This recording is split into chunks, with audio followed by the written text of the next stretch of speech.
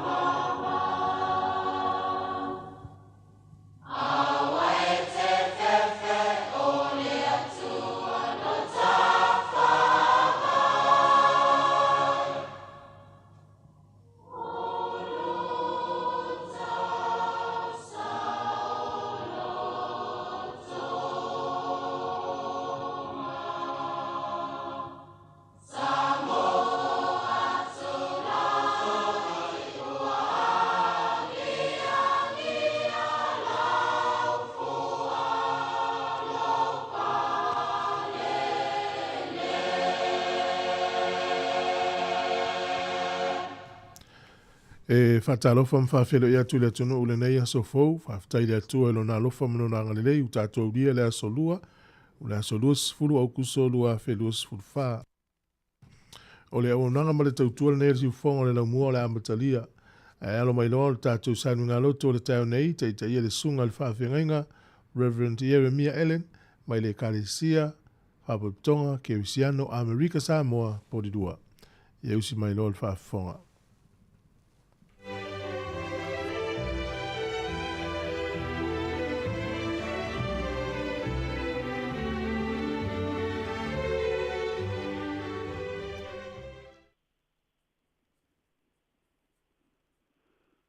o manuia e pa ia ma le malu o se o tātou wāpio. Ma lo lava so i kua manuia. Ai alo mai loa le tātou tāpua inga i le nei tae au.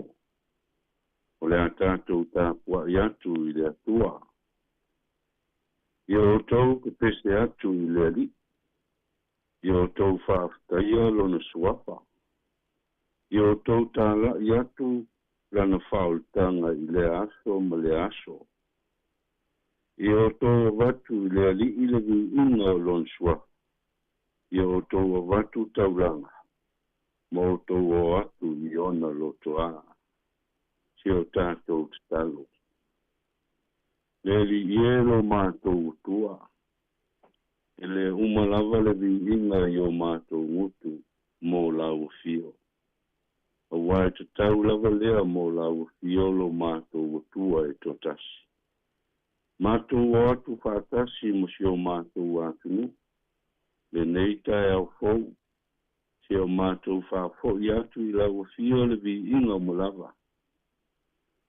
Ma mātou o atu whātasi e ala e mātou tāpo inga. Talo si aile nei aso ma ana ngā ruenga o mea whai. Ne val au atu lau ngang pa ia. Na fio mai, o whātasi mai, a o mātou whaia le nei sauninga.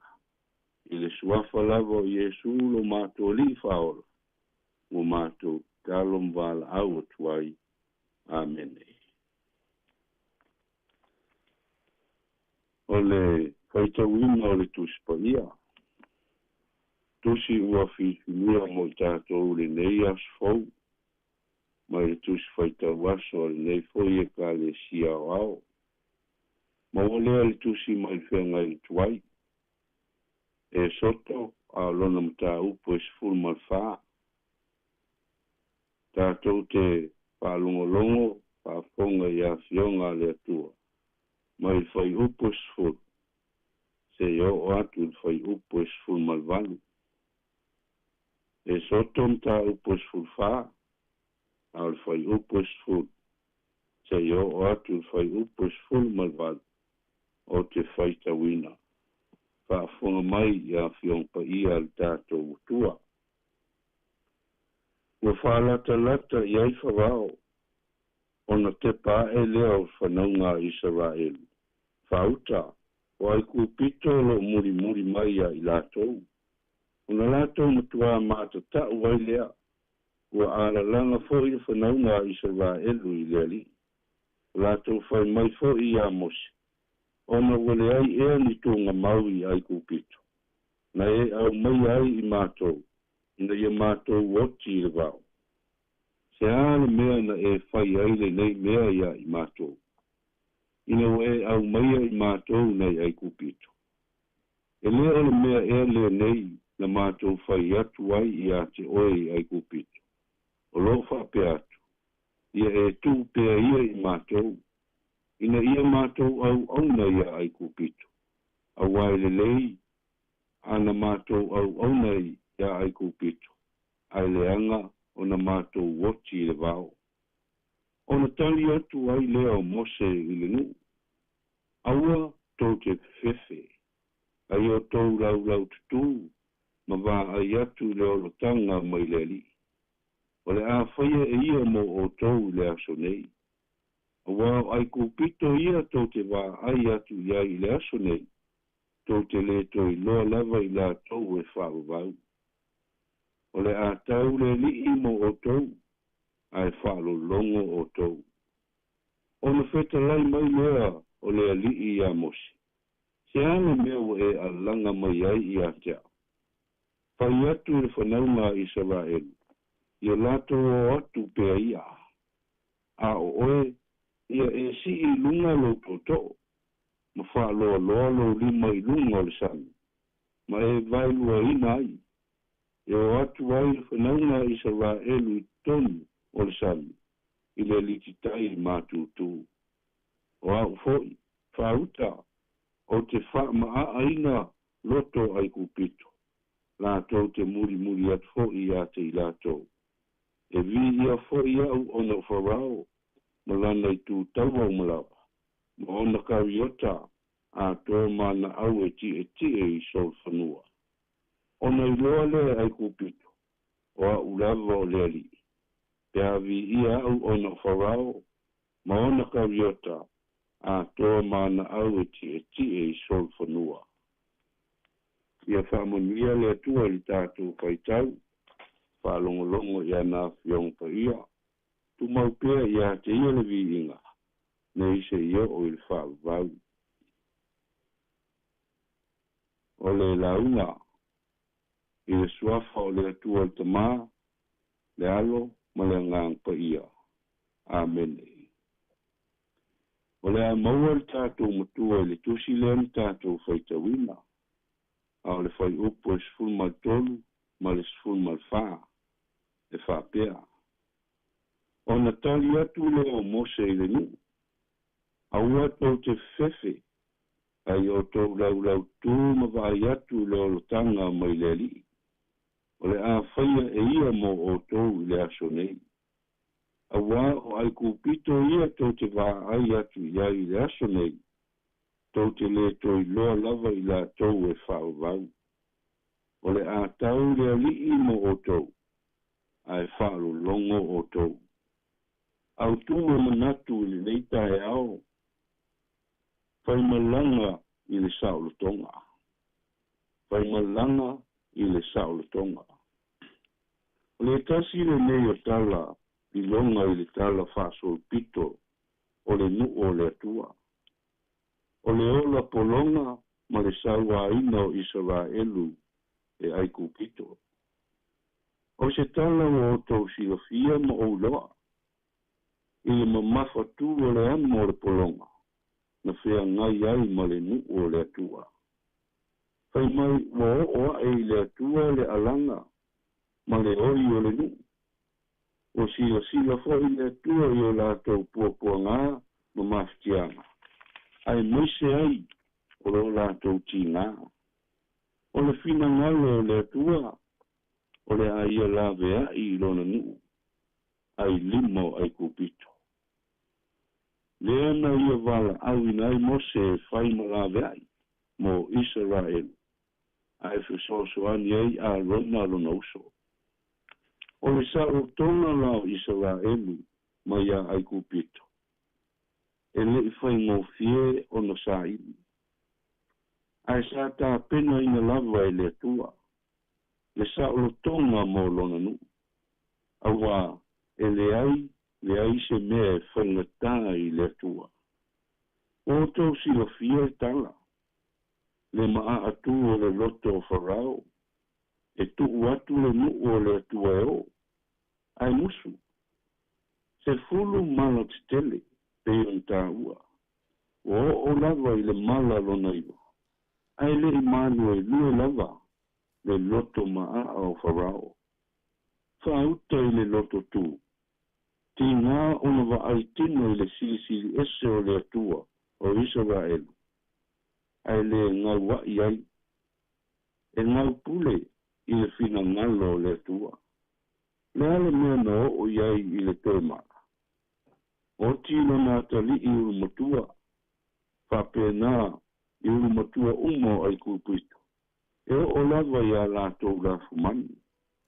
Whai mai wala ngona le leo o le tangi, ma le tangi au wei to tonu o le nuo ai kupito. O lava I a wharao, ua tangi au wei I lona atali. Lea na ia pina atua I loa le ni, o Israel. E o, mo ese ma ai kupito. Ma le winga le na le soto, o le upu e leni, o le ala ese atu. O le au ese, e whāta tau I le malanga ese atu o Israelu, I lo rātou sa o le tonga. Io ua tau nuu le fina ngalo o le atua.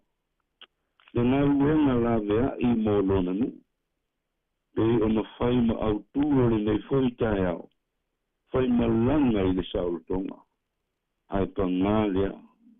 E tusa ai ma whai taunga. O le nei lava matau. Pai mai ua toe vaavaai atu farao ua gaogao le nuu ua leai foʻi ni isi e fai ma latou auauna lea na toe liliu ai lona loto ma toe tuliloa iā Israel faauta i le tagata faamaualuga ma le loto tu e lē lagona le silisili ese ma le matautia o mea e faia e le atua ua feololo atu ma laisefulu gai loa le mea na o'o i ai i le sami ulaula fai mai le tala ina ua vaai atu le nuu ua tuliloa mai i latou e farao ma ai kupito ua matata'u i latou ma faifai upu iā Mose fai mai sasili pe ana matou auauna iā ai kupito ai leanga ona matou oti le vao io e o tagata faatuatua i titi ua pei lava o farao e vaai i mea na faia e loa latou atua ai le iloa ua latou femeameai ma lē mautonu ona tali atu lea o Mose i le nuu e pei upu ia ua fai ma tatou matua o lenei taeao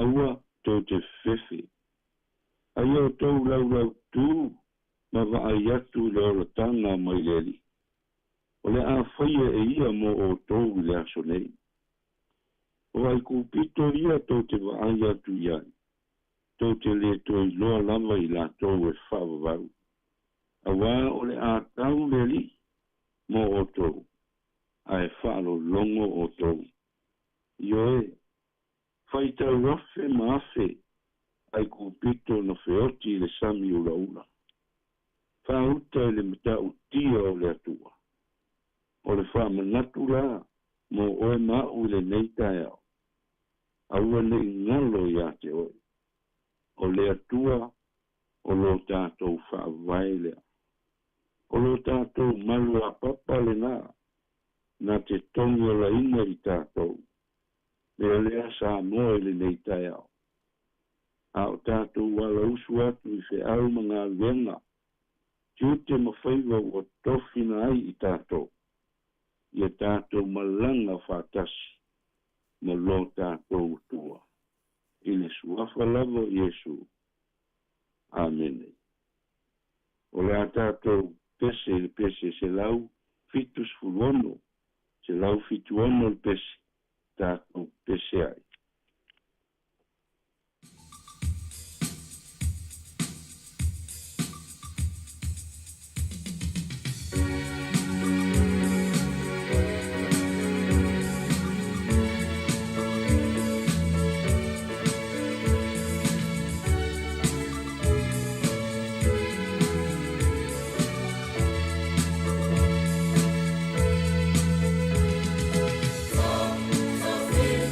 Now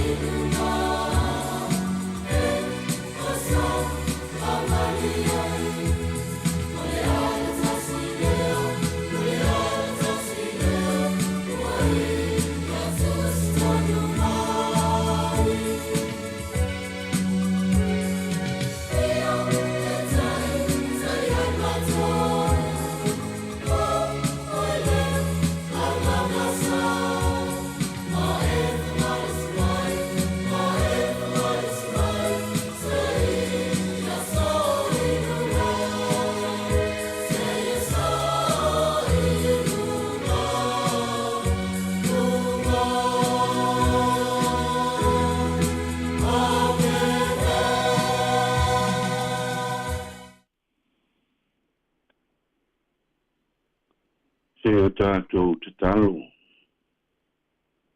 Le atua lo mātou te mā. Mātou whawhtai atu I lau fio I le neita e au. I loa lofa ma lo wanga le lei mai pēa I a te I mātou.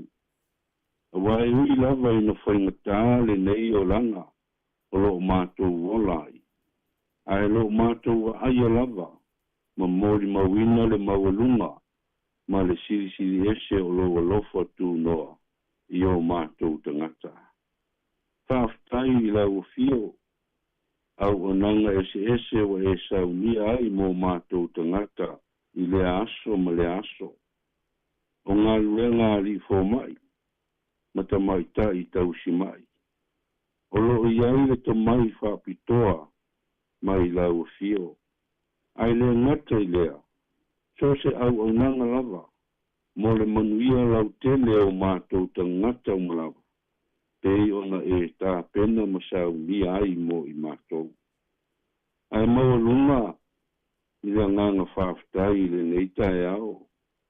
Le whaolutanga lea na saunia e lo mātou wali I whaolo Yesu ke viso. Lea na ofo I nai lona soifua pa ia. E whai mataulanga soifua, mo le lalo langi atoa. Ai pangā lea. Pangā lava lea lo mātou utua. Mātou te tau tino atu lava I lau fio. O mātou o se whanau e le atotoa. Tele na mātou tu ua oe le tele o teimi. Ai wha mua le lalolangi mo na tuina nau I o mātou loto. Le mātou te o atu whatasi ai. Le li ie o ane o mātou se. O ane o mātou whale tonu. O a fo ini o mātou waiwainga. Se ea lofa mai. Ma e wha mā ngalo mai I mātou. Sausauina I mātou I lo toto. Lea na wha maringina I lunga le sātou. Ina ia wha mamaina ai I mātou. Ma toe wha afouina ai lo mātou wola. Mātou talo I lau fio li nei foi tae au. Te ea lofa mai ma whaatasi mai. Ie umalo mana o mia lau sosani. Na i o mātou te māma tina mātutua, o tua āsina sina o si o mātou wātunu. Se i o atu lava I na i o mātou whanau. Ma lātou umafoi, o lo iai, ma I tū mau, ma na onga whapitoa le tino. Se i e whaaloto tele ia te I lātou. Ma ia lātou maua le onsa I ma I o lātou māwhtianga, o lo whea ngai ei pea. I le aso ma le aso. Mana tua fo I le mātou talo le li ie. I lātou o lo whano noa. I lātou o ufitia I le au pong sā. Ono le malanga le maliu ma le oti. Mātou talo le li ie. Se I e wha mawhana whana atu I ate I lātou. Ma wha loto tele le li ie. Ma e so roia e sea le loi mata malingi, ona o mawhtanga e pele, ua motu sia. Mātou talo foi, le li ie, mantuai le lalolangi, mātu nungu uma, o lo iai taua ma vai inga. Mātou talo, iai lo file mu. Malu puipuia le soifua, ma le ola o utangata. Ai meise ai, na i o mātou whanau. O whanau o le tūpulanga whaia e lea mo atai au. Le ali ielo mātou utua. E lea ngalo fo I la mātou talo, si o mātou wātunu. Whaamanuia ia sa moanga lua, ma lātou whainga malo. Mo pēr I lātou le whalofani, a wāse manuia o sa moa, mo tangata. Mo nei mātai au. Mātou talo fo I le li ie. Mo lau e kāle sia ke visiano I le lalolangi atoa. Se e whaamamana ina, lana upu fola o le tala lei. Ia so o ai le lalolangi atoa. Talo fo I mo, e au nanga le nei le tio. ia whaamanuia lau fio, ia lātou ngā luenga ma ki o te whai. Nea li I pule ma le au whai ngā luenga, se e whaamanuia ia te I lātou, ma o lātou ainga, ai meise fo ina I o lātou whanau. Nea tua lo mātou ta mā, o le mātou talo lea, whātasi ai ma talo lilo le tangata lava ia, o lo fia mumori atu I lau fio. Ai aua lava le whaia o mātou loto, a o lo lava fina ngalo. I le swafa lava o le atua tamā, le alo mo le ngang pa ia, ua mātou talo mwala au atuai. Amen.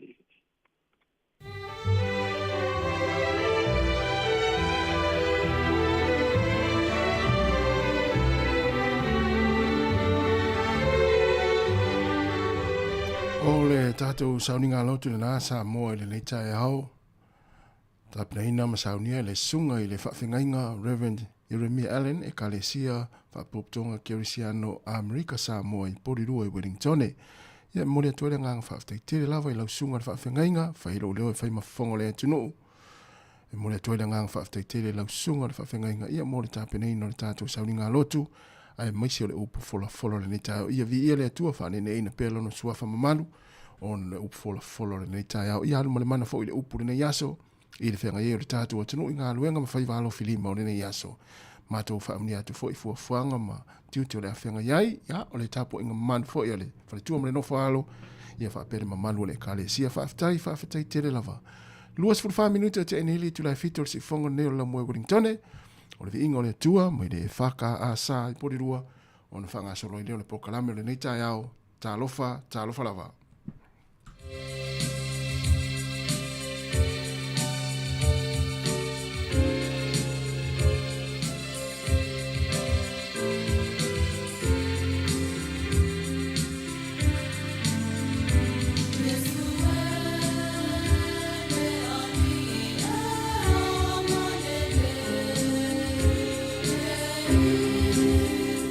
Mama, mama,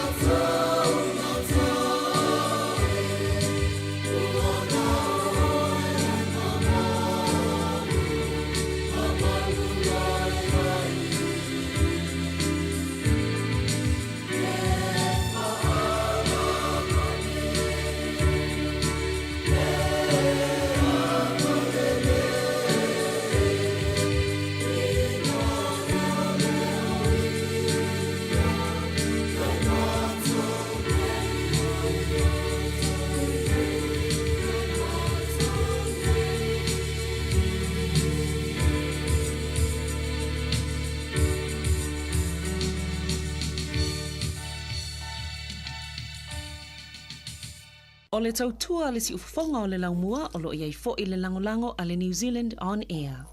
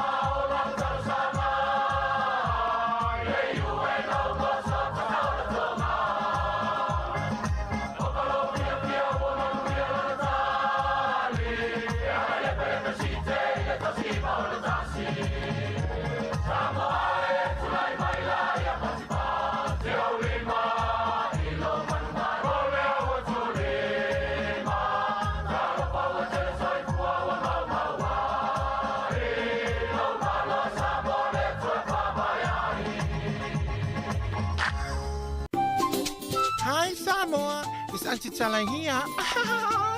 Instead of Fifi Falo, ile atang le tayao. Laugh of the morning. I'm at my apple feet to the vanveal, so fongalo mua, atang le tayao.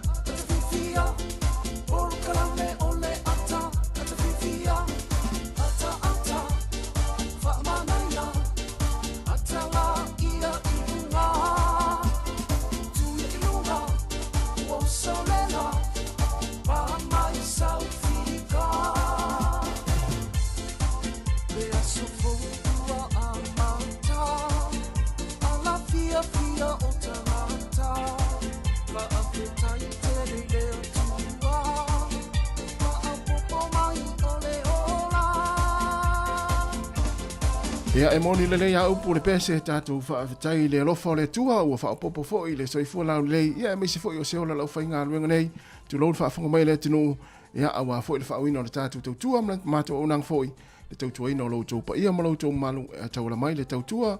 I le tasi o ono te si ma le tasi whaamoi lau le tio pa lau au whaalongolongo. Ia whaapea fo i le mai moanga i lungo tātou pinga te whailangi le nei tai au. Ia tu mai la ia o lau au sa moa.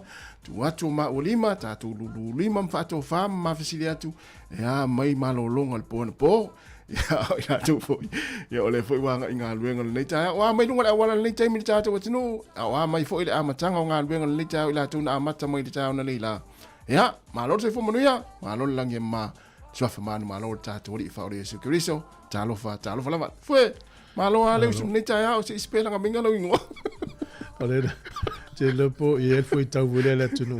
E ia mai tau i whalele. Peo le sai whapea tune le tunu. Tatou lulu lima whatou wha. Mena e tau mai se tau siaki le leo. Nau whai mangalo ngalo. Ole whatou au sumatai au. Ole whatou e whatou wha le tunu. Ole to amata.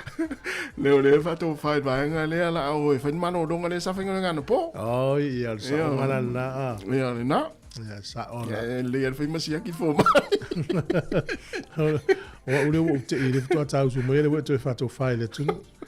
Ia, o le tūlanga na le ua ia i tatana novo i manisi o uso hoi. I le vawe o le aso le o la.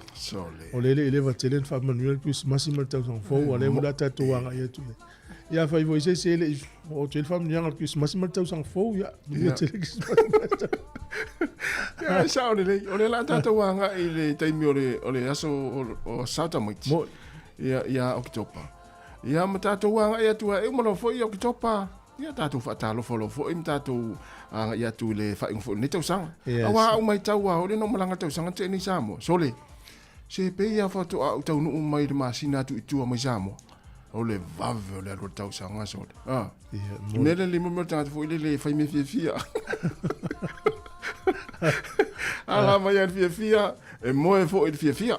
E mena le e na lo e tua e tele nei fuli le whaafita le sa mo e mei mai nei. Al mele el matua e talo matapoto al mele ui nei. Ai wha malo lava le uspo le tunu. Le tatu tatano fia foi. Ua le ole o langa nei. E a umale aso whanau no le tangata. Ia o se aso ua alu le aso ua misi o na le leimon hoi manuia. Steimi a tutailo sa ina i whanau noanga na ia. Wahatili momo e loto mfano no ia o me lava tupo le o langa utatu ta pena i pea o mai me ia ia mo pe tatou fia na le atu le ia o male ainga e le fo fa wo tatu tau tu ne fu tae mana ia si tatou fa talo fa tatou tinu le o mafuta mai fa talo fa tu ne tae o sa mo le tinu pele ia au na le tu o sunga i fa fengainga o fa la ungo tala le nga tai le o tai o kalesia i so se fa ta fa taulanga apea ona whaatalofa fo ino i tātou tu a mātua tu a sina le hatunu ia i tonu a inga tonu mo tangase ngase o mo tau tangata mātua lo mafuta mai la tau le nei tai au ia i tātou ala leo le tasi ono te si ma le tasi wha mo whaatalofa ina i tātou paanga i rungo tātou pingata whailangi le tātou Facebook ma le YouTube le nei tai au e mai se le tātou app le Samoa Capital Radio app ia malo le soifo mania Samoa malo fo le ala usu malo fo le usu ngā luenga malo fo le wha malo losi ia i le ni tai au i whea mga luenga ia le tapo inga fo i tonu ainga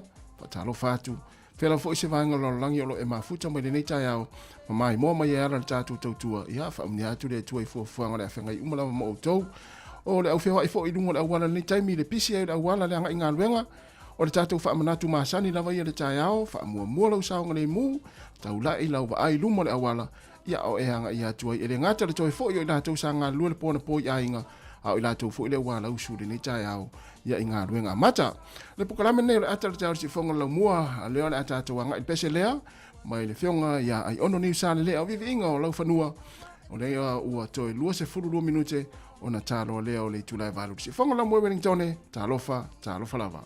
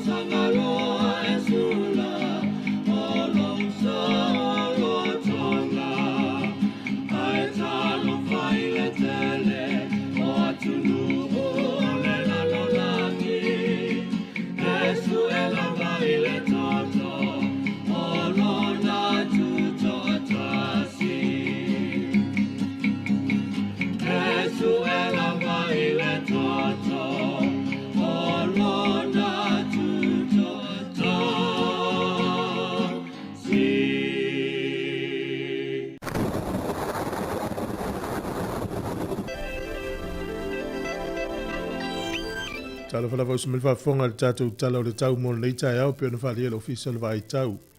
O le so ma le fa solo tu le stofi ma to ilangi le lei lava le tau, langi le lei le tau. Aso fa rele ma le asto na ile o valo ia matan to sui mai wingo le tau e to ia na itimu. O ka piti manu tu fa nui mtau naki e langi le lei le tau le so fa pe fo i malpo tau po Hawke's Bay ma wai rapa e langi le lei le tau. O le malulu le emtua malulu a wai rapa to ese le tolu. Tasi e lo iai Hawke's Bay to ese lua tau po to ese lua Marlborough. Ia le fa solo ile le tasi anga ilunga le lima. Au kilani pula mana ia la le aso nei. Vai le moto i saute le aso nei na enveka ko la le tau vai nei timu le moto i saute langi le lei fa solo ato le tau. Malulu kala estete to ese le tolu to malulu a tasi le ye Queenstown lua ne le soni ia manu una ina lo ia ile to ese le lua ia Blenheim o lo ia Picton o motu weka tasi o le mafan fana o le motu i saute o lo ile iwa nga ilunga le sfut tasi o le au telenga o le atunu ne yaso e matele ina langi le le tele o vaenga o le atunu o pia e langi le le tau le tatu o tunu ia mesel tau langa ia pia lua sfut valu fo le vela lufu lima le mafan fana o le angoto ifo le lai le so Wellington i le toe se furu tolu minute i le ono na le fiafi e oso e le la tai au le tasi minute te ele fitu i le tai au a tai au o le fua le mafan fana i Wellington manu tua oilo i le valu sfuru tolu fa solo lunga sfuru ono o le e malulu o le i le lima ma le ono na vai foi le tala o le tai mo la toi fa ngota ne yaso ya fo le o le malulu o le tau na langi le aso nei Wellington e pe le tai le te o la fo sfulu tai o nei su le tai to tasil minute le lima i le afia na nei to e pe le tai le te o sfulu tasil na nei il po o poli lua su le tai nei le to se fulu le tai o nei pe le tai i le to sfulu tasil minute le fa le fiafi to su le tai te o se fulu na nei ia le tala na o le tau ma le tala o le tai mo se fie le tunu o le swing o le tupe fa malo na varanga le lei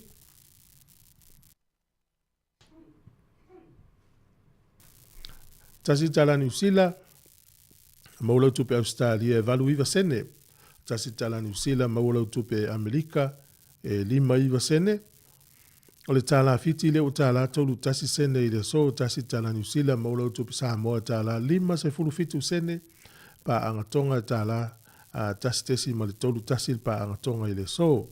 Tasi tala Samoa New Zealand maula tu Samoa tala lima se fulu fitu sene tala lima fitu sene ya manola varanga le lei fa lava.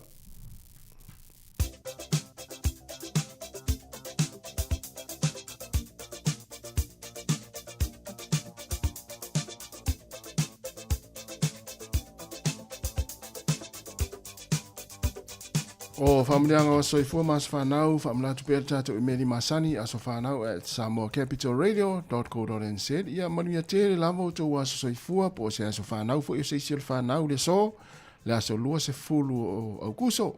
Whamlea atu tātou poklame ma le tau tuarisi whonga lau mua. Ia te uto umalawa ia fo i pēre malosi ma ia toi whaupopo nisi tau sanga stele mo utou. Ia awa fo i whianga ia i whiau mga aluenga. Ai o le tātou tusi whaitau mō las whanau, le lau salamo e tōru se fulu ma le whā, a lona whai upo e lua.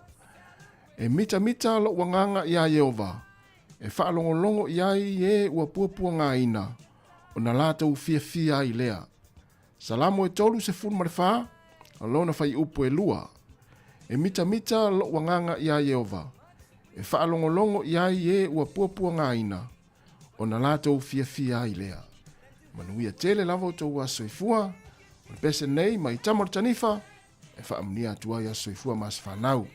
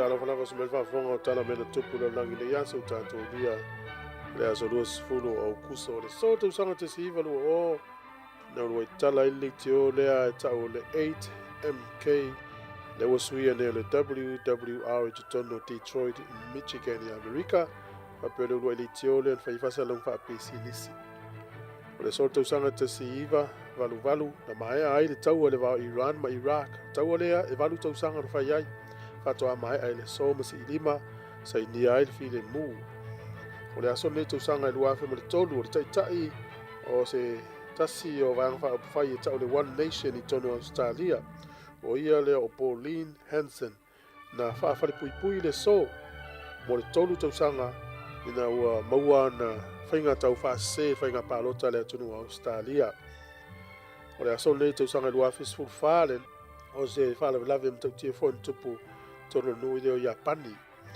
Fitus fulu malua tangata na fie soifua. I le taimi foi leo lo longa. Ea o le sof i le tausanga te siva tolu tasi la sfanau leo tangata leo Don King o ia le. Don King o ia le. Tau ta ua lava i ta alonga fusuanga le nat whalau loa ta alonga fusuanga. A le so tau sanga tasi iwa tasi lua na tu malo tangata le William Booth o ia lea na whaavaina le Salvation Army. Ia leo tātou iloa le tautua le Salvation Army tonu o New Zealand nei.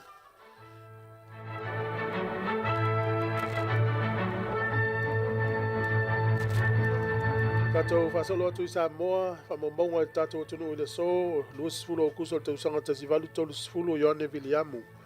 Wa taunu atu na wa ya polima e whapea mai na wheloa i ma le li a John Wright o le li Europa le na iai na ya polima na vai tau na ofo ina iai le fsosoni a John Wright e Ioane Viliamu e whai o ia e ma tangata whaali upu. E taunu ula e whapea mai John Wright wa sfuru lima aso talu ona maliu tangata lea o le ia tau atonu mai pea tama whai ngā. Whamamonga na John Wright ina mo wheloa i le so. Ia ma Ioane Viliamu malana malanga i le tausanga e tasi i valu tolu se fulu i le afatunga o le tala le leiu tātou tunu. O le aso nei tausanga e tasi valu i vaono o le li o Joshua Slocum. Kapiteni Joshua Slocum e whapea na tusiela na tusi tau o le Sailing Alone Around the World. Ia na amatala ia pia i le so tausanga na tasi valu i vaono i le vaa e tau o le Spray. O le aso nei tausanga tasi iwa tasi wha na ngu mawhile mu masa o ele le tio si amani sa ia pia na vai tau.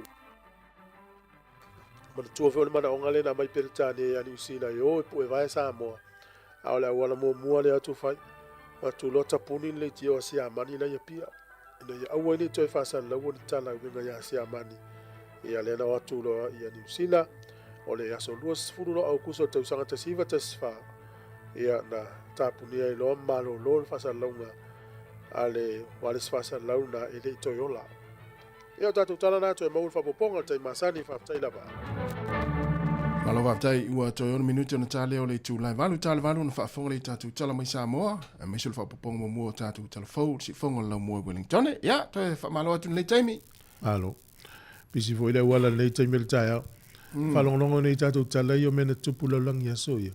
Eli Europa sa ia polima ia so na e suafa ia John Wright. Saori. Taunu atu lan malanga Ioane Viliamu wala seim tonu wala nei le tau te iai. Tasi valu tau sufuru. Ia u te loe le ei ma se se o tasi valu tau sufuru o so i fua mal nei te. Ia na la tau whanau o whanau le o ma teimi nei le u tatu tala noa. Ia. A fuala iei whamomonga tangata leo John Wright. Eli tangata sa ua sa iei tua masanga po ina i le e atua ana na iei te mina. Le whafonga mai le au matua si fia tala ia. Ia. Na wha maula John Wright ian apian whamomonga. O le aso, tusa o le aso luas fulu nei. Ia. A wha meura se fulu lima aso tuana. Na maliwa le tangata leo le ataua tonu mai pia. Tama whainga. O inga lau le aso lima o kuso lua. Tasi valu tau se fulu. Tusa im whamomonga. E tele foi tala longa le tangata i taua matulanga o mena tupu ai. Ai. O le mata ina fo i wa o le tala au matutua ma tala fa sol pito Samoa. Ia. Ana o tu ia Ioane Viliamu ola tangata le na vatunga o tala le ia e se fo tu langa wa sa wa tangata. Ia. Ai e se fo ia wala le e vatu tala le Samoa. E moting o fa malo lo atu le tangata. Ia e tau nu o tu lo tala le. Ia. Le la wa suloi ave o tala le Samoa le tatu ye ni te. Ana ia tele le tala whanonga tu se lua vai aso taru na maliu e tama whainga. Ia, sa. Ia e tau nu o loa, ia le tangata leo Ioane Viliamu, ma tala le. Al maari e fui, e i tangata Europa lea, o lau avea nei ia mwhani li upu na ngana. Tu sa palangi tangata. I oi, pala. A wai fufu se situ, a vai nei misiona na isi o kalesia, i o e tala i situ o lalo. E o atua o ngana lea tunu una, ia whai ngofina, so tai. Pefe o tele o papalangi utatu wai, loa tau tala wha Samoa. E o misiona le kalesia lau, pa iwa songa tai.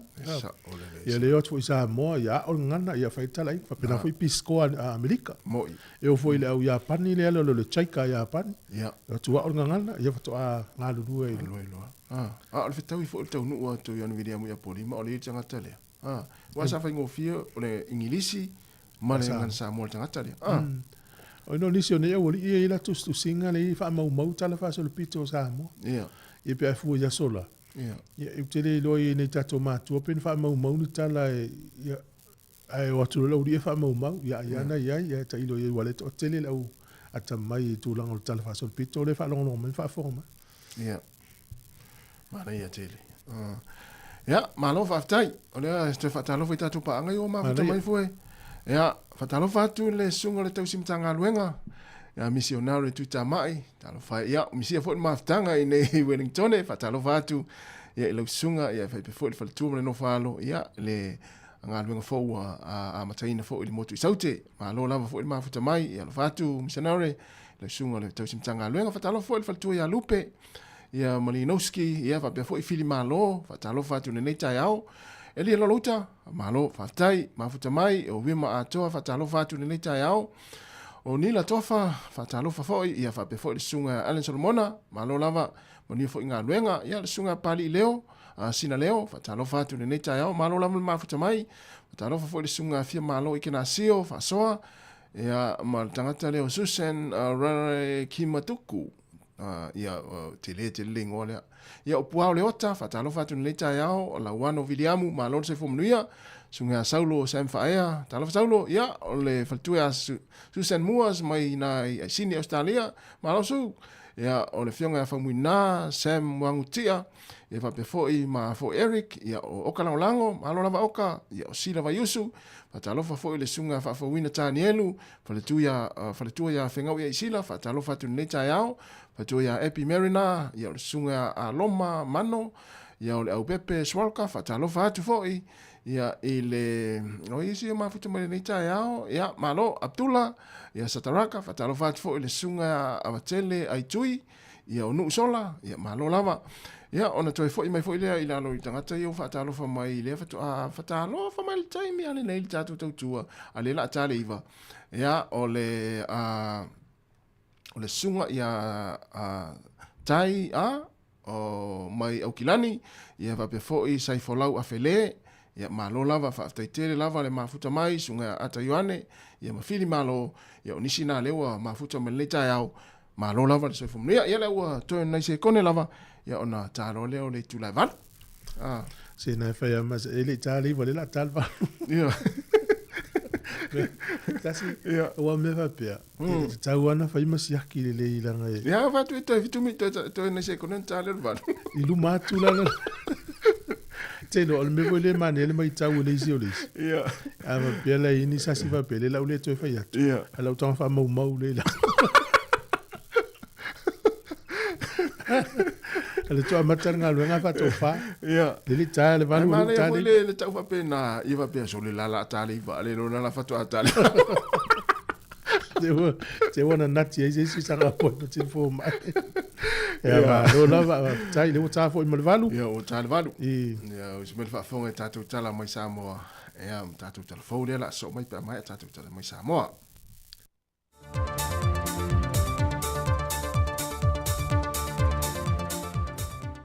Whatalawhatu telefou le au whaafonga le nei fo ia so fou, anu mai e so na wha au poponga nei I mea lo te tupu I Samoa. E toa se lau fitu se fulu alo ma whanau le atu noo, wa wha uina mai au onga Australia wha amtata SSE e lona la le APTC Samoa. O loo au fie matama itai e iwa se fun malitase, wa tofu ma wha ai longa mo vaenga mua le vaenga lona lua, ma o ongal vaenga na tonu.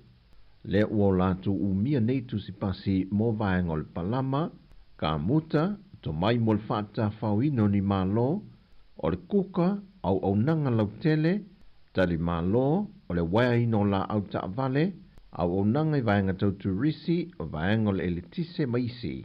Ma o whae longa foi o latu umia, e ma whae o na sa ili ai na ngā ruenga ia tunu o I whawhoi pe anu sila ma au Sitalia, pe a whai e sa ili ngā ruenga iai. Na mori maule tamai ta ianga le leila pepe lupe sori ai o se tasia le au wha au. O le tusi pasi lo na tolu le wa ia mawaina mo le waina leo la au ta vale. O se to mai na ia pue na mai lon te maa a o ngā lue ai le ngā ruenga e le kampania le Askomoto ia pia. Mai na whanau naui na ia molo na avano le APTC. E whaalau tele ai se mana o ngai lona loto e whaawau le tā leni ma le mea alofa lona tua a.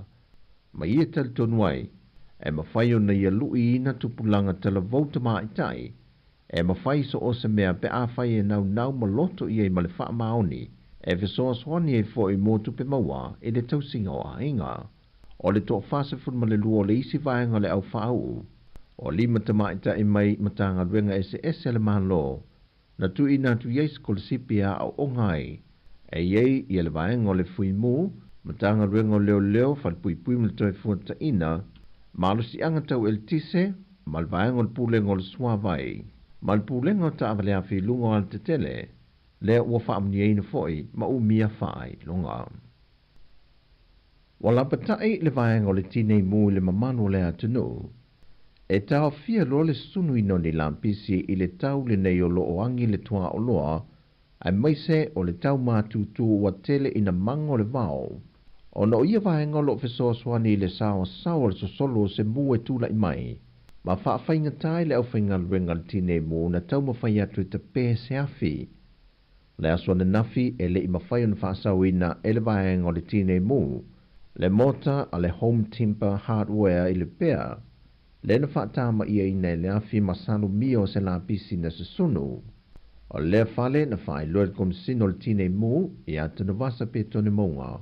E le o iei ni mea fale ai o lo whaongai na mo le pinko.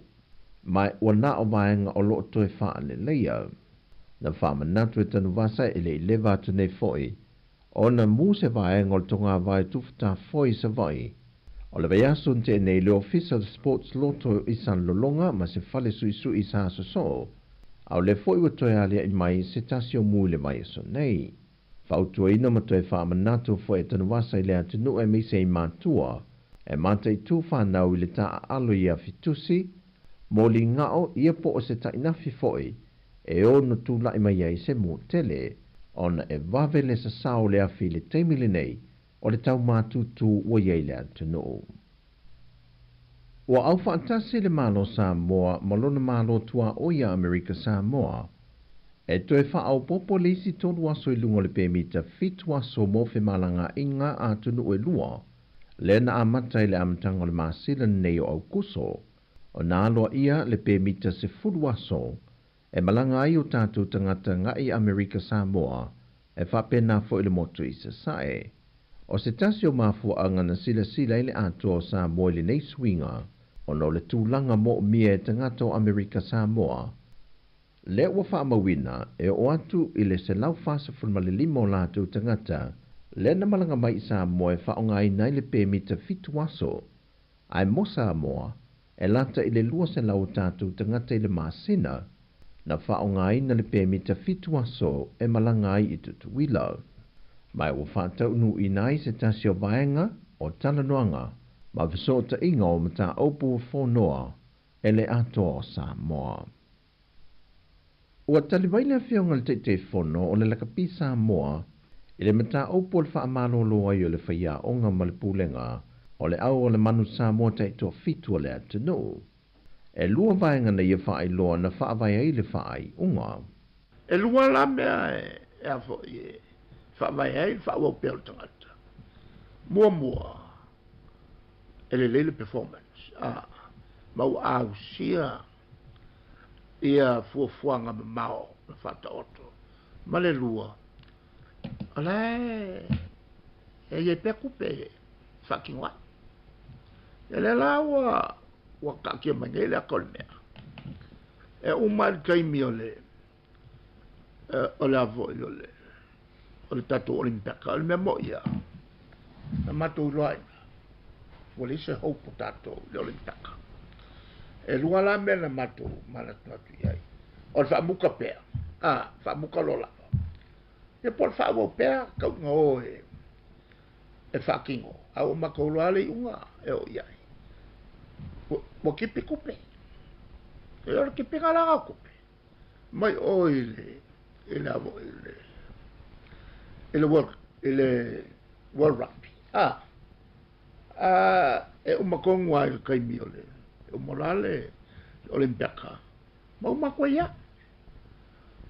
E le mfai koe whaua ia whaua wale wakawhi kupe ka wale koe kori whai waka koe kaloka. E le tūlanga lana.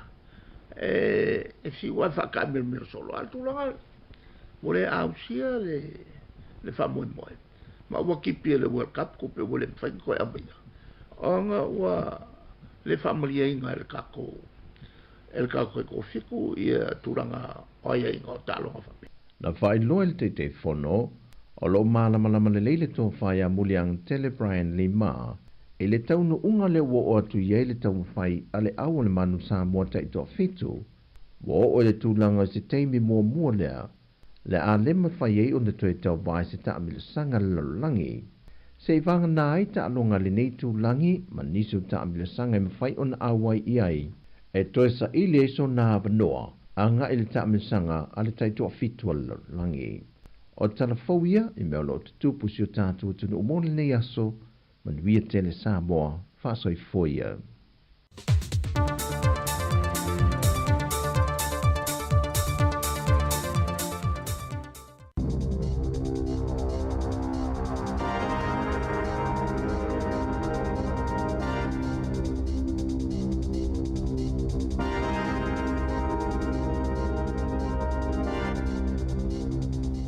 Tala flawa fa puponga mo tala fau mai le se fonga le la mo le nei tau luas fulo o kuso lua fe lua fa ele o ano tele le tai tai o le actor David C. Moy finangalo lo fonga ina le fa mamalunga ma pati patinga o le fa ano fotupo le tupo Maori ai mai se o vainga fa op fai lo lato fai pa angal fai nga malo so fa tasi e winga ili treaty principles bill po le tu la fono to fa ofio ta ia la fa vai o le fia ngai ngai waitangi na fola el palmia Christopher Luxon fa pia fo ima Shane Jones o le New Zealand First ilo mo le tupo Maori pati patinga ile asonga fua ele au sia le pili luma le faitaunga mo le pale mene aina sauno si moa ele i mai ona tu siaina le tu la fono mai le tanga i ai vai nga fa upfai o lo ngā lulue i le whainga malo so fa tasi mai le iwa ai fo i le tali le atunu o lau tele o lo malo si pe le tali tonu ngau le taitai o le act e mawhai lava o na ia wha asufina na pa anga o la lato whainga malo so fa tasi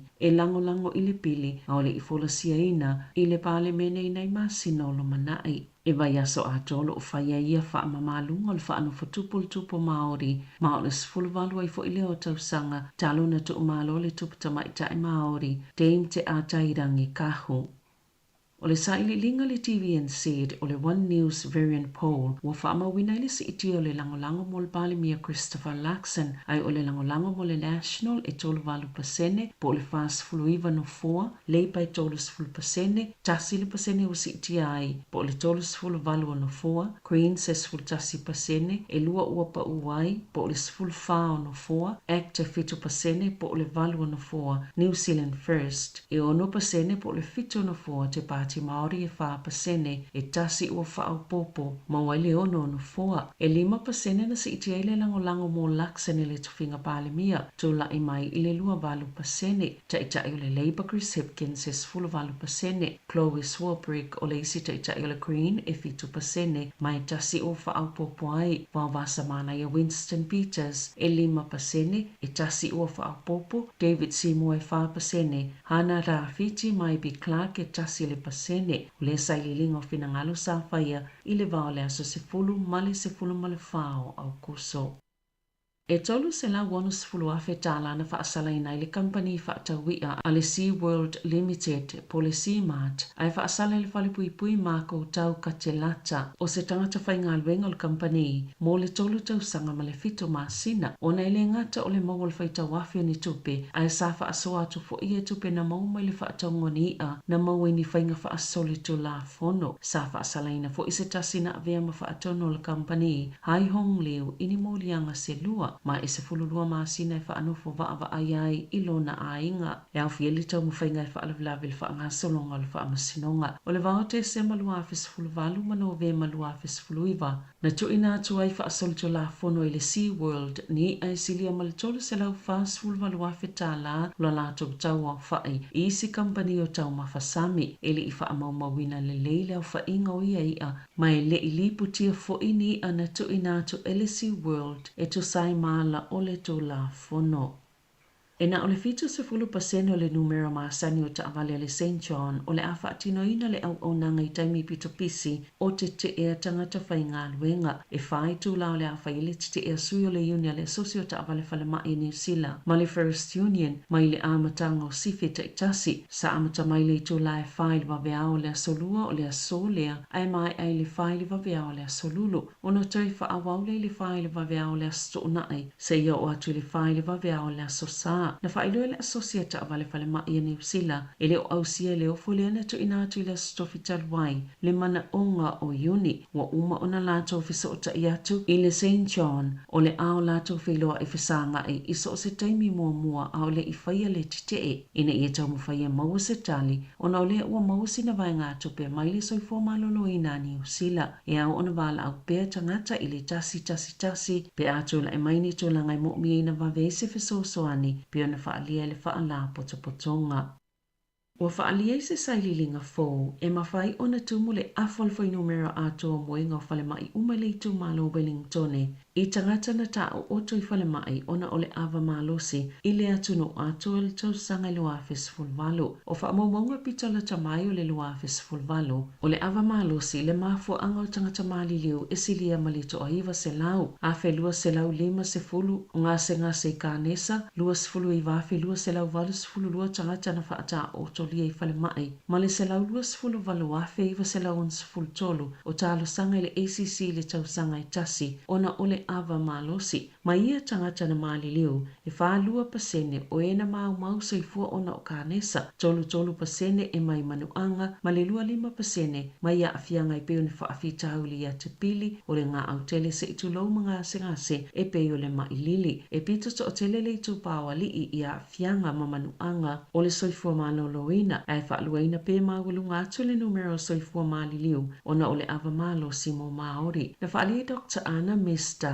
mai le University o Otago i le tūtau le soifua maloloina lau tele e le whaate ia i lātou le unga o le asu-asuenga ona o saililinga talwai nei sa whai le ngata i tutono New Zealand ai whaape mātuno i whafo o lo whaelo ai lava le tele o le sao le awa malo si whaamai o le asu-asuenga na whaatupeina i le la mo le whaalauloanga le soifua maloloina le ua amea nei o se vaenga o le te whātu ora. Sa patupatia le Minister mo Social Housing tama potaka i le asosa li tūlanga i whaapea ua silia ma le awhela wa ingo tamaiti. Wale o toi o la e tatono whalitani malo ona o se tasi o ngā luenga le whainga malo o lo o teita ia le National. E whaititi e le numero o tangata eno nofo i whale moe ua mo'mi e na vave ni whale eno nofo ai po emergency accommodation. Peitai e le o mawhaiona whailo elo na ofisa po o le matanga luenga le atina e ngawanga whasotai. Po whiala ua ave ia ia whanau le taimi nei pe ua ave o lātou ainga manonofo i ni whale whaapitoa mō tangata e maua la lalu tupe maua po ononofo fo i ni whale nofo mau tutonge le umeina le malo po le ai fo i ni whale ononofo ai e le o tuli lo aina le malo po fea ononofo ai ia whanau e ui o la lātou polisi o lo ave le whaamomoe le ave senga o ainga i ei whanau iti mai whale ononofo i tangata e mo umeina vave ni whale a e tu i tutono whale mō tangata e maua la lalu tupe maua mai e ni mana o ngā whaapitoa e ala ngā tatawai ona nonofo i a whale. Sa amataina le pol kalame le ave o tangata le ini whale e wha nonofo i whale tali malo la iti i se tau mawhainga e tā awhiele nonofo whana witi ma ainga i tutono ta awale malungo a wala titele pe ona Liberty ai le leiti o New Zealand. I ta alonga Ua filifilia le tamaita i o Temi Barra Bailey e avea mawhaia o ngā fōu ale Northern Stars. I le taameresanga ni tipolo i le atunuu o le asu i tōlanga i a Kiri Wills. Le na whaasilsila le masina fōula na whaamāwaenga talumai le fitu tausanga o ia tau aveina le Stars ai o le aia whaia o le Queensland Firebirds. I le taameresanga o le Super Netball League a Ausitalia. E valus fuluiva ta alonga a Bailey mo le Silver Ferns. Masalongalongo ai le tōlanga le Centre i le awa New Zealand. Sa ta alo Bailey i le Stars i le lua se fulufito. Na siampini le tamaita i tenisi New Zealand o Erin Routliffe i au ta ito olua le taameresanga o le Cincinnati Open. Na awai male tamaita i o Asia Muhammad o le United States. O lo numero tasi Routliffe i le lalangi le tenisi o au ta ito olua. Ma o lo siampini fo le taameresanga tenisi a le United States le US Open i le vaenga lava ta ito olua. Na whaia ina i le awal tamaita i Kanata ma Kazakhstan. Tala whawia ma le si ufonga le lau moa mo le nei vaenga o le tae au.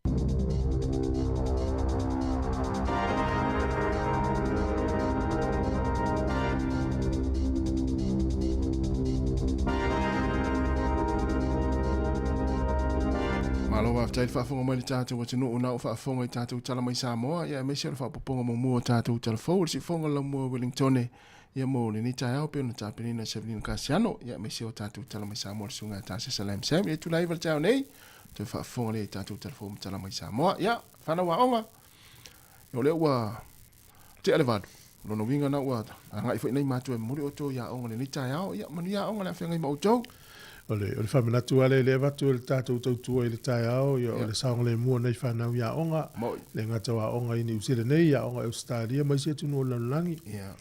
Ia ole talamoni ae le misi le aso mwhaalau lawe lungo le wala. Ia uawhenga tae le tātou proklame, ia ona on tala nai whanau noa tele. Ia tātou au ili tala olo, ia inga tā ua e fsosani mo le atunu. Ia ma le soifua lau le lei. Ya e isi foi taimi e vavai atu I me tupu le tātou tunu New Zealand. Me ia sa le tutupu iaso ia e lima tausanga se furu tausanga taluai. Me leo le papa o whana ma leo I tangata.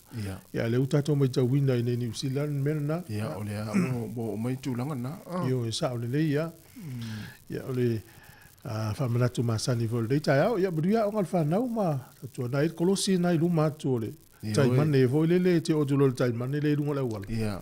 Tu sa la wofa mai tai mane to luas fulu mita pe to fast fulu e o lo o il melet kolosi wa ye stai mane tulpi onga e le ilo atu la kolosi na me milo ta vale kolosi lo yo di sina me fa na tu tu ya ta vale nei futa ao ma sa fa tu na ina tau na ilo mo ki la fia uma ave ta vale ma I mga ala e me se fo ia kolosi ao ia po mo fo yo onga e fia le sa fu Tu sai te vai lalo mai a fape o le limas fulu le ida wala. O le sone yo a onga. Tu sai lua se lau mita fa ta fa mai ale a onga. Te vai langa ele va o le lalo mel tolus furu kilomita. I tu la fa solo mai lalo mai. Ia ina ia mawhai ona mawala va noa ta hofi e lau ta vale te wata mo esta mai te lungo la wala tele. Mana ia. Natu. Ole tele fo yo le terminal swing ole tau tatu vai lang le ole tau sava vale nei fa tau ga ya pui le tato o mai monta la fie fie ya so ya ole te renga fa malo ale foi nei tava io alo fo ta po inem to tau si le ya na ya me foi la tau le ole mai mo mai tono fa fainga luenga yo e moni ya ni te me le ta ya fa fie nga luenga o fo le fa na tia fai mali fai le ia se mtala no o le spito la fai ai vai to la pe se vai ngoli le pe o fie lo uso la le spito se va la u yai o mai va fa pena yai se va la fa sa mo o mai o se fai fa pena fo le va la u yai mana tu ala tas sa ma fai na va la fa pena ya soia al termine o le tamale we va la u o foto fo me sa moto mo fai lan sa fa Ia ila na te fa pe o mai la o suil tama tau na fa pe la o fionga o mai ia fulele vala masani ai te longo fia o fo lo la mai fa pe ia te ia fa mai ia man tu fo io le o to sa mai sa mo fa e fa matai te ia na fai le se tu per fa matai se io me te fa ole tu tinga no ele ave inte tu si matai ni e tonga tu no tatunga se vala per vala masani ya valo se eu tanu le so ya ta vale le pasi tu per ta fenga lo ngal McDonald o manuia mai tu per McDonald ya se vai ma vini mai ole a mo wala tu per mai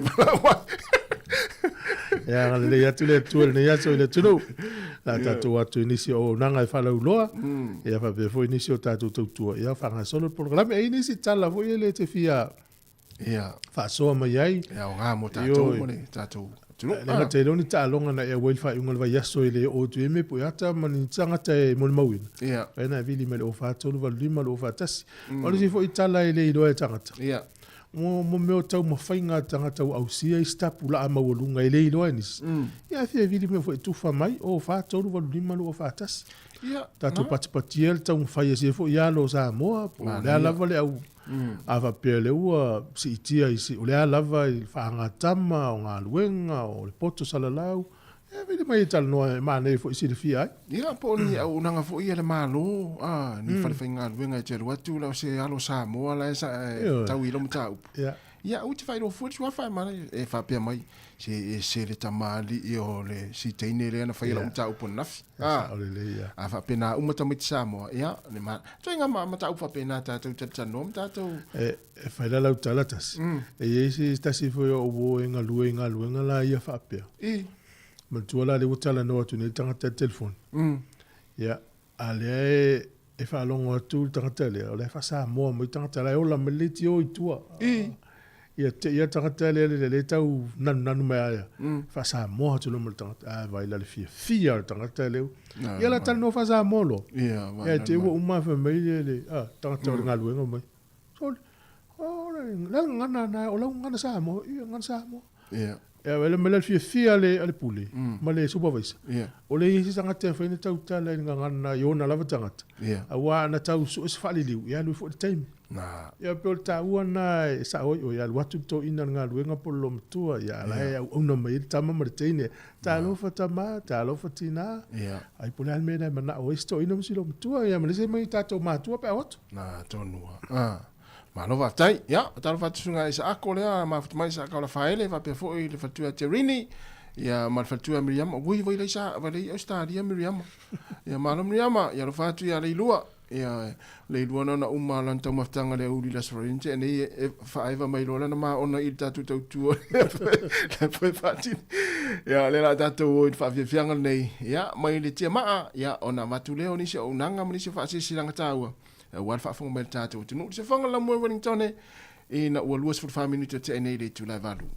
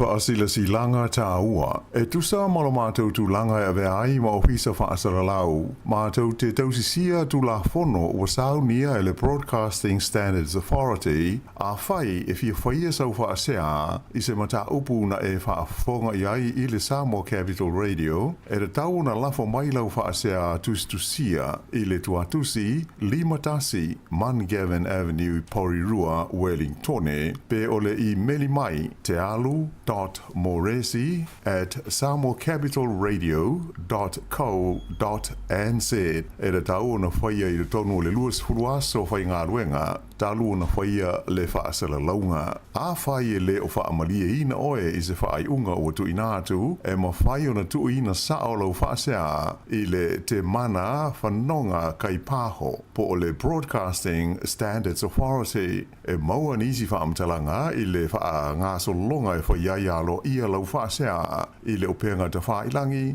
bsa.govt.nz whawhitai. Wa luas fruiva minuta te enele tu la valu ia se mai al tatu vala au le tau fai mai ia ona vatu leo tatu fa silanga ia pe ona ia tatu fisa talo fa vala au Arafa, maro le soifua manu ia i lo sunga le. Ni pasa la. Oi, maro tali. Tali, ma topi tonu. Ia, mana ia le la ma topi tonu. Io. El manulu. Manulu. Oh, saola. Na tfenga luenga. Io. Malo. Tau tele fo ia na klanjia ia ona. Ia vanoa e vidia tu tatu tano pe o le si e vidia ale o e vidi mai o le si tu e iso taimi mana va e taimi mana pe o le si na ngol po kala me ia ma wol maftanga fo ia lava taimi o nei tatanga te a inga te ua fa o manga lue o ia o clients na fa tali se va le tu te piki fatas va yo tu langana na ia o lua o le fa tasi ma inga longo ina la ka ko voa ia va penga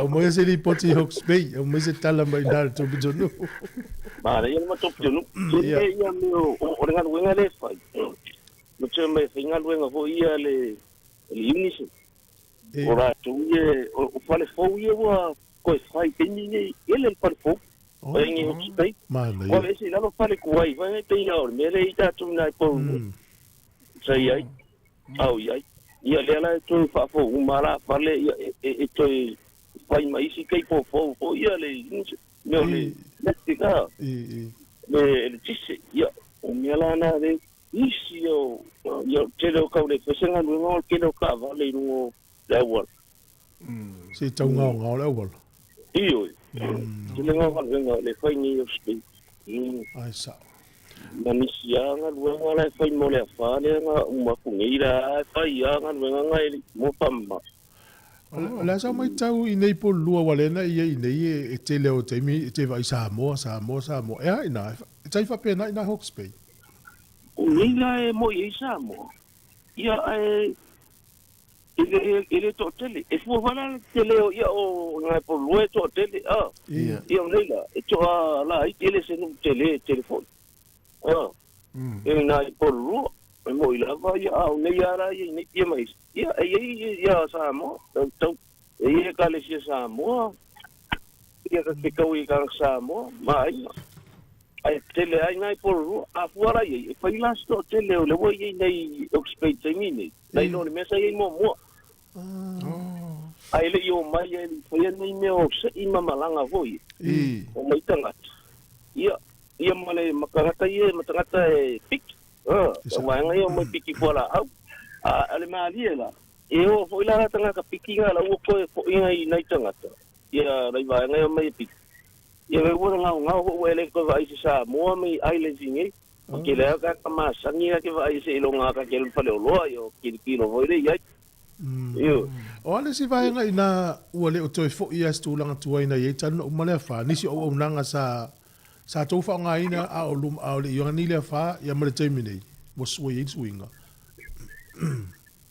ia ia le swinga o lo ko mai le mesa ia nga na me awala la papa ia le fai o le sa su ka nga ia ta vale o lunga ma o I tonu wa tele la na pisa I ngora awala la o le swinga la na ia ale se sia swinga o to foi mai le mesa ia nga na nai awala lo tau pai io ine speak na mesenu I yukta ime I patoanga ime o miselani o patoanga po ie lafman ime nga wala o ko nga ngaluwenga kelela nga le kau fa le ni expect me o I awala yo ime o lafman we mai me o ia mai nei lo li mai yukta mai nga kai mai ile wa ya ya musisi isi ya yo mangu isi ai mesen o la au yo kala au ya mai uka ele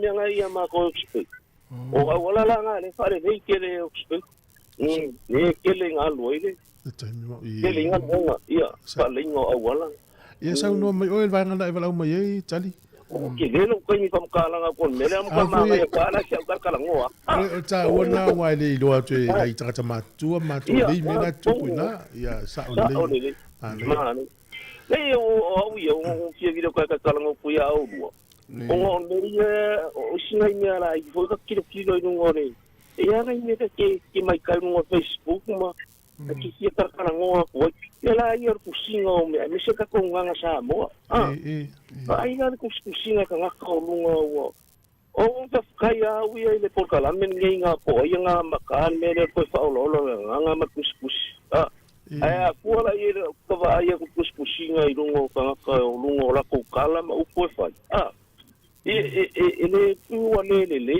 ko ko le sa o le por e nga ka ole ai foi ai non se o ka le lo ia e se fa ka inga o pulo le ona watu ai leo yohani ke vai na e pusile ona e fa ma foi ngore ai le sa ese na ai ka ma ka o man menga ona watu ia o la a pe pusile o fa manu ia pa ele se koma I ngore fa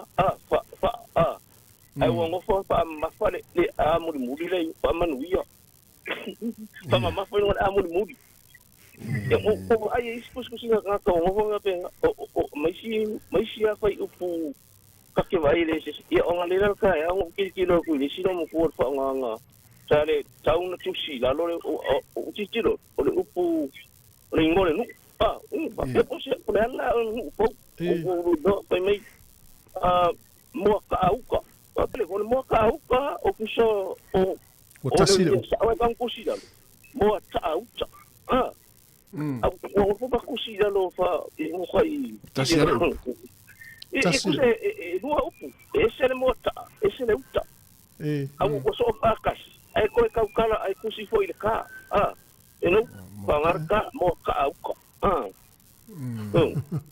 le nganga po ngani le fa le nganga le ka ko le se nganga ya lu le ka ai nganga sui tusi ya fo le la lu tusi pe fa ngati mo ta uta i sala e lua ese le mo ta ese le uta sa pero le sa kele no ai mi se meu ia pe fa nga I fu ia ole ma fa ma ka ele kasi se ele kasi le ese le na ia lo va nga te si le fiele fa ta we no ta tonga o ese mo fu nga nga I lu mai fa tu se nga ya o nga na I hope spay wana we ai I mga alo ka mga kasi sa iwa lewe oi okay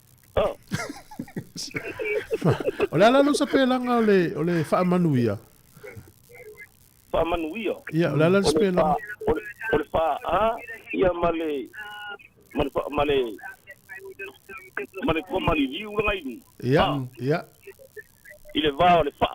Ile va ole fa. Ia. Mo anu u ia. Ia. Ile ya si me e kusi. Ile se sin pawanga le me fa manuia. Ia. Malo, mas ele não é muito como a corola le fadi di ngai ile vale u male anga muni mo fa manu I aro o le I mare sa oi o fa manu I aro ma go o le ia sa ko se ese le ia e le se ko mari riu du nga le ia tu ule komari liu I le vau le umare I ule wha manu ia ai tu ule komari liu le vau le I mare a ule wha manu ia fa manu ia nga fa manu ia nga na sa ule ia malo fa tai wala varo kai me si ava ko mari si me ia isa no mai oi e ke lo si la fia le upule o le ale wingo le upule o le ko ngai nga no foi aqui ao se wo sa ia nga wala o supervisor le wale si ale tau no eu foi le tuli mare ainga e ata eu foi le tuli ale fenga ruenga ma ve au e tai au o waru ki o le kala o ko ya o ia ma tai tele tali ia no tele atu mo nga no le yaso ya pa pena foi ya mo le tua to e long mai ya so fo mo le jami sai bo malo tas pe na tato fasi silanga na ya e le tato fasilanga le fia tu ina tu le taimi o le fasilanga maftanga fai fi au sa mo I porirua o le afai le fona tanga le maftanga so fatasi fai fi au le pitonu o porirua ile asolulu o le vaso nei lo no winga o atai au lea asolua se fulmanitasi o le masina nei o aukuso lua fe lua fa ile malu le e fakasa I waihimo I waitangirua I le tūlai se fulu le tai au. Te talo atu ai le paia ma le mamalu ia o tau sunga I whaafengainga o le tātou pitanu e porirua e mana o mia o le tātou au wai whaatasi le tātou whonatanga le nei o na onisi o mata upu tāu e fia whaatana noina e meisi o tātou pokarame whaau mo le anga I atu le whaai unga o le nei tausanga lua afe lua whaa. O lo te tarapea le awanoa I mo nisi o uso au na e fia au ai mai ma fu tātou I le tātou maftanga I porirua wha moe le alofa ma le anga le lei o le atua o le a taita I atu I ai lo tau soifua I o maso tātou wola tātou whelo e I le aso wa atoa whaina mo le tātou maftanga whaaftai o lo sainia e le laulau a whono maftanga whaifi au so whaatasi porirua. Ia, pauna ni ai whaasilanga le taimi ia le la vai for spese ia ona tātou taratano fo I leo lo tarapela tātou avanoa pe te fia walau mai toi 2 minuti ona tale o le tula iva.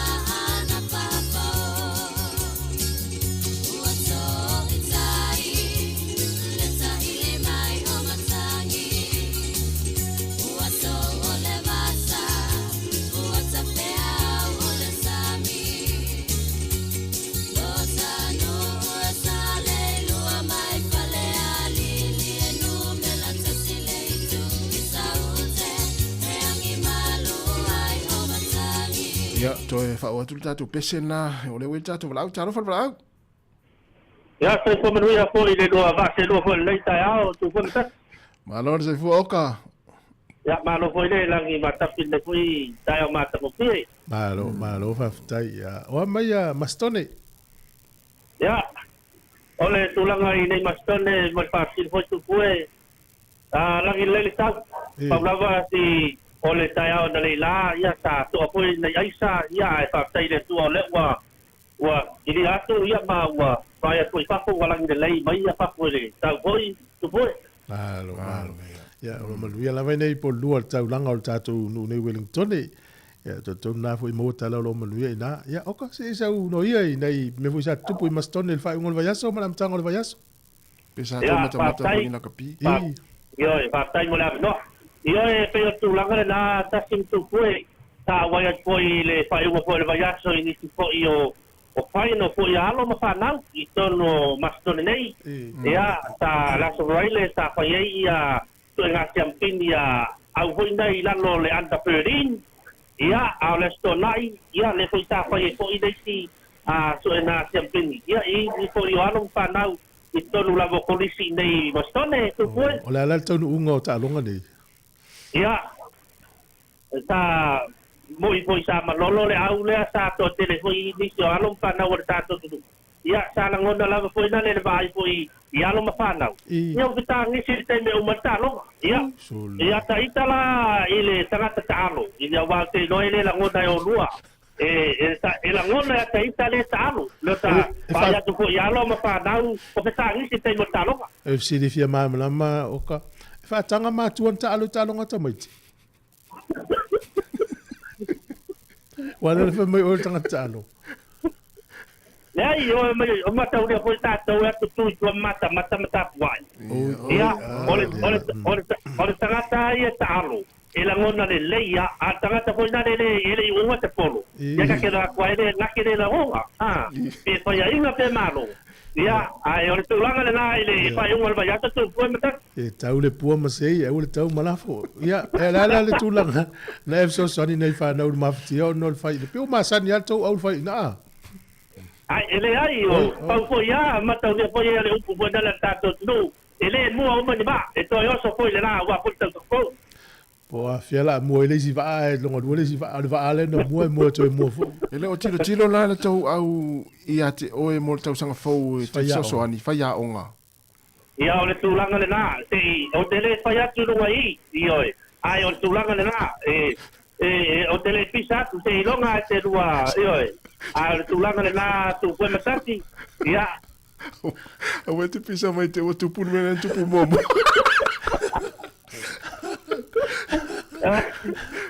oka le mai ia te me fia fa so to po nei tai au ile tulanga foi na le na rua fa so mai nei tai au ile ini si foi ano ma fa na o tato no o le o ma nga wenga to no nei atu ese foi le mataro fi e mei foi la tono nei mo mas tono mato no po mala la ko ia le pa io tato e ini so per fai na wenga wa tau tono wa ai me se lava meno le o matata e ta te ro pia la sa mo ale te tangata le ilana vi extra foi na le tau mai ya te tato ai pe de foi na e lu ye foi ya no ma fa na wa tato no yo e foi na le nga wenga ia ai mai se lava pa toi do e mata ule po ile tato no poi lava se ai nga e tate aru ia e o ta la tu ai pa toi do ai mata ita ia mana sa le ia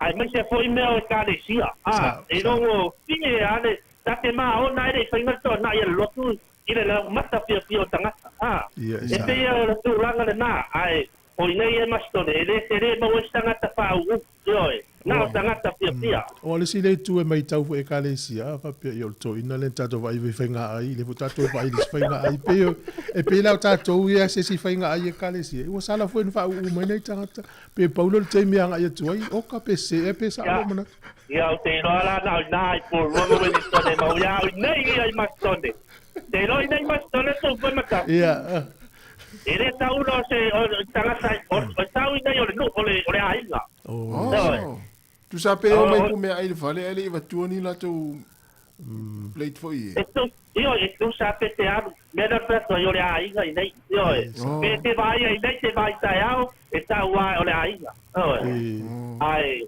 o nei mata fia tanga ta uba mana ia malo after tele ia wa le situ na la foi mai tau nei fa na tala vo inga luenga ina mastone sa mo ava pe talo fa sto ina le lens la tu foi anafi o le tu ile tu le la votina e va pe talo fa sto ina le winga le tala ia o le alofa la eva ia na le tu ala ia se va tina la e fa tau se va tina e u ia la sata male no ma la tu le io nai do ai foi mo ta ma lo fa male tamai e uso de tai ao ai patua tau ya malo alo fatele atu moto e mastone e se vai alo patoi de la vai pegar luego para lo longo tu dava i ni tipo yo lo tala ya mo te mo ya de la vai para lo longo ai manuia do fai vole de ya tu foi metati pa manuia le toa ya do foi me manuia ya so foi alo va te lo pe fai ni sa tama in lo mastone pele te no to inga me foi lele ava pe la o feina kapi ia e o tu va se o fa mai va ngale mas to tatu fa tai tai o O fa mau ngā New Zealand. La tamai nei e whānanau mai maari liu tu lou lava. E pe o uni lua fe lua tolu. Ia na whātustusa le ia uni lua fe lua whā. O fa maunga la New Zealand lava ia uni lua fe lua whā. Tu sai 5 su fitu afe ma le ono tamaiti na whānanau mai. Kore te leo. 5 su fitu afe ma le ono tamaiti whānanau mai. Fatu sala ya uni lua fe lua tolu. E te o tele atu la tamaiti. E 5 su fitu afe. 5 se lau tolu ful ma le wha. Tu se siria ma le 5 se lau tamaiti na to o tele ai e na whananau lua fe lua tolu. Na ilo lua fe lua wha. Umane ya uni lua fe lua wha. I wha maunga la vai e mali liu. Ya uni lua fe lua tolu, uni lua fe lua wha. Tu se tolu se furu fitu afe 5 se lau tangata mali liu ni usila. O ko ni tangata mali liu. Au lua fe le na amata uni lua fe lua anga ya uni lua fe lua tolu. Tolu se furu lua fe. Tolu se lau wha ono tangata mali liu. A fuala iei. E tele pepe whanau mai nei lo tangata mali liu. Ya e tele tono no mela leo lo iei nei tatu a inga o e pele ua mali liu. Ia ona o le tūlanga lavo leo langa. A fuala i le fai tau o whai ni usila o mai a uni lua fe lua wha. Na tupu fai tau o whai ni usila i le tastesi ma le valu pasene. Tu sa le iwa sfuru tolu wafe 5 se lau tangata. O le lai tau te mai tau ina. O lai o a tangata e Australia. A le tala fiafia. O le tupu ale fai tau o whai o tangata. O almana onga leo atunu o lalang. Ia ua nei pa o le fai tau o whai o tangata. Ia ngai te lele a whai ina mo le anga iluma. A fuala le matua le uta ua. Ma le whai o pepe na whananau. E mo i le 5 se lau mon tupu pepe na tele i pepe o le lua fe. Lua nga lua tolu. Pe a fua le teimine. Ia lo pe o ta ua le teimina. O la ia lau ngā tupulanga tausia tātou pe a tātou matua. Ia ona se e mai lo le whai tau a whai o ni usila. Tu sa o tangata na tau nuu mai tono ni usila. I le taimina le lua fe lua wha mea iuni. Fitus furto lua fe tolu se lau. O leo mai o tangata ine, i leo mai e. Ia, o le tele o la tau le vana ine i mautu, ia o le Australia. Ia, o na se e mai e lea i le vai vaenga lau ni usila. Tu sa leo whai o le tupa o teine ni usila. O tamaitai. E 2 miliona ono se lau valus fultas iafi. Marfit se lau. 2 miliona ono se lau valus fultas iafe malfit se lau. O le tupana tamaita. O le tupa o li. 2 miliona ono se lau 5 fulo no afe ma le iwa se lau. E tele atu la teine na ilo tama. E tele atu. Tu sa lau le tupa o li. O le ia i le average age lea po le fua fo le o le tufa atasi o tangata na vai le o la tu tausanga. Tu sa tolus fulu iwa tausanga le matutua o le tupa o li. A le tupa tamaita, e tolu su fitu. Tau sanga le matua, e fuala iei. E matutu atu, e maulunga atu tau sanga le ausia le tupa wali, na ilo tamaita. Tu so enga le average. O le numela o tangata.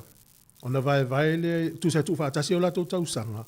O na vai le numela o tangata. Le mawuli fui numela lea.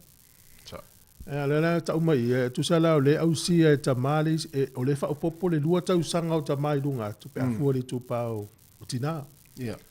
E se foi whaingo, o ia foi whamonga na tamai ani usila. Ma ne fai ma tu mai vai ngana e tātou iroa e foi ia, lea, le vaenga ma le vai ia, pe foi lao le paulea mai tātou tala foi savilina. Ia, o le na lu ngā la lo tala tangata i le national ma le latu mai tai palemi. Ia, lea saule, sa i linga me so enga le ana po ia mal palo ta foi le fai lungo telefoni pe o telefoni le fai palo tani ia o telepela lang si ti lang mo Christopher Luxon le palemia ia sa o le ia le o tu ma pe le tolu valu pasene ia fast flu ivan fo ia o le parti le leipa ia tolu flu pasene sa ia le o si ti le tasi pasene le o si ia le tolu flu valu ia no fo ia so enga ia po tai masina pe tai lu masina mfai sa a fuala ia sa mo 5 tausanga to a fai palota New Zealand tolu tausanga e to ia lua pa inga New Zealand to atasil pa inga sa ia fa mel mana tu le suita tai o le tai o le leipa ia fa to ata u amata na mala malitanga ta po tausanga le to amata lon tausu ia winga masania ia o le palota tato so le vanga le na mai telefone e Savelina ile tu lango le ava malosi Ia, mo. pe so enga le fai le University of Otago e peila o fa mo mo lua fe sfulvalu le sa fua ia le so enga le o fa mo o le lua fe mal fitu na fai so enga lua su tolu a fa mo lua su valu le la fa to asa tu le tau unga o le fa ngai no le ava malosi Ia. tato mai tawina lam fa longo i tale na mai te le yo le fianga le ava malosi le o langa o tangata ia so uma Sa. o e ma ese ia fa le tu tato vai la ile ACC Ia. o le au fai o tangata na tangi atu masuru le ACC lua fe sfulvalu ona o fa fita uli mamanu anga na mafua mai le ava malosi Ia. se lau lua sfulvalu afe i va se lau ono tolu se lau lua sfulvalu afe i va se lau ono tolu tangi na fa o atu le ACC mo se taui ona o manu anga mai le ava malosi i le lua afe suvalu Lua fe suvalu. e fuar tupe fa alu tausanga malava le ACC manu anga mai le ava malosi Ia. e lima se lau miliona le tausanga Te le tupe. Ah. ava pe le wainu ta waina ia te o se se masa mai le waina ia te au ia te o ta ele ipula velo lima stal va te ta Ia. e na le is for mai ia va le ACC ia mai le me dai pole ase me fai te ga me pena manu anga u mai li poti tangata Mo. fa alu le ACC le lima se lau miliona ta la tausanga ona o tangia tangata manu nua le ava malosi Ia. a va ile tangata manu nua i me o wila pasika Ia. tele lo plale tele o pasika ni usile u le stala Sa. Ah. te lo le tupe fa alu ai le tausanga fa se lau fitu fa miliona ta la tausanga Tangata la ve manu i pasi. a vela le pasika lo fa pe Ia. se ava pasika la wala na ta vale Sa. a la vel pasika e le suru lo le fosone le sisi fa se lau fitu fa miliona tausanga Ala. e va te leo nei tupe e tele ya ma meu ma ese na lau atu nei fo i tatu telefone Ia. ya fianga o le tangata i la fa malusi Ia leo fa mau ni i le su enga lea. E pe ana mai tatu telefo Savelina. Ia numero mua ia tangata na maliliu ona a malosi malu fa lau fasain. Ia le taimi proklame sunga malo ia sua sa fianga ia. Ia o le moli mafu na sunga ia sua. O le numero tasi ia tangata maliliu a malosi tono ni silai. Ia i fa momonga. Ia ma le ma fa lau fasain. me wela na vai lan malo le nei le fola mai la to paketi le taste si male tolu biliona tala Ia. fa ngalu e nei le mata pula tom fa yeso e fa iti ti tanga mali ula wala e va tu tanga lu ngalo le Ia. fa izala to ngalu nga ya la le fa yo test fa la to poloka Ia. ina ia tom fa ya ave ese mai tanga tai ona nama ba felele i fola oversight e wa a la velta avale o le alu le ola pe manunu a tausi so fu manu loina o le tele o tupe o se tupe e ia la famele o leo to e fa popo mai singa luenga ya lele la fa le ofenga luenga Mo. ya nga foi mo tatu fa na u e fie leo lo su e ni leo ni sila Ia. vai lo fiso leo na na tane te silia ya o na wa le talalen au mai Ia. e si tene cook island ma leo len south af silia Ia. le al matua na te ai ya fit taina suenga o leni ya te anga ye lo lai se ne ta vale te fa ya ola au o me umana ma ya mamale ngo ma ya ta la Ia. ai fa mau ma me o sala foi au alo se mai mena pe a fi o fi to non tanga lu ngale leo Ana ia. E fa mna tonu ta yao. oi tolu minuto lo tona ta le iva to tu ne si fongo lo mua ma na yo foi lo fa tu ila to ye mai mo mai Ia. tasi Ele sa so ala sa mai na fa pe fo ile sa Francisco ia mai na Australia ia o Jeremia Simi fa tala vatu fo il fatu ia sumika. Ia le ifa mo ina la lo tu le ile. Ia o atalili yone fa tala vatu le ta yao ia o fatu ia Rita ui lau tu lauta. au ma no rita la yo sini Australia Ui finga ia malo e le lauta no ia ta mala inga nei ia au pole mal te mala inga ia a pe fo sunga asa pese ia malo lava fa ten mafta mai ia le la tatu fa fianga nei ia na soro le tatu telefon tasi atalo foi na uso missionario lo ngalu Africa Mana ia. so nga Matthew sepi mal fa tua male au ngalu lo mo tua to talo ma no lava matango fie foi lo to na ngai le Ia. na Africa so te ia atali mel mato au le la watu tatu ta alo ile ta ya la sale mo la sa ta ma Satama Ai po lesto na ina le fiafi o ia Afrika.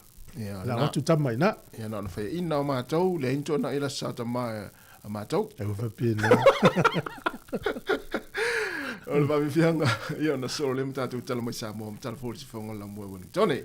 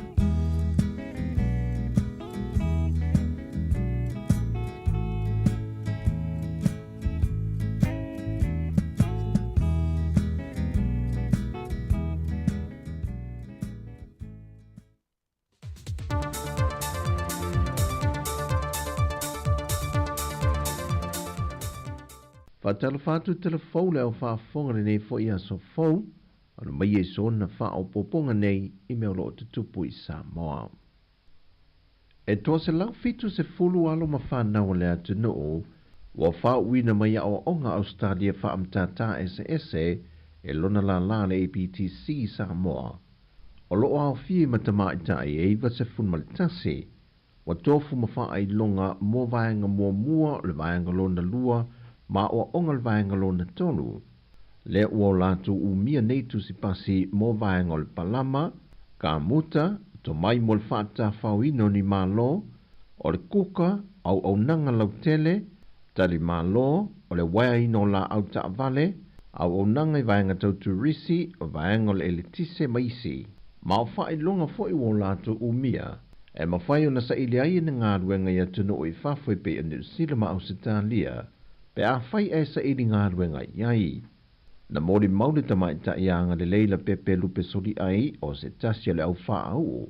O le tusi pasi lo na tonu le wa ia mawaina mo le waina leo la au ta vale.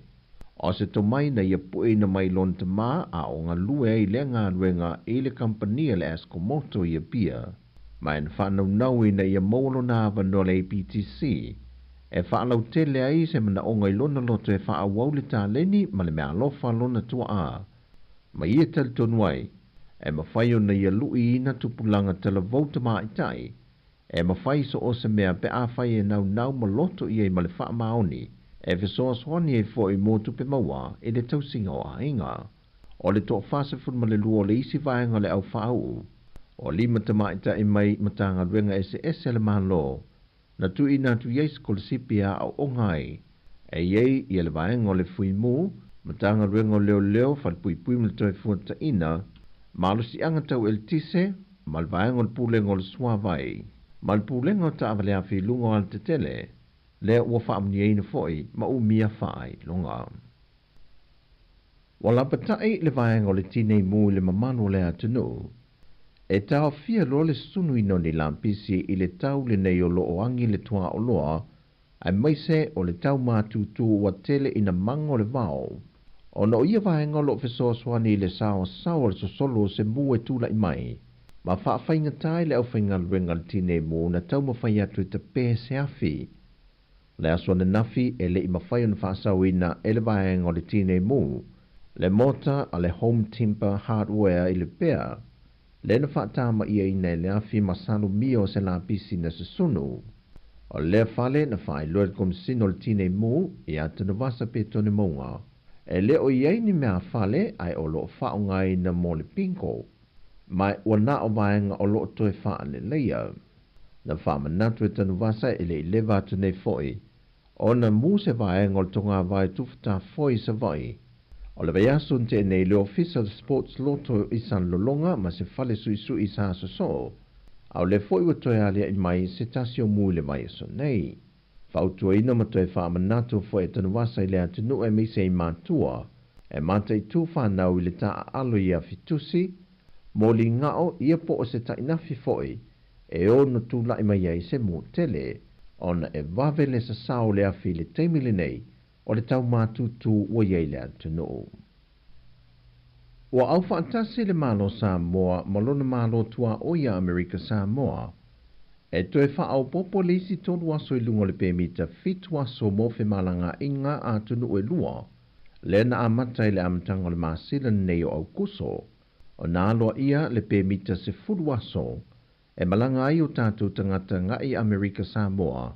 E whapena fo i le motu i sa sae. O se tasio mafua anga na sila ile atua o Samoa le nei swinga. O no le tūlanga mo mia e tangata o Amerika Samoa. Le ua whaamawina e o atu i le se lau fasa fulma le limo lātou tangata. Le na malanga mai Samoa e whaonga i nai le pēmita fitu aso. Ai mo Samoa e lata i le lua se lau tātou tangata i le masina. Na whaonga i na le pēmita fitu aso e malanga i tutuila. Mai ua whaatau nu i nai se tasio vaenga o talanoanga. Ma visota inga o mata opu whonoa e le ato o Samoa. Ua taliwaile a whionga le te whono o le lakapi Samoa i le mata opu o le whaamalolo ai o le whaia onga ma le pūlenga o le au o le manu Samoa te to fitu o le atanu. E lua vaenga na ia whaai loa na whaavai ai le whaai unga. E lua la mea e a fo i e whaavai ai le whaawau pēl tangata. Mua. Ele lele performance. Mau au sia ia fuafuanga me mao na whata oto. Male lua. Alai e ye peku pe fucking what? Ele lawa wa kakia mangele a kolmea. E umar kaimi ole ole avo ole ole tatu olimpeka ole memo ia. Na matu uloai. Wale se hau po tātou le olimpeka. E lua la mea na matu manatu iai. O le whaamuka pēr. Whaamuka lola. E po le whaamau pēr, kau ngā o e whaakingo. A o makaulu ale i unga e o iai. Mo kipi kupe. E ora kipi ngalaga kupe. Mai o ile avo ile World Rugby. E umakongu ai kaimi ole. E umolale olimpeka. Ma umakwa ia. E le mwhai koe whawau ea whawau. Wale wakawhi kupe kawhi. Wale koe whai waka koe kaloka. E le tūlanga lana. E siwa whaka mir solo. Al tūlanga. Wale ausia le whamui moe. Ma wakipi le World Cup kupe wale mwhai koe amia. Onga ua le familia inga el kako e ko fiku ia turanga oia inga o talonga fapi. Na whai loel te whono, o lo malama le leile tō whai a muliang Tele Brian Lima, e le taunu unga le wo o atu iei le taunu whai a le au le manu Samoa te ito fitu, wo o le tūlanga se teimi mua lea, le a lema whai ei o le tue tau vai se ta amila sanga lalangi. Se i wanga nā i ta alonga le nei tūlangi, ma nisu ta amila sanga me whai on awai iai, e toe sa ili e so nā vanoa, a ngā ili ta amila sanga a le taitoa fitua lalangi. O tala fauia, i mea lo tutupu si o tātua tunu umone nei aso, manuia Tele Samoa, whasoi foia.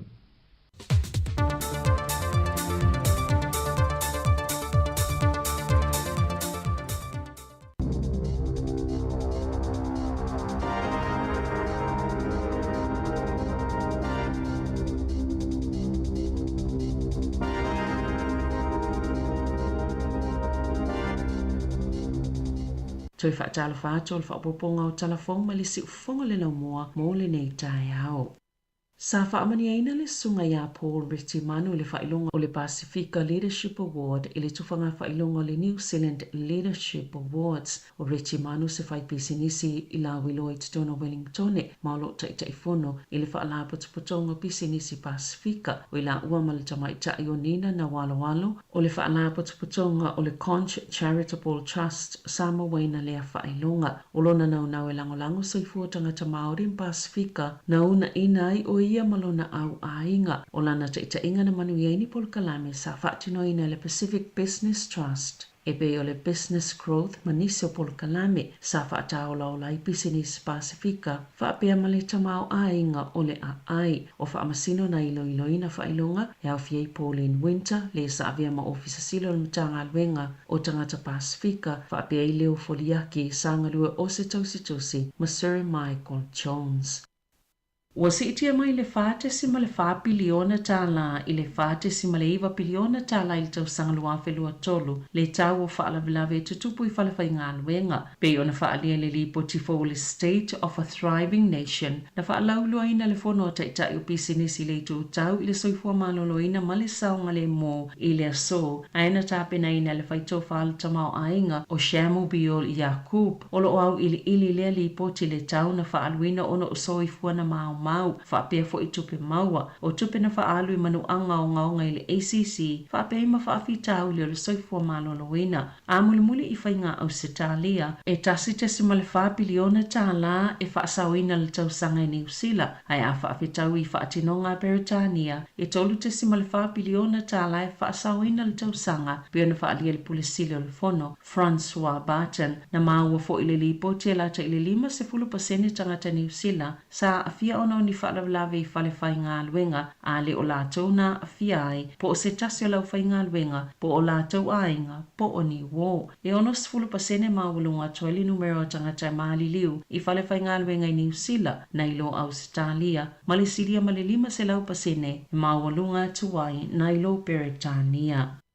Ele o ano te lili taitai o le actor David Seymour i finangalo lo ufongaina le wha mamalunga ma pāti patinga o le wha anofo tupo le tupo Māori. Ai maise o vaenga wha upwhai o lo lato whai paanga le whainga malo so whaatasi e winga ili Treaty Principles Bill. Po le tulafono tau wha o fiota i ala wha vai o le whiangainga i Waitangi na fola el balimia Christopher Luxon wha pia fo i Shane Jones o le New Zealand First. I lumo le tupo Māori pāti patinga i le asonga fua e le ausia le pili lumatu le whaitonga mo le pale mene. Aina sauno si moa, e le imai ona tu siaina le tu la fono, mai le itanga i iai vaenga whaupwhai o lo o ngā lulue, i le whainga malo so whaatasi, mai le iwa ai fo i le tali le atunu o lau tele, o lo malo si pe le tali tonunga o le taitai o le act. E mawhai lava ona ia whaasufina na paanga o la lato whainga malo so whaatasi, e lango i le pili, a o le i fola siaina, i le pale mene i nei masino lo manai. E vai aso a tolo o whaia ia wha mamalunga o le wha anofo tupo Māori, ma o le sfulvalu ai fo i leo tausanga, talo na tu umalo le tupu tamaitai Māori, Dame Te Atairangi Kahu.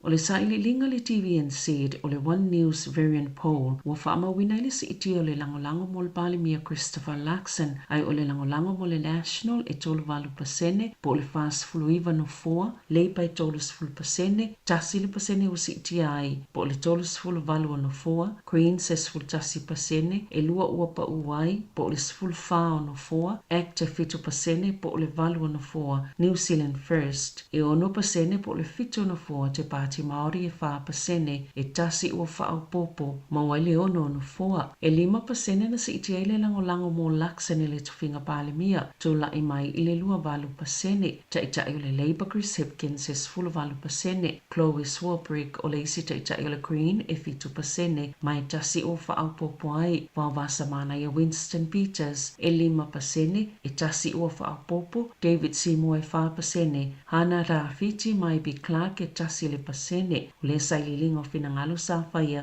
i le vao le aso se fulu male se fulu male whao au kuso. E tolu se la wonus fulu afe tala na whaasalaina i le company whaatawia a le Sea World Limited po le Sea Mart ai whaasala le whalipui mako tau ka te lata o se tangata whainga luenga le company mo le tolu tau sanga ma le fito masina o na ile ngata o le mawal whaita wafio ni tupe ai sa whaasoa atu fo ia tupe na mau mai le whaatangoni ia na mau ni whainga whaasole tu la fono sa whaasalaina fo ise tasina avea ma whaatono le company hai hong leo ini mo lianga se lua ma e se fululua masina e whaanofo wa ai ilona ainga e au fieli tau mawhainga e whaalawlawe le whaanga solonga le whaamasinonga o le vaote se malua afis fuluwalu mano ve malua afis fuluiva na tuina atu ai whaasolitu la fono i le Sea World ni ai silia malitolo se lau fast fuluwalu afe tala lo la tau au whai i isi company o tau mawhasami ele i whaamaumawina le leile au whainga o ia mai le i lipu tia fo ini ana tuina atu ele Sea World e tu sai mala ole to la fono. E na ole fitu se 10% o le numero maasani o taawale le St. John o le afa atino ina le au nanga i taimi pito pisi o te ea tangata whainga luenga e whai tu la o le afa ili te ea sui o le unia le socio taawale whale mai New Zealand ma le First Union mai le amatanga o sifi te itasi sa amata mai le tu la e whai le wawea o le asolua o le asolea ai mai ai le whai le wawea o le asolulu o no tui whaawaule le whai le wawea o le astounai se ia o atu le whai le wawea o le asosa na whailo le asosiata a wale whale mai New Zealand e leo ausia leo fole ana tu ina atu ila stofital wai le mana onga o yuni wa uma ona lato fiso o ta iatu i le St. John o le ao lato whiloa i fisanga e iso o se taimi mua ao le i whaia le titee ina i tau mu whaia maua se tali o na o le ua maua sina vai ngā tupe mai le soifo malolo ina New Zealand e ao ona wala au pea tangata i le tasi pe atu la e maini tu langai mo mi ina vavese fiso soani pe ona whaalia le whaala potopotonga. Ua whaalia se saililinga fō, e mawhai ona tumu le awhalwhai numero atoa moenga o whale mai umale tu malo Wellingtone, i tangata na tau oto i whale mai ona ole awa malosi, i le atuno atoa le tau sanga le wafes fulvalo, o whaamaunga pitala tamai o le wafes fulvalo, o le awa malosi le mafua anga o tangata mali liu e silia malito a iwa se lau, a fe lua se lau 5 se fulu, o ngase i kānesa, lua se fulu i wafe lua se lau valu se fulu lua tangata na whaata oto lia i whale mai. Ma le se lau lua sefulu walu afe iwa se lau on sefulu tolu o talo sanga le ACC le tau sanga i tasi ona ole awa malosi. Ma ia tangata na mali liu e wha lua pasene o ena mau saifua ona o kānesa tolu pasene e mai manuanga ma le lua 5% ma ia afianga i peo ni wha afi tauli ia te pili o le ngā autele se itu lau mga ngase e peo le mai lili e pito to o tele le itu pawa li i ia afianga ma manuanga o le soifua manoloina ai whaaluaina pe mawalunga atu le numero soifua mali liu ona ole awa malo simo maori. Na whaalia Dr. Anna Mestak mai le University o Otago i le tūtau le soifua maloloina lau tele e le whaate ia i lātou le unga o le asuenga ona o saililinga talwai nei sa whaiele ngata i tutono New Zealand ai whaape mātuno i whafo o lo whaelo ai lava le tele o le sao le awa malo si whaamai o le asuenga na whaatupeina i le la mo le whaalauloanga le soifua maloloina le ua amea nei o se vaenga o le te whātu ora.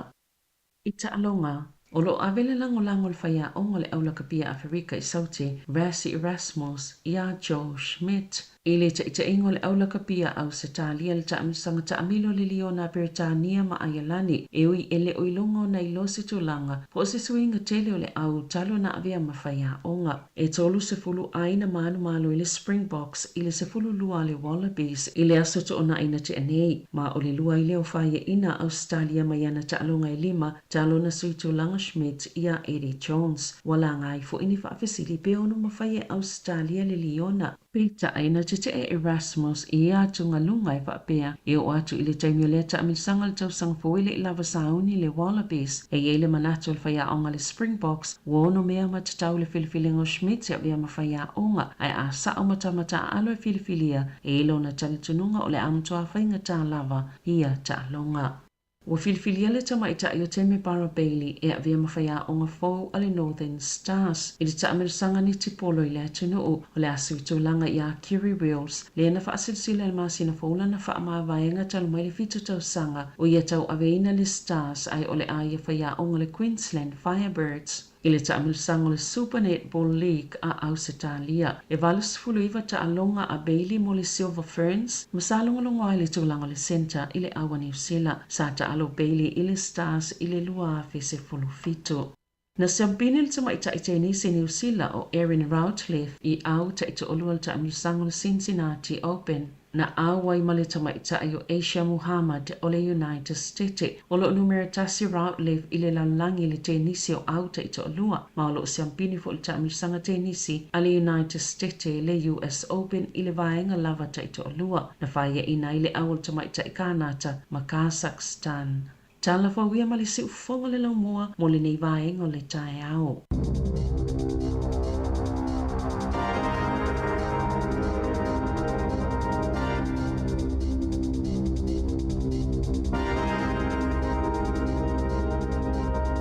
O le whapaponga lona ruana o tātou talafou le nei tae ao, ia ma tātou tala mai Samoa, te whafonga le tūlai sifurma le lua i le au lia nā nei.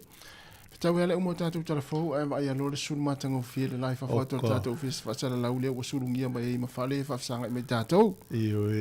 Ma whana fo ilana nei tae ao.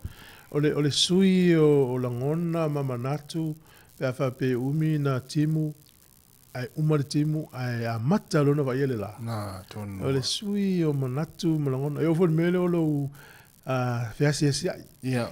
Te inga e nofo mai tautua, mai ngalu, o la te miti alu te asiasi po Samoa, po Australia. Ia. E se foi lau whalangona le fau o manatu, whaafo wina lo malosi, pia foi pia e nofo umi le whale atu te wali voi mo le sifuru minute. Ia. E sa wali le awala, e te foi mai wale, fau le ea na malwaina. Wale, o le manatu fo alia o fo mai, foi lele, ona o le maitauina le tele o tangata a final wa ai ona o le fepulafi mai o me o telefoni o computer so me ese fape o le wala e fa le yel wa ai tangata pe umina ai la au lan me mata o la au le ngava pe e telling ni la au tu amota po lo mafale ya mata i la au mai titilo lan me mata la upsa so ni fa le yel wa ai tonu me foi na le tele na o alu i fafo le te fiu ta wala o tu tau tono ala te mata i. Hole te le stemi te au tilo ngai lunga le la. Le malama le la fo le. Ia mo tilo ia la au fo le lanu mea mata mana i o la. Ia mo istanga ta fadili. No le fa fo ni mai le tua fa sanga ia.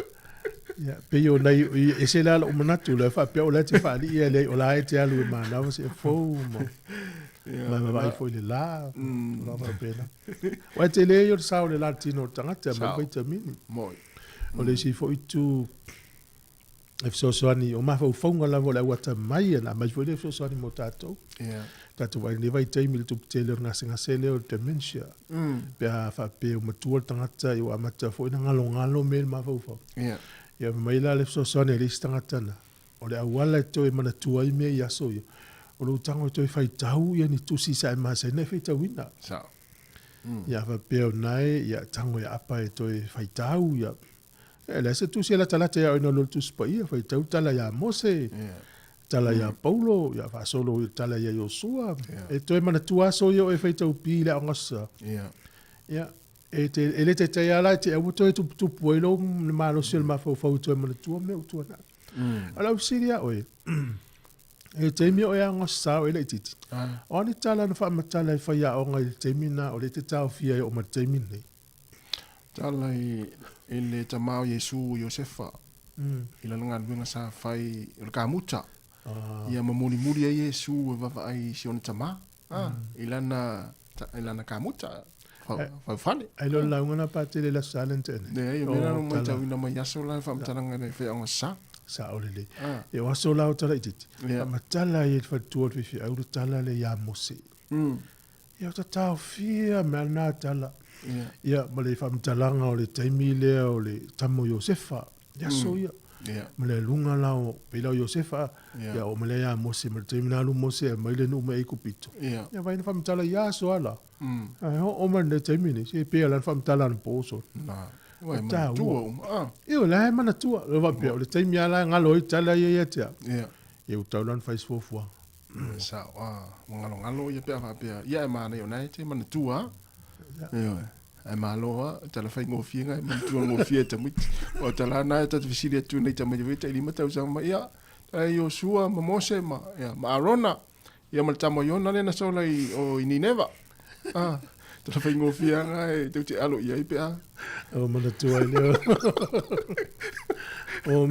o te mia tu fa ta si ai ngo te mo me yo fa na vela fi sa o lele pio mai ai ya ila o laso ya o laso fia to ina ya le lawa mai lo sa o le ya o la wa mai matai fo o le ainga fa ta tai vole talia paolo pe ama ya ve lo to ina le mau paolo la yo lo te mil ne te no mo le paolo mo man tu la tua fo le la ngona uma mai ya o le tala ile tu langi le a fa pe no fa pe o le paolo na mo le paolo ya o pu fai le tu langi le ma wa o ia le taria pa yo ya Saulis Paulo tu foi ai si mau Paulo le wale o swa foi lai ya o le puena o le tu langi le mau pu fai le tu langi le yo lo Paulo me no ya o le uta no le ai ngo mai o so me fa fina mai sui le si tu langi o ma fatia le tu langi le a me le fai le si tu langi le pe o le wingo ta o le mele mai tau tamu alo me la tas si ta tu le tu langi le o wala mai pa me le ya te tatu wala wa ya e tasi ale tu lang ai ese me mo mai já sui le si tu lang ma lo sei forza te wala Pasa lo fa tu na nga fa lo. oi te mo ni leo oi leo ma vo o mai to no O ma ko sulu mai de la tu sa ta. Mana ya. Wa sa ta urul si no nga. Iya. Yo da fia le o sulu mai de la. Sa oi ese al fong sa ese el mala malam. sa le fo manat o fa lo nga tu foi ya ta si pa bi fa fo sa ol ta la fa sa o ni ta be po ma ti. Lo fa sa o tu fa mai ma na yen ma si la hus.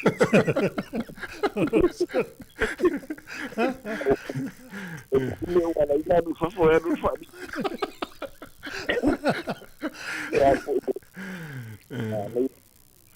O le me mo de sa ta o le la o le me fo le o ta tu tanga te fa nga lu nga le malo. O le ma to wa le fa tu nga i ma tu ta mai. O po ile fa onga.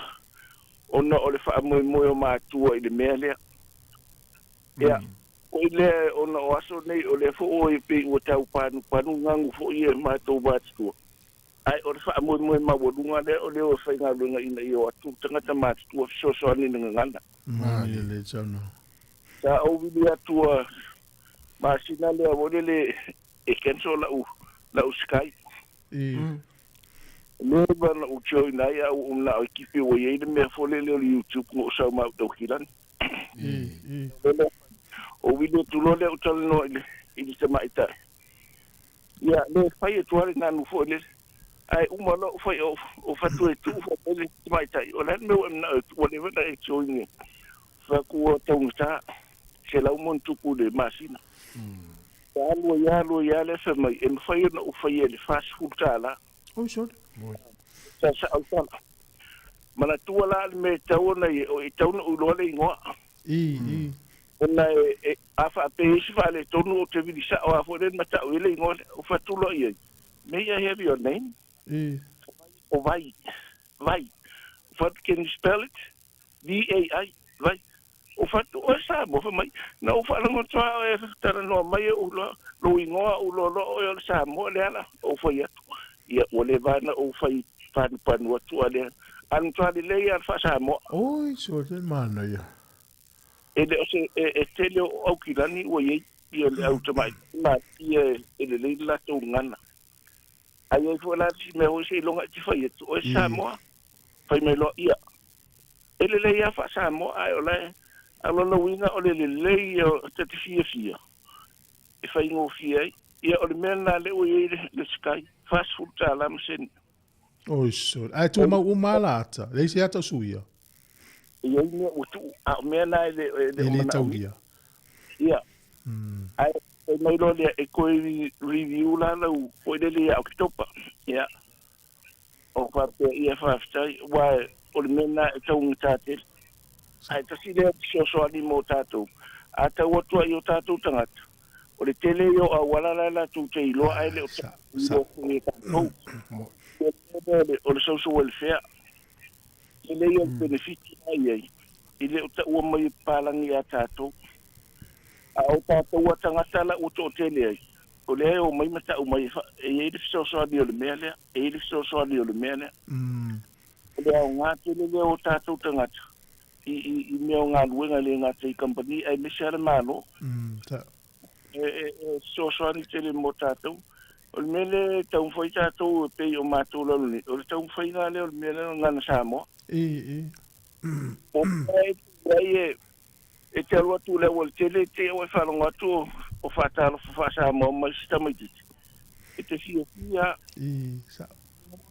fia po ile o le mele le tātou te mana oi o le ia malama mai dengan ngana soani o tātou tangata. Moni. Ia, e te o la u fwere u wharangono ngatu e mani ane media. Pe a whape, u mantua fo isi e ti ngana wharango mai o le tau panu atu malu atu alai loe ele leiri whasamo. Ele mwhat. Se lo ngata te fsiri. E umako ele whape mai a mea o i o samo. O la fsiri le fifa ia tu mana ia tele mta upule tu langa sky.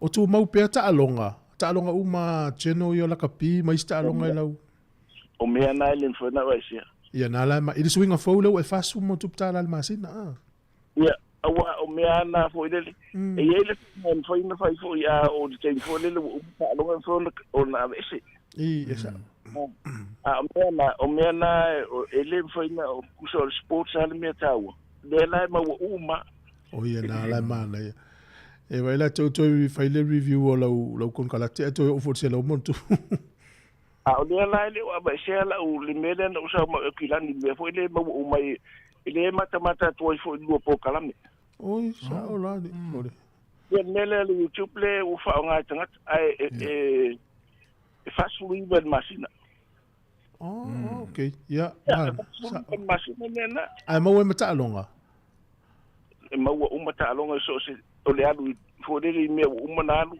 e na tu o kwa ia i mele o le tele o tangata o kilani la ula to fa ngana mele e mata mai ia auto po kala mil ta o le sa o talana o ia mana ia te ma woni e lo me fa pena wale ia la wala le motifa ngaina e TV fo yo sa nei la uma po kala me to tonu ia va nga so se ala ata na pela YouTube e voi TV fa ngal me o le Chromecast le voi fa ngai si ainga pe voi le fa ngai o le Chromecast o ia sa ola le la fa ngal te foi tu ia sa ola le bo le valan fa nga ia o le nga ai ta o fie nei lo sky le sa o fa sa o tongi ai e ava isi ele mo le me le fa sala o no ni masen esa mano ia malo fa tai vala mai le o te atu o lo fa mo po ia ia na isi fa na vo le fi mata sia la tuto ina i la kapi ia pero la kapi liki la kapi no fololo ta mati ma pikil ta longa va pe o tonga ma ngelani le la talo o yo le fa tali sauna nei le po ia no futa mati ki el ta longa tua ia ngelani ma tonga me tala moniale tu fatu ya ia me lau tu me lau tau nei la ta o marta longa po ia fa tinga va pela le no wala pelo le fa pela le on o le lima va via so talo ia lima le lan mata o mata le stangat le lau tatu fe tau ni tatu ta no lo ta longa le sa lima va via o tonga mengilan ia ale ta no ai malita male mata fo le lima va via ta longa tu wai a tonga mengilan ia ta longa tat mata malo engilan ia a ta longa le ta no malto ina le so le pa ngala tonga engilan ia e te fiu la fa sengal ta no ngale ona ile ta ua ta mai ta longa tu wai le na ki la tu ta mal va via sa o le to nga mela na ta vo na ilo na ta ma a fa ye le so sky ele ma fa sa fu e no YouTube sta longa ia sa ta longa tu wai sa YouTube mo se va na subscribe si ala ata na fa ngo na ma fa ile ia ia wa o mo so tele mena tas ia o tanoanga le whaia le filo e mastamale le matamata e talonga tuai. E te fiu e whamatala e ala fi nau mo e umaya e malo ala ia tonga. E talonga tuai le matamata. Ole ula foi ne tamo tia. Ole foi sila tama vai. Talonga tuai na te tato TV tai opo. Ai ana fa sa ola e tangata e to luan talo mal to ina le pe ia o talonga na to sanga te nei na matamata ia na po. Se manu e to e fo ia tu role to ina le fale. To su e fale le. Tato vai lo la ile angi ala wala itia na. Moni lo pule tu langi le. Ja. Ma fianga vai foi to lua su 20 minutos folo. Ma la ia fa so ma nem ta ua ia mole si le fia foi le tino. Na malau mai tatu tala noa ma ni vai nga tau e te fia fa so mai fo. Ya le la tatu pesel nei le ta ui o fatunga. O up le o mana ye le upule tono le pesel le. Amea. O te fia i se fata o lo ai mata ata. E sa o le ia. Ah, o le pesel na tata noi foi. Na la ye le vole sau ia. Fia. Ja. O le tala la yasola ititi. Ya le fionga ngan man Alfred Hankin. Ja. Tuli la ye lon tamai le fatau. O le mele mai tauina. Ja. E sel fa u is fatau o loa. Ja. Ya ona mon monga mai mau is fatau o loa ai mata ata. Ja. Ai vai le le yaso ye i tangata ni fatau o loa. Ja. E pi o si fio nu tangata ne. E pole ana ia na me fai tanga donu. Tata vai foi fatau o loa pa pena. Ja. E le te ya ki ai tangata. La mo o fatu pesi. Ma na ia se fatau o loa ai mata ata. Sa ole. Tai milan nei. Ya la o ya la tau fi ona mata ata uma na ia to sina mai tangata fatau. Ja. La fa na mo foi o pona le pesi. Ma le fa no mo por pesi sole fa pesi tu man. E sa ole leia. E o man temini. E ia fatau o lo fa pena. Tate fiwa. Ma lo se fua. Ah mo tai sole. Alo ngol ma fo tolo. Ai foi la te tala. Ele ia ai tala. O ele está canta foi ele ola le mele ole ai tala. Ah, ele está canta foi ele fia. Wa pe atala te tala foi se falo pita te. Pita o tu ai lo ta vai malo tali tangoli. Nela ata e tingala na mai le fata o lo le masa no walu yai o le lima se waso sa walu se falo lo. Tangwa fali ali lima se futala ato foi ele. Fa pela e tau na ili mafa fo fa to lo se tulu. Ah, so le te le tanga. Ta te fi wala fa tu. Ma lo se fo. Ah mai. Le te ata mai so. Ya le ngata fo I meni o fa to lo.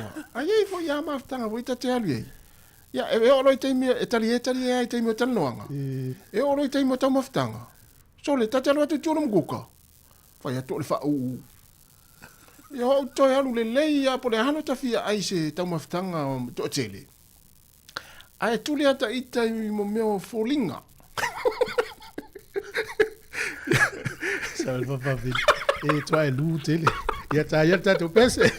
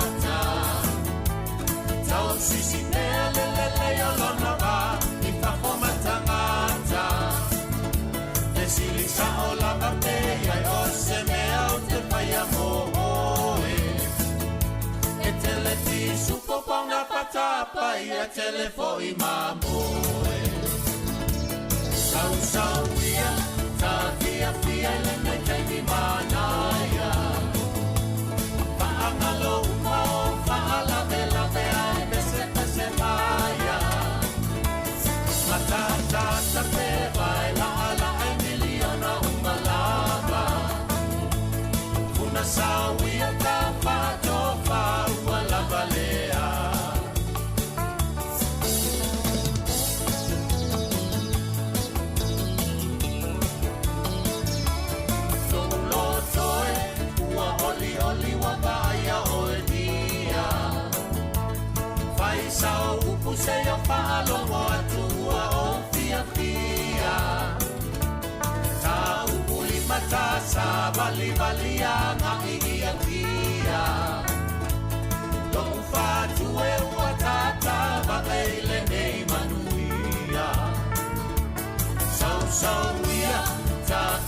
fia le me tengi manaya.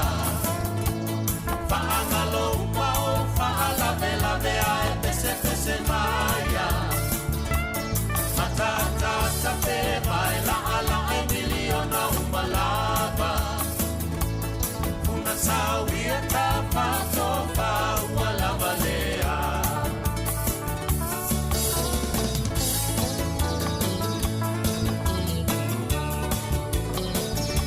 Ke tau sala ele mana mea e se i tau talamai. Au mai sau talima me tate fia whaalongo longo ai. Tale la vale wha atali atu mama whau whau. Le i mao luma le mana o ae te i ua le tau au. Sau sau ia, ta fia fia le nei taimi manaya. Whaangalo umao, whaalawe lawe ae pese pese maya. Matata tape vai la ala ai miliona umalava. Funa sawia tapa tofa ualava lea. Sau sawia, ta pia pia le me teni manaya. Whaangalo umao, whaalawe lawe ai pese pese maya. Matata tape vai la ala ai miliona umalava. Una sawia tapa tofa ualava lea. Una sawia tapa tofa ualava lea.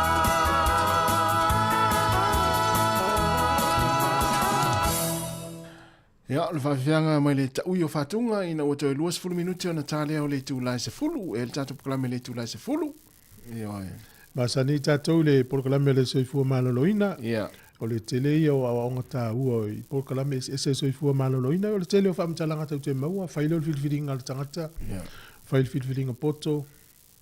Ia. Ina ia mauti noa ia maue pelo na soifua maloloina le lei. Tā ua nao tātou proklame ne ia o le se fulu whaila pe o na whengai pia sa velina proklame ne le soifua maloloina. Ia. O anisi au nanga fal soifua maloloina o maua iso mana malama taluna e whalongolongo ma o whalongolongo i proklame ne soifua malo.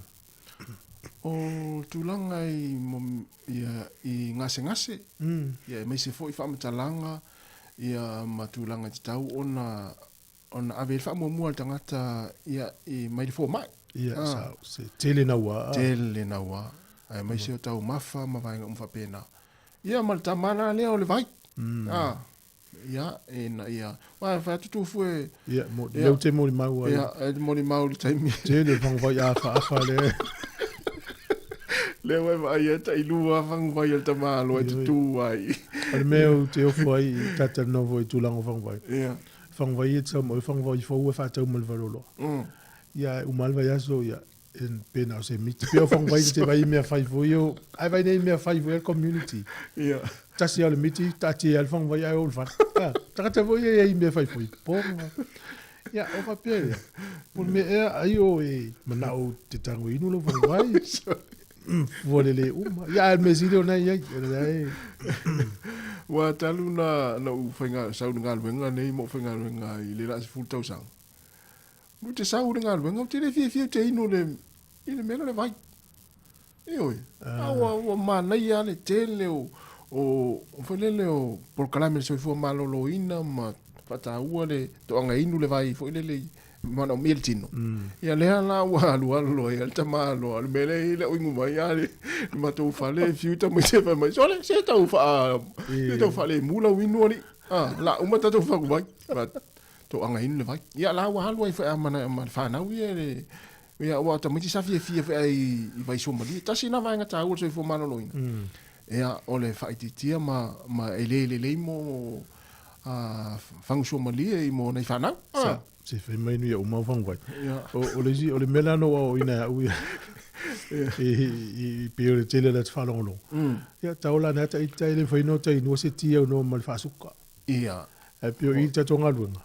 Ia wata maasani ia le ya suka tu al ti e walu ya ala tu la fale ya walu ya pa unga na tsi o masane ya inu ona koksa mo inu ona lauti ya ya te mi ona tino sina me sumali ya fato atu ulo sina suka vo ai o pi o masane ya ya onga ta o ma so fo malo ya o le isi tu o le o meio o avoka ya tatele masani ya talu lo pasi ala tala ai ya vukatili va ai vo ye tatele fa to ya pe originale sono ta o fa longo le ta o tele ya pela na watu to non fa lo pe faltina va dato avoka ya va to uma le alva ya so le wa i sa ya malisi va mo falao falao ina voile o so le o te le tu va ese falao pa el mato fa ya sa o le ya o tamati se mato mes falao mai Weil falau ina. Alto ina. Ya nana walu ya mana uni ia falau ina. Leje. Ta wana ya le situ ya no tu no maruru. Ya. Ya tu fisa van ya tu ma lili ya fia fiso. Ya se yo sama ya. Ya. Ta wana por clamar se fu malolo.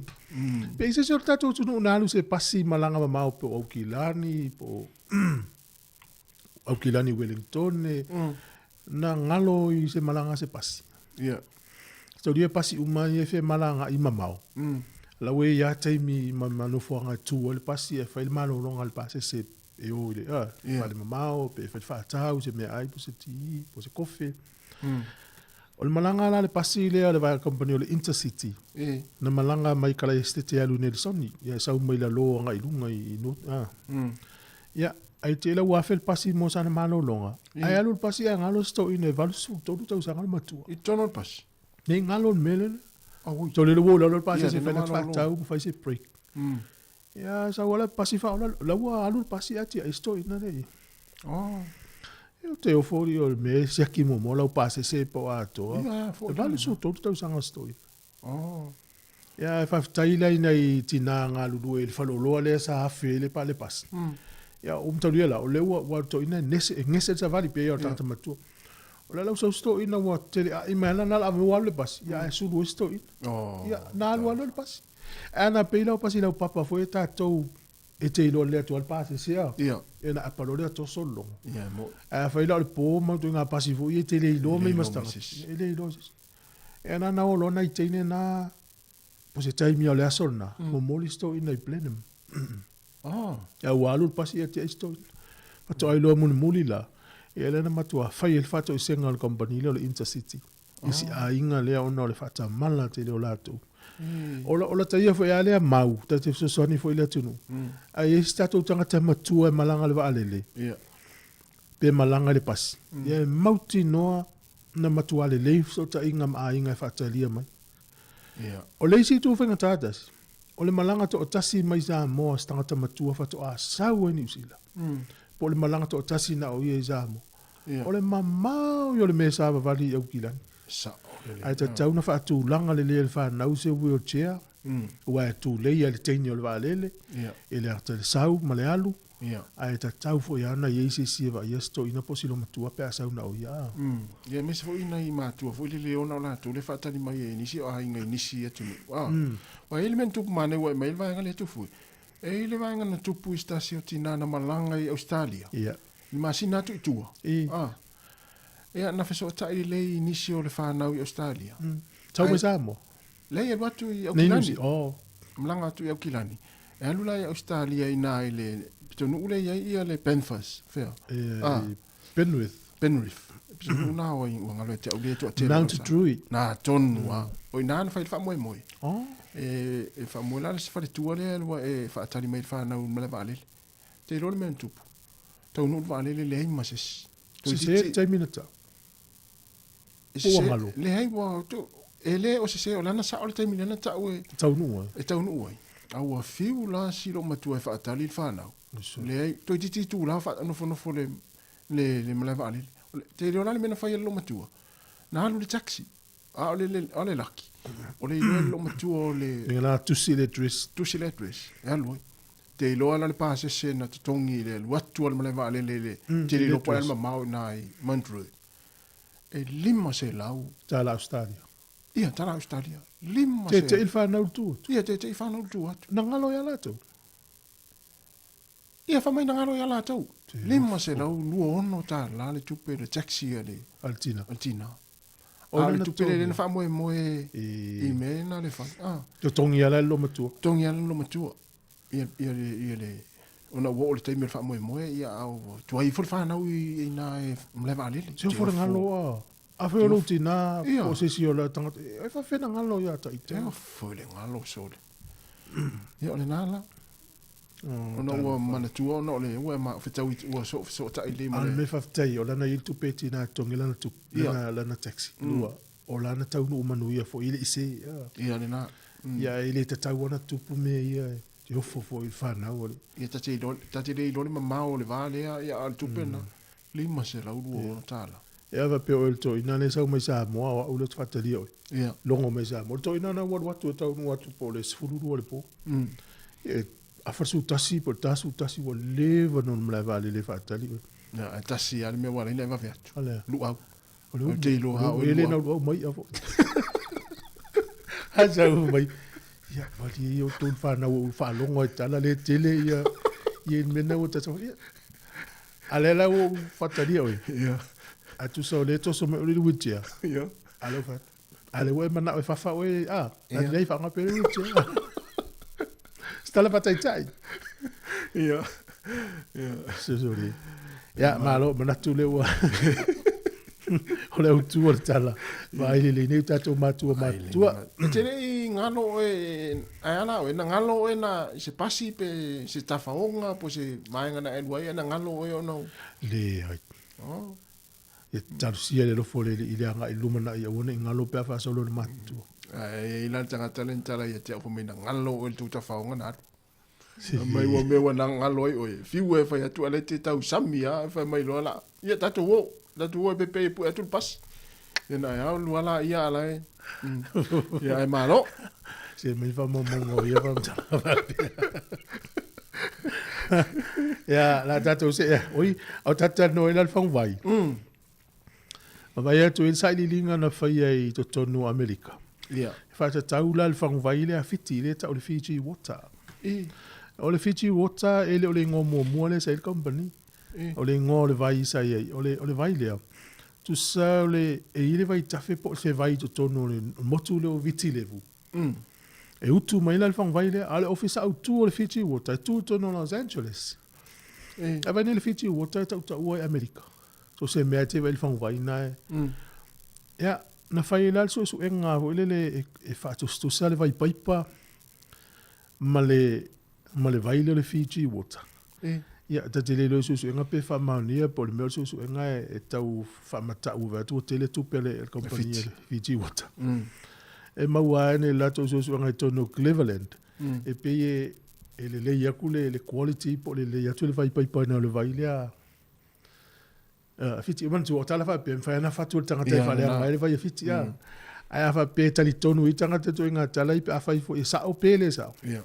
E no inga lai una le to fa tau ni si pele i titi fo ile fa tau watu o vai fiti on no to inga so inga fa pe. Tamo fai ala vai inga na fa le anga le vai fiti. E te lola ta mau ye i wale wa pe o le si le vai inga ta u po kala me so fo malolo ina o le vai. E numero tasi ale vai so se to inga mea tau vai inu numero tasi ale vai. O le ta ua i o le mele ya le ra tufa tu ile te ite wal mele le ta te fai el fale a te le pea nga jes e fango vai la popo a foi fa tau mai por le warehouse porque mat ia pero mela te fai so se vai vela ele umana fa nga le uma ali o te utua el fango le le va tinga le wati ki nel fa na uti poti wila ele o mo fai la toi puti ale to el vai vela o mo te le uma ali ia ale lau te mana o se toi fai sana ipti e toi ti fo ki fo ia o le taimila na ya o te tango no tu le vai le o mali le o fong vai le la po ale tu e tafta for ti poti a tau voi la se se la inga ya lo mali se vai e linga el fong vai le ia ya mai le vai fo ki ya o le ringa la ta no le vai la o puna ia la mam tu apuna ya fa tu mo lo u te lo e fo si leva te no fo el mele sa le ti o o la tu o tatu tipo ti le wilo o te na le se vai ale te utua o mai lau fangu vai Ia, isi taimi fatu apupuna vai le alu ala win. E sao le. E le wingo na tata. Ai foi se o va fonga mai wa fie fa tau mai vai le falo loa. Va pe mai nga pusa vai vo. Tanga fa tai tai melna. Ia. E fa tau mai sau fonga vai la po ana plastic le mai falo loa ia. E mai le tu tafta folti poti fai lo fa na vo. Ma lili al vai vela wa le la toi kivo ia. Ia. Ma lili al vai vela na pe al vai vela na kile po. Ma la malo tai la tu ma lili. Ya lingi tono lo fonga vai. Te vela lo fonga vai ana te inu e toi lingi fo ele si vai. Ai te ilo lawe. E mana e sao ai telefoni no te la twiste me e lingi sao fangboy. E o te la tu o le se vai fo lele. Ya no tango la ya te lo pele le vai le vai vela le paipa. Ona le vai vela le paipa na. Pe ana le limas full degree le vela. Oh. E mo ia la UPP ia mo me o na isia maneni. Ya mo te le sau mai tono tane vai vela. Ai fa puna e mo lunga kulati ke ri o le vela o le tipoti. Oh ia. Nei lo ti ke ri o le vela le fu ai le vai le ia le tono le ton ia pe o le senga. Ya lua ona na te solo con le ia.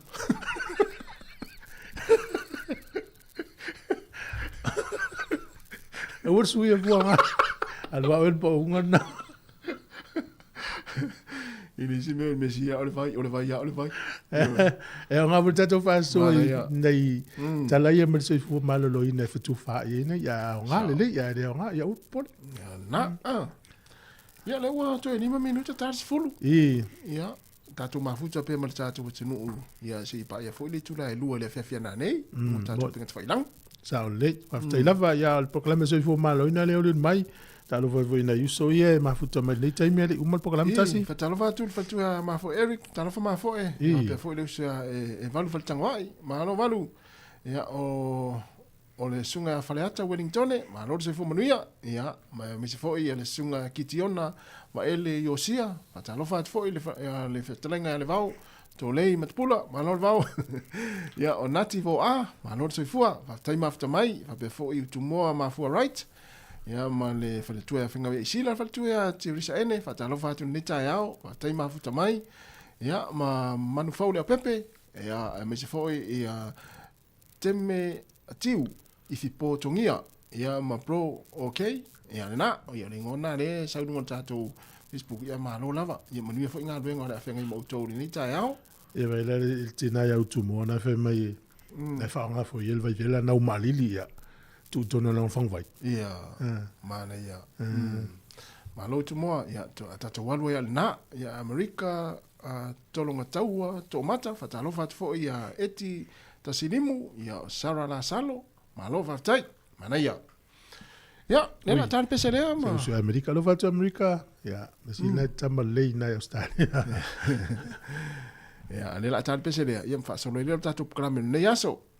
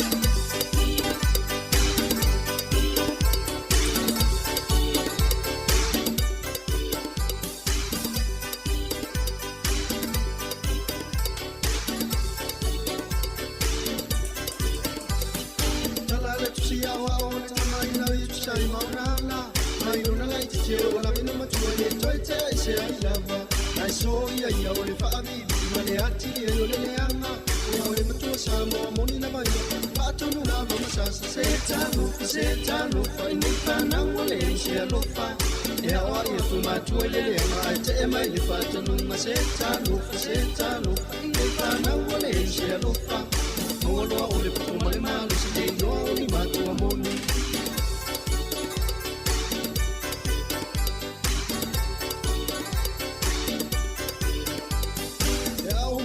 sola uanu ya uani fai pe au pa fai le mai ya yo na vai tona ya tato panau au wa sene ya so wale toi ba ya o mo tu ma ima na si le ma tua ma tua o le ole na pa pa pa se tano ine pa na wale se lo pa e a o ya tu ma tu le mai te mai le pa tu se tano ine pa na wale se lo pa Olo o le puto male male si le go ni matu moni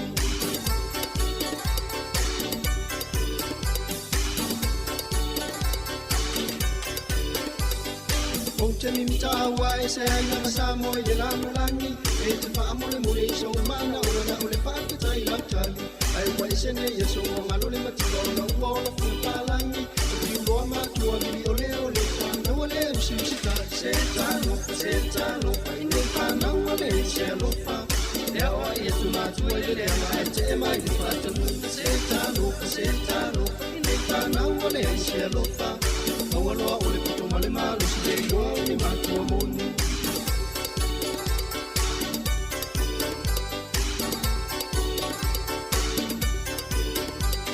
la pono e ma fai mai fa na ia e ava no matua pre fa manu ia ma te le o tau sa no male manu ia la se tata no ma fa mana tu o le mimi tai no ma no si te pule le o la male au le o si tai ko le o fia se o se tano ine fa na o le se lo fa ya o ia tu ma tu le mai te mai di fa tu na se tano fa ine fa na o le se lo fa Olo o le puto male male si le go ni matu moni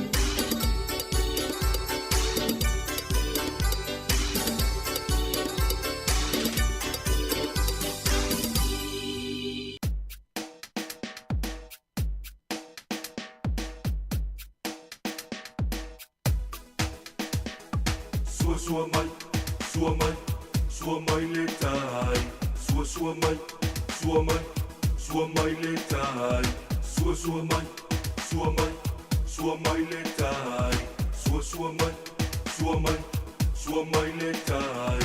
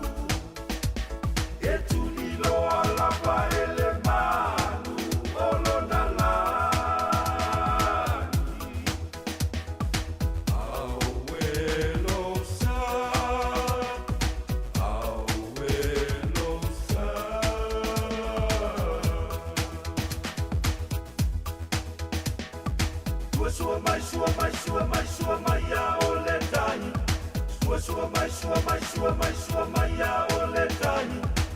Sua mai sua mai sua mai sua mai a o le tani. Sua mai sua mai sua mai sua mai a o le tani. Sauta ilosa amo fai ngata le abanei wa fatia uma sisila au mafuliuta le fola manei a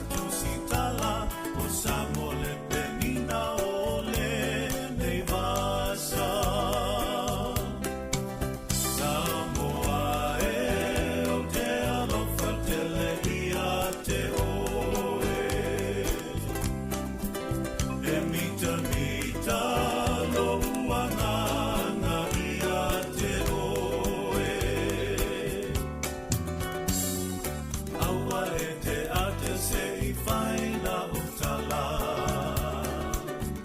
Saulo tonga o Samoa maona tangata. E maua fua lava lava o sia popo I mavala. E le popo le nei mole le manava. A e fia te fao to solo pao pao.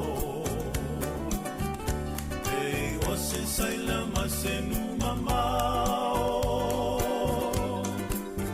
ele tio amoli mau mai le tasia li iva o Samoa o tangata folau o le vasa Samoa e o te alofa tele ia te oe e mita mita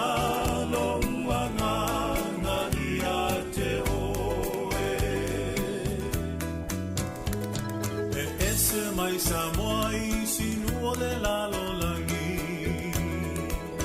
o le matai o ia e pule toa tasi e le sona pule pe o isi atunu ai apu pe o lato wanganu na o isara elumayana mua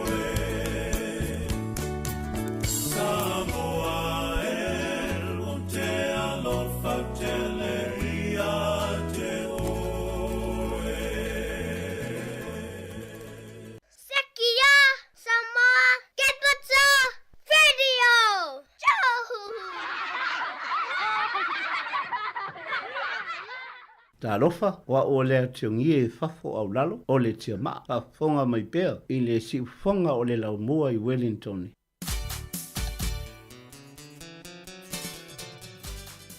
Ia lo fa wa wato tato pespesenga nei vaenga tai au. Ia se I tali to la so matasi ona wina to le tato pokalai mo sei fo malo loina pe ona masani ai tai o solua te tasi.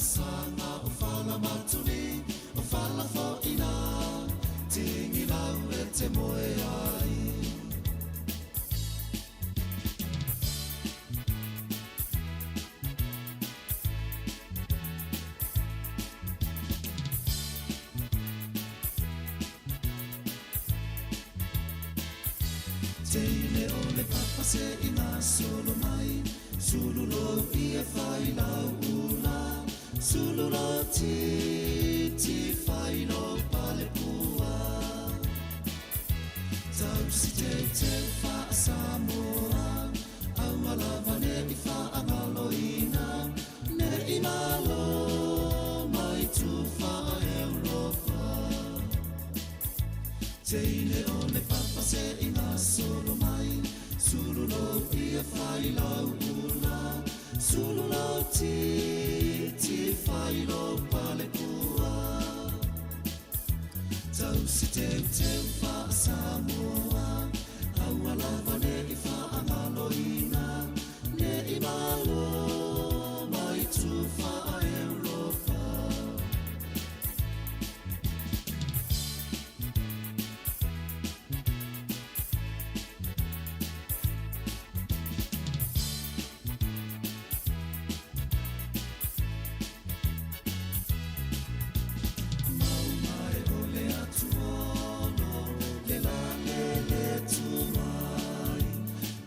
Tolo I vai luanga Le la le pito I tai Alo whaanga o sia upele Olo o mae vane ai Whasavile I le whale mai Pe mai mo I se tala vai Au roe manai O le lupe mai vanue O oe ona use rosa Tumu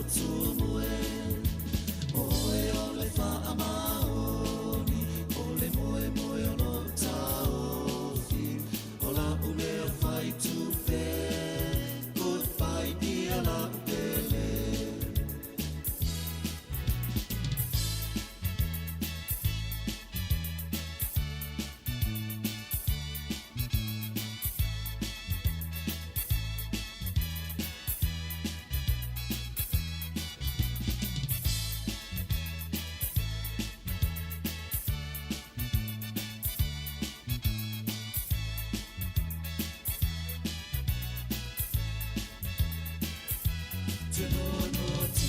Se fala fala ta fea I le moana au e ta fea I tonga Ua tutupu ai whanau ai O lana masanga o whala maturi O whala foina Tingi lau e te moe ai O whala foina Tingi lau e te moe ai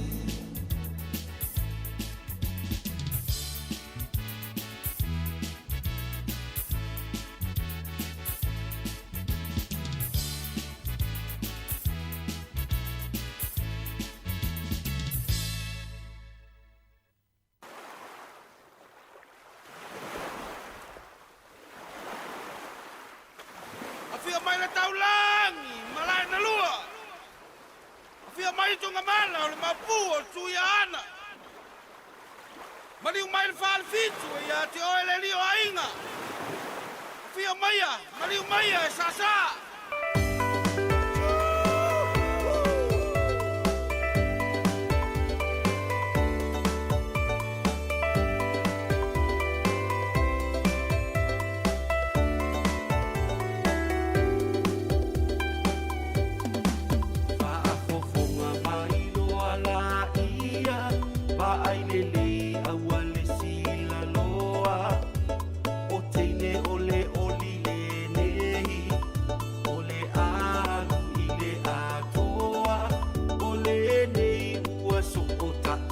ao Aua luma mapuni kuao So so ese lo pao pao le nei uao fiatu le manuao Ilo unu pele sili le hamanga fasi to taitasi ana Ole la mepa Ole a le maunga susulu ukula pea tao fi maunga ufaiva no utofi ole taiala tawa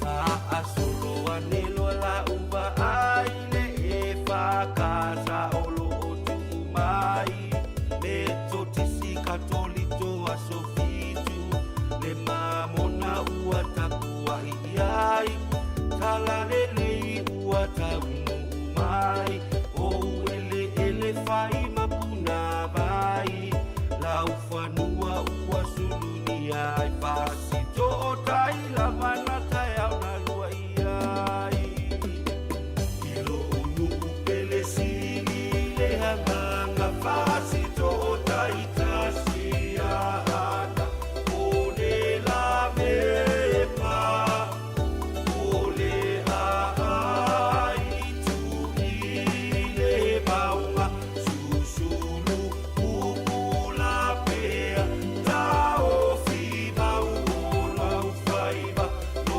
utofi ole taiala tawa Ta elenga uanga solo mai Se ifa amalu isi o vai E malu peo le kiona Pe ua e malanga isi ona La kapi ua taputa si ai Au ta alo poto poto mai Se vai malu e to ai Tasi oe ya ana o te dimitai Ilo unu pele sili le hamanga fasi to taitasi ana Ole la mepa Ole a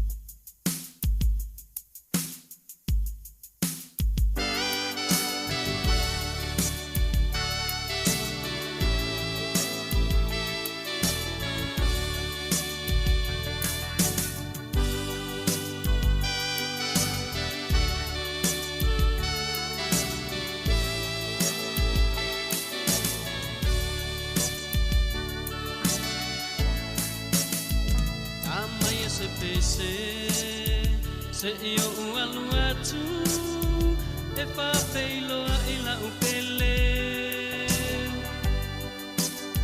wale vauna vala vala una wa una le ua po I mai le malanga na masisimba matala tala noa ile misio le mapusanga ai na pate ya ita talua ita le lona inga ba fetai wa eta umaya ai na pate ya ita talua ita le lona inga pese alona mapua anga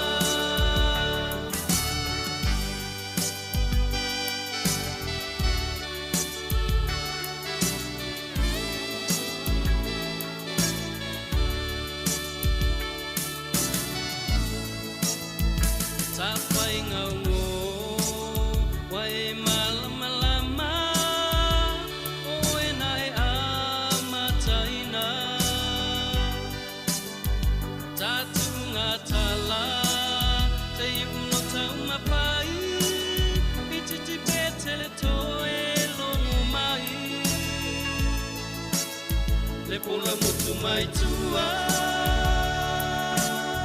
na upele utele ai atuna tala sala tua ne ingalo ya umatua ne ifa ala fia sau tupua iloa olela au yona fua ne ingalo ya umatua ne ifa ala fia sau tupua o mea lilo ma e palia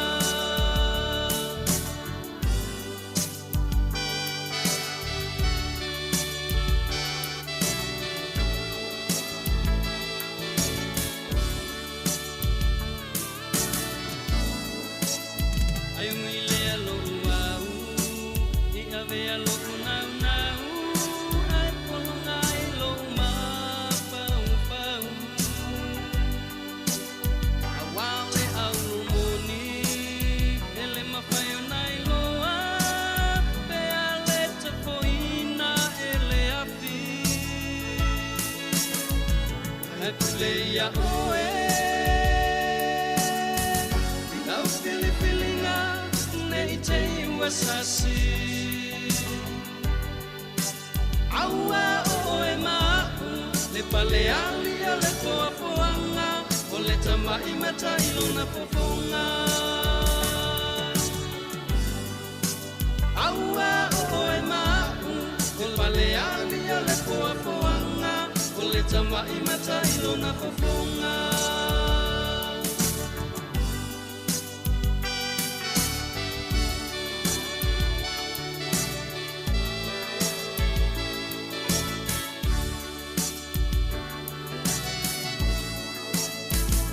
o maulima na o mai tauina o se ala paua paa polinga ai nau te talo atu a whaio a ua sasi la upele paa manga loa ai na tutulu Mafusia umasia na musu musu Sama upela na tobae Ele sui alo na faa moe moe Ali e wana oe Sama upela na tobae Ele sui alo na faa moe moe Oa ulaba nei moe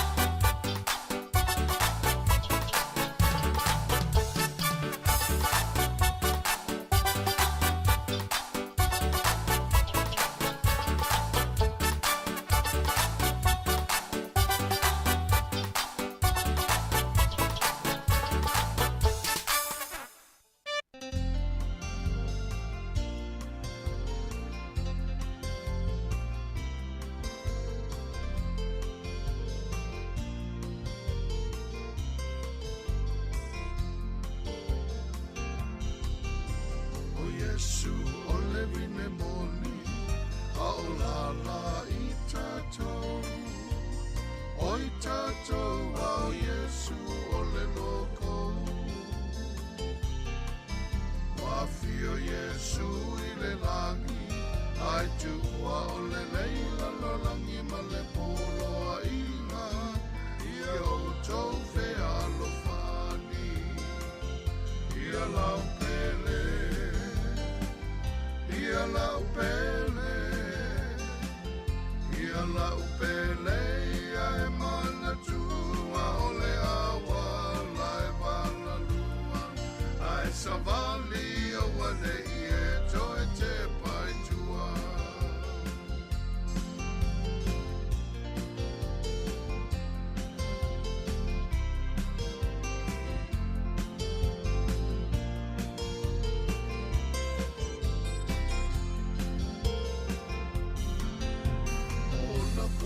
Sele selenga, sa fai ai o le wawenga. Wa e maina o le lua laui o le whaiva. Sa tumu o le motu i tangata, ina ua pa mai le alanga ia na whasauni, o le awhio mai le anganga. E usu o e ai o tali, e mafua la vai le tamaitai. E tu sao le awhetau sanga ma le aso e tasi. E te fiu lava o e saili, o o fea o e aile asini le nei wa te tala, wa mana o e aile ali. Ia lau pele, ia lau pele, ia lau pele, ia e mana tua o le awa, la e wala nua. Ai savali o wane e toe te pai tua. Ia lau pele, ia lau pele, ia lau pele, ia e mana tua o le awa, la e wala nua. Ai savali o wane e toe te pai tua. Ai savali o wane e toe te pai tua.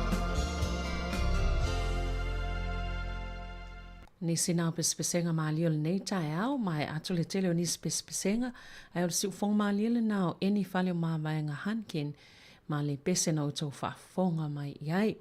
Whanga sol pe tato pespesenga le nei tai au, ia se itali tu la esfultasio na whafonga le tato po kalame le soifua malo lo wina, pe ona masani e tai au aso lua te itasi.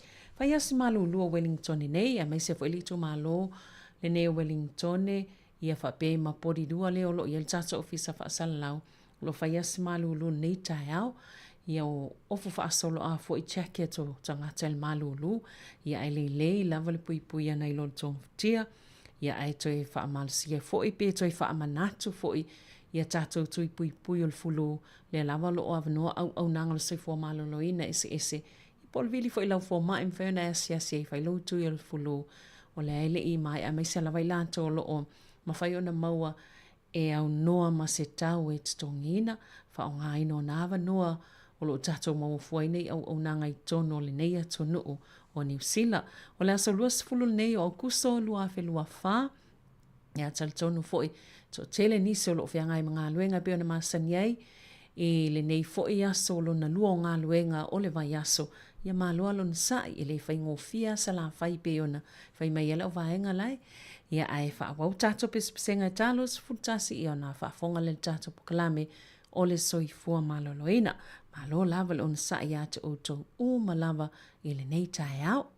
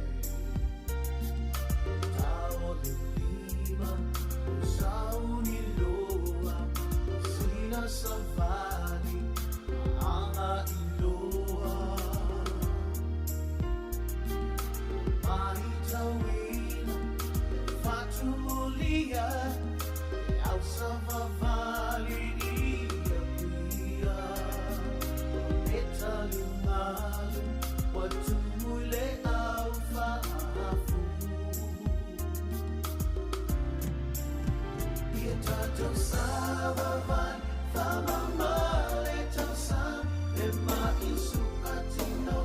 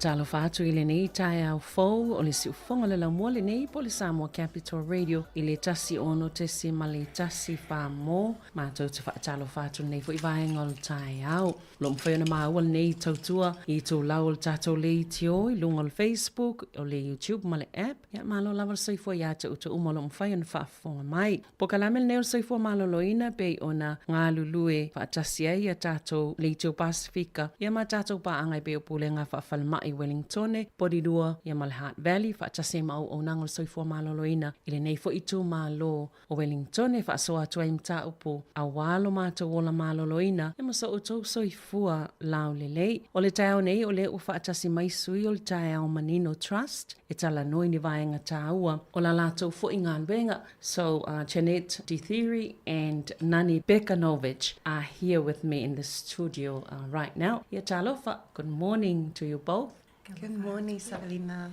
Aloha le soifua, yeah, and welcome to Samoa Capital Radio. I'd like to give you the opportunity to introduce yourselves and explain about your roles at Tai Ao Manino. Ka alofa lei ati ke tautoloasi, kau e ke isi ke iso ke tamai atautoli ke kau whakalataha e ho nei.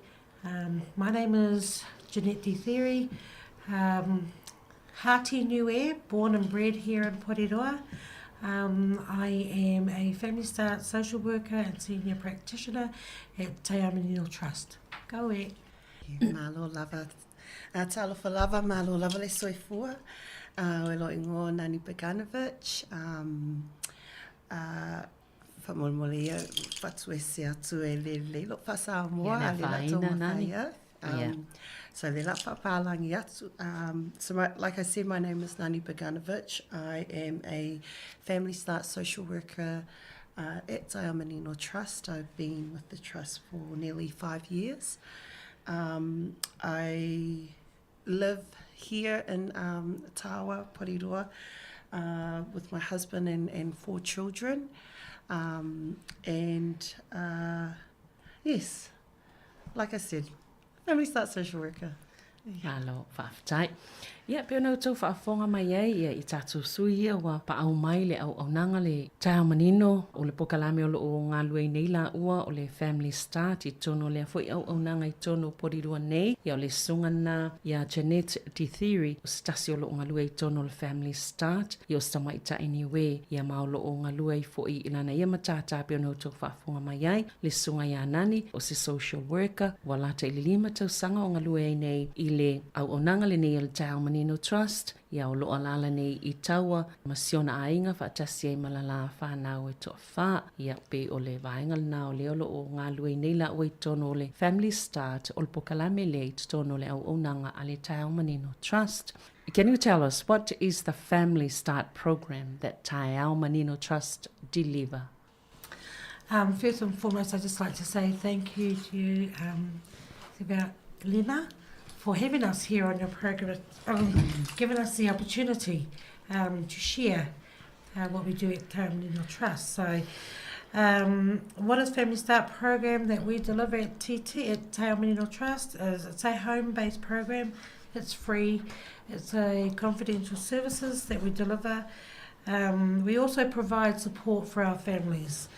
We work alongside the families to develop a plan to meet their goals, their needs, and we aim to improve the health and learning and well-being of the child and the families as well. We also we promote the family's strength to build their confidence for their independence, but also focus on strengthening family support, including access to other services. Is anything you want to add, Nani? Yeah, I think just the last thing is that the difference between our Family Start at Manino Trust that we deliver is that we look at it from a Pacific lens. Yeah. You know, with the mindset, it takes a village to raise a child, and with the emphasis that that village is safe. Yeah. And so I think with our Family Start program that we deliver is that we really do support each other. We're there to guide, advocate, no judgment on the clients that we work with, and just ensure that the developmental of the child is being met while the parents are feeling supported in that space, because it's not easy. We understand that as parents and guardians of any children. So who can be on the Family Start program? So anyone that has care or guardianship of any child under the age of 2 years old. If you've got a child that's under 5 and there are some high needs, we definitely would like to hear from you. Maybe there's things that we can support with. But if you've got a child under the age of 2 years old, please refer. Yeah. Also, can I just add to that, with the a mum being pregnant in her 3rd trimester, we also can enrol them to be a part of our program. We can work with mum from the 3rd trimester right through till she has baby, and their child can right up to 3 years old. However, if there are other issues that need addressing or need help with and support, we can have the child on our system until they're 5 years old. Malofa, ia. O vaenga la ia tāua le ia tauna no fosila fe tātou tangata ia o le Family Start program ia po le pokalami fo ilea wa whaingoe no le Family Start leo lo ngā lue sunga tātou malo nei tae au. O lo latou momoli e toi se pol kalame ni fuafuanga I whaara le lei ele soi fua maloloina o whanau la nei pe ona ta wai lalo le lua tau sanga le mātua ina ia maua fo I lātou ia whata se fo I la mātua a wai pe o lena sauno fo I la nani e wawa ai mai lātou le ne o nanga I le tūlanga o tātou tangata Pasifika manatua o tātou tangata Pasifika ia e awai le to o tele o tangata e tau mawhai soani e tausi le tamaititi ia pe whawhai lele ia matuulona tūlanga ina ia ola mai pe soifua mai wo isa tūlanga le lei pe a whaasolsolo la wailona tupu ai ne anō tū whaafonga iai ia e au fia atoa po le nuu po le ainga po le au ainga atoa o ai tangata uma e mawhai ona langolango le tausinga o le whanau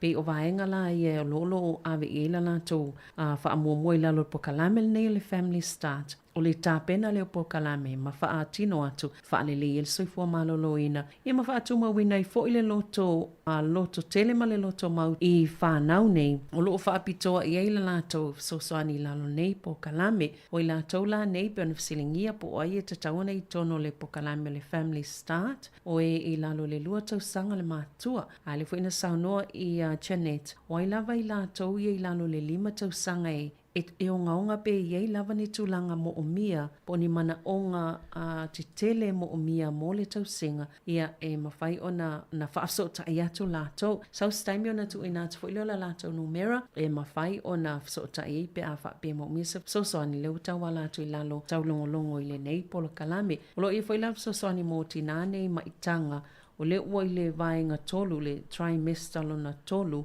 ia le malamlama I lava o tau tina maitanga I whaupunga I o vaenga ia pe a whai o le tūlanga le ua o ia le maitanga o le tina ia. E mwhai hafo ilana so sani to ilantou ia pe whanau pepe o tu lava le tau tau sanga le matua. Vaenga umalava I lo mwhai o na maua tolif so sani I lalo le Family Start I tutono le tai au Manino Trust. How important are the early years of a child's life?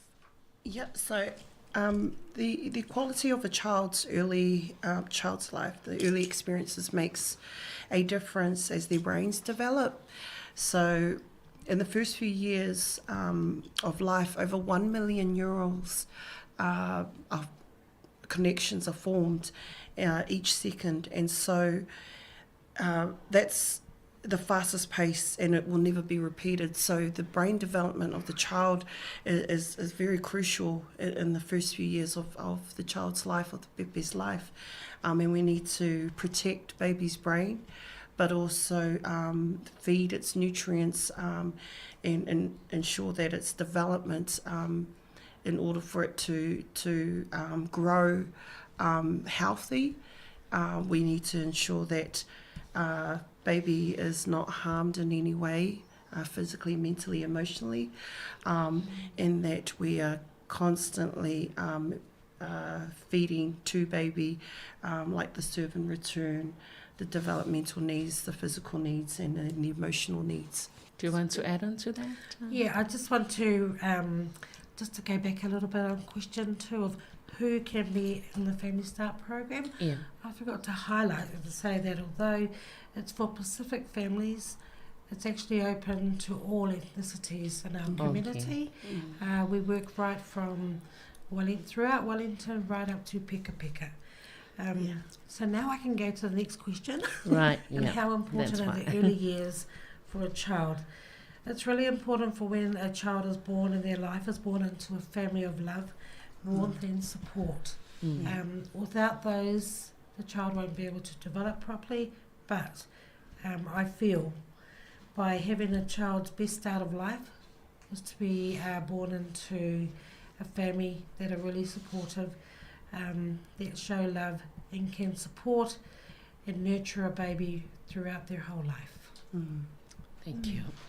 Ia, o le se vainga tā o le sa whaafsile fo ia Janet, ia Nani, o tūlanga ia i le whaamatala po le ale tā ua o le amatanga o tausanga ia o amata ile o le pepe. Ia o le ape o na whaamatala ina. Tā ua ia le puipuinga ma le whaafai lenga le lei o le whai ai o le pepe mailo na tolu tausanga momolo na o langa e pui ia ilo na whai ai ia I whawhanga fo I lai vaenga e te taumatala whea ngai ina ia tupu maola I se tūlanga I le ngata il malosi whaale tino, malosi whaale mawhauwhau ia malosi fo I le tūlanga e te tauai ona ola I le o langa whaale anganga tūlanga whapena pe ona tā ua. O le vaenga fo I lai le pe ona o lātou wha malosia tā ua o le atina enga o le whai ai o le pepe. O le tūwhatsingo le lango le ainga, wa ale lei le lango le ainga, o le ale lei fo I ona atina I le whai ai o le pepe I tausanga I e tolu mua o lona tuputupu wae. O le ala lea pe o lātou whaatawai nai, le taimi lea whato a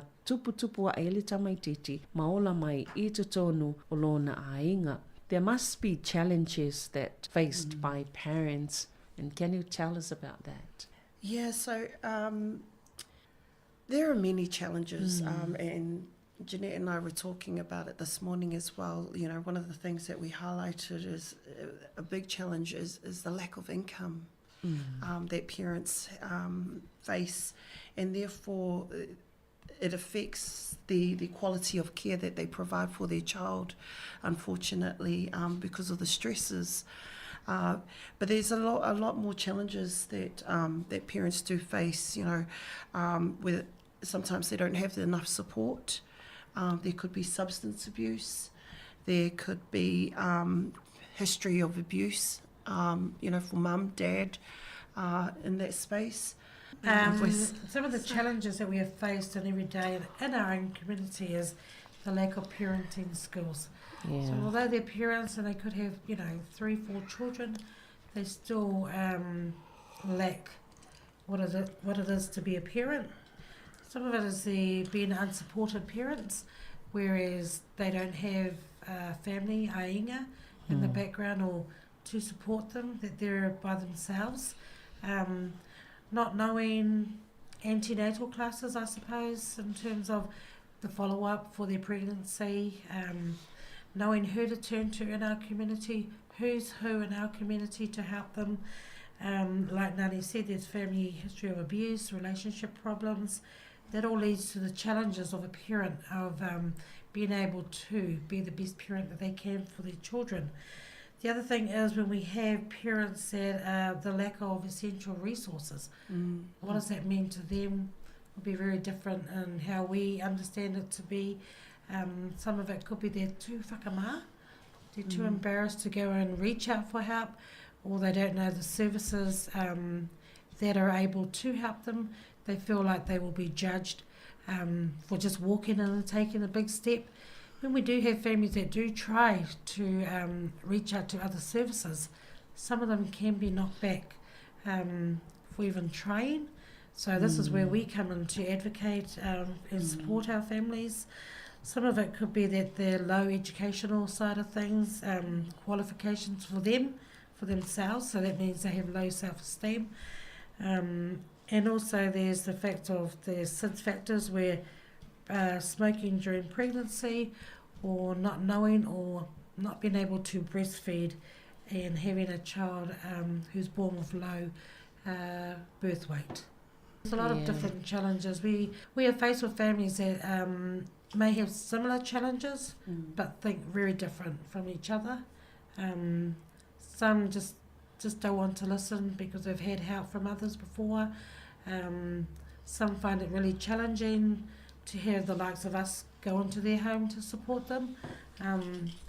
It's just taking that first step of actually swallow your pride and let us help you, you know. Yeah. Right. It really is. And then like it's the external problems or issues that they have. So it could be things outside of their home, that's outside of their you know, the normal, or it could be like an immigration thing. You know, and so that's weighing heavy on one parent, where it then affects the income. It then affects, you know, rent, it affects everything. And so all of those then amount to the quality of care that they're going to provide for their child. And that just adds more stress, more challenges for mum and dad, or for the parents that are, or people that are caring for the child. There's just a whole lot of things, a whole lot of challenges that they're met with. And until they actually speak up, pick up the phone or come in to see us, or, you know, we're here locally at number 10 Prosser Street, Elsden. Yes, and you know, we're pretty, but there are a lot more prettier staff, you know, there that are qualified, registered. You know, they know their service and everything, and that they're there to help. We are here to help. And you have the solution, the answer to navigate those successfully. Yes. So I would like to say that we are quite knowledgeable in the services, especially in our communities, who we work with and who we work for. And it's important that we know what's out there. And so when we get clients who come in who has a whole lot of list of challenges, we're not going to be able, in all honesty, to fix it straight away. We're not there for that. We are there to support and guide them through that process. Whatever that may look like. If they're requiring counselling, Jeanette and I are not counsellors, but we are there to sit and listen. And then we refer you to the experts, to the counsellors in our organisation, because we are a wraparound service. So what Family Start may not be able to provide, we've got other teams in our organisation that can support you.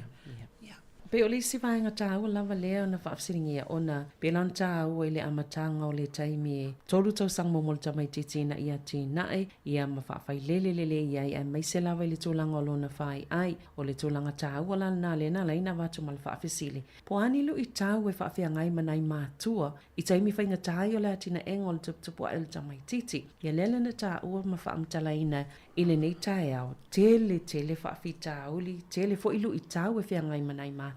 Ia o le tūlango le lava o tupe maua, o le tūlango le lava o le lango mai le ainga. E iei fo i si tūlanga po le sawahina, po o ni sawahina o le tamapo le tina, i ni taimi wa tuanai, pe o vaenga na o loo a fia tuku whaatasi e lava le fisota inga, e a fia i fo i le atina engol tamai titi malona whai ai malona tupu ai, o na olu i tawi e whia ngai ma mātua.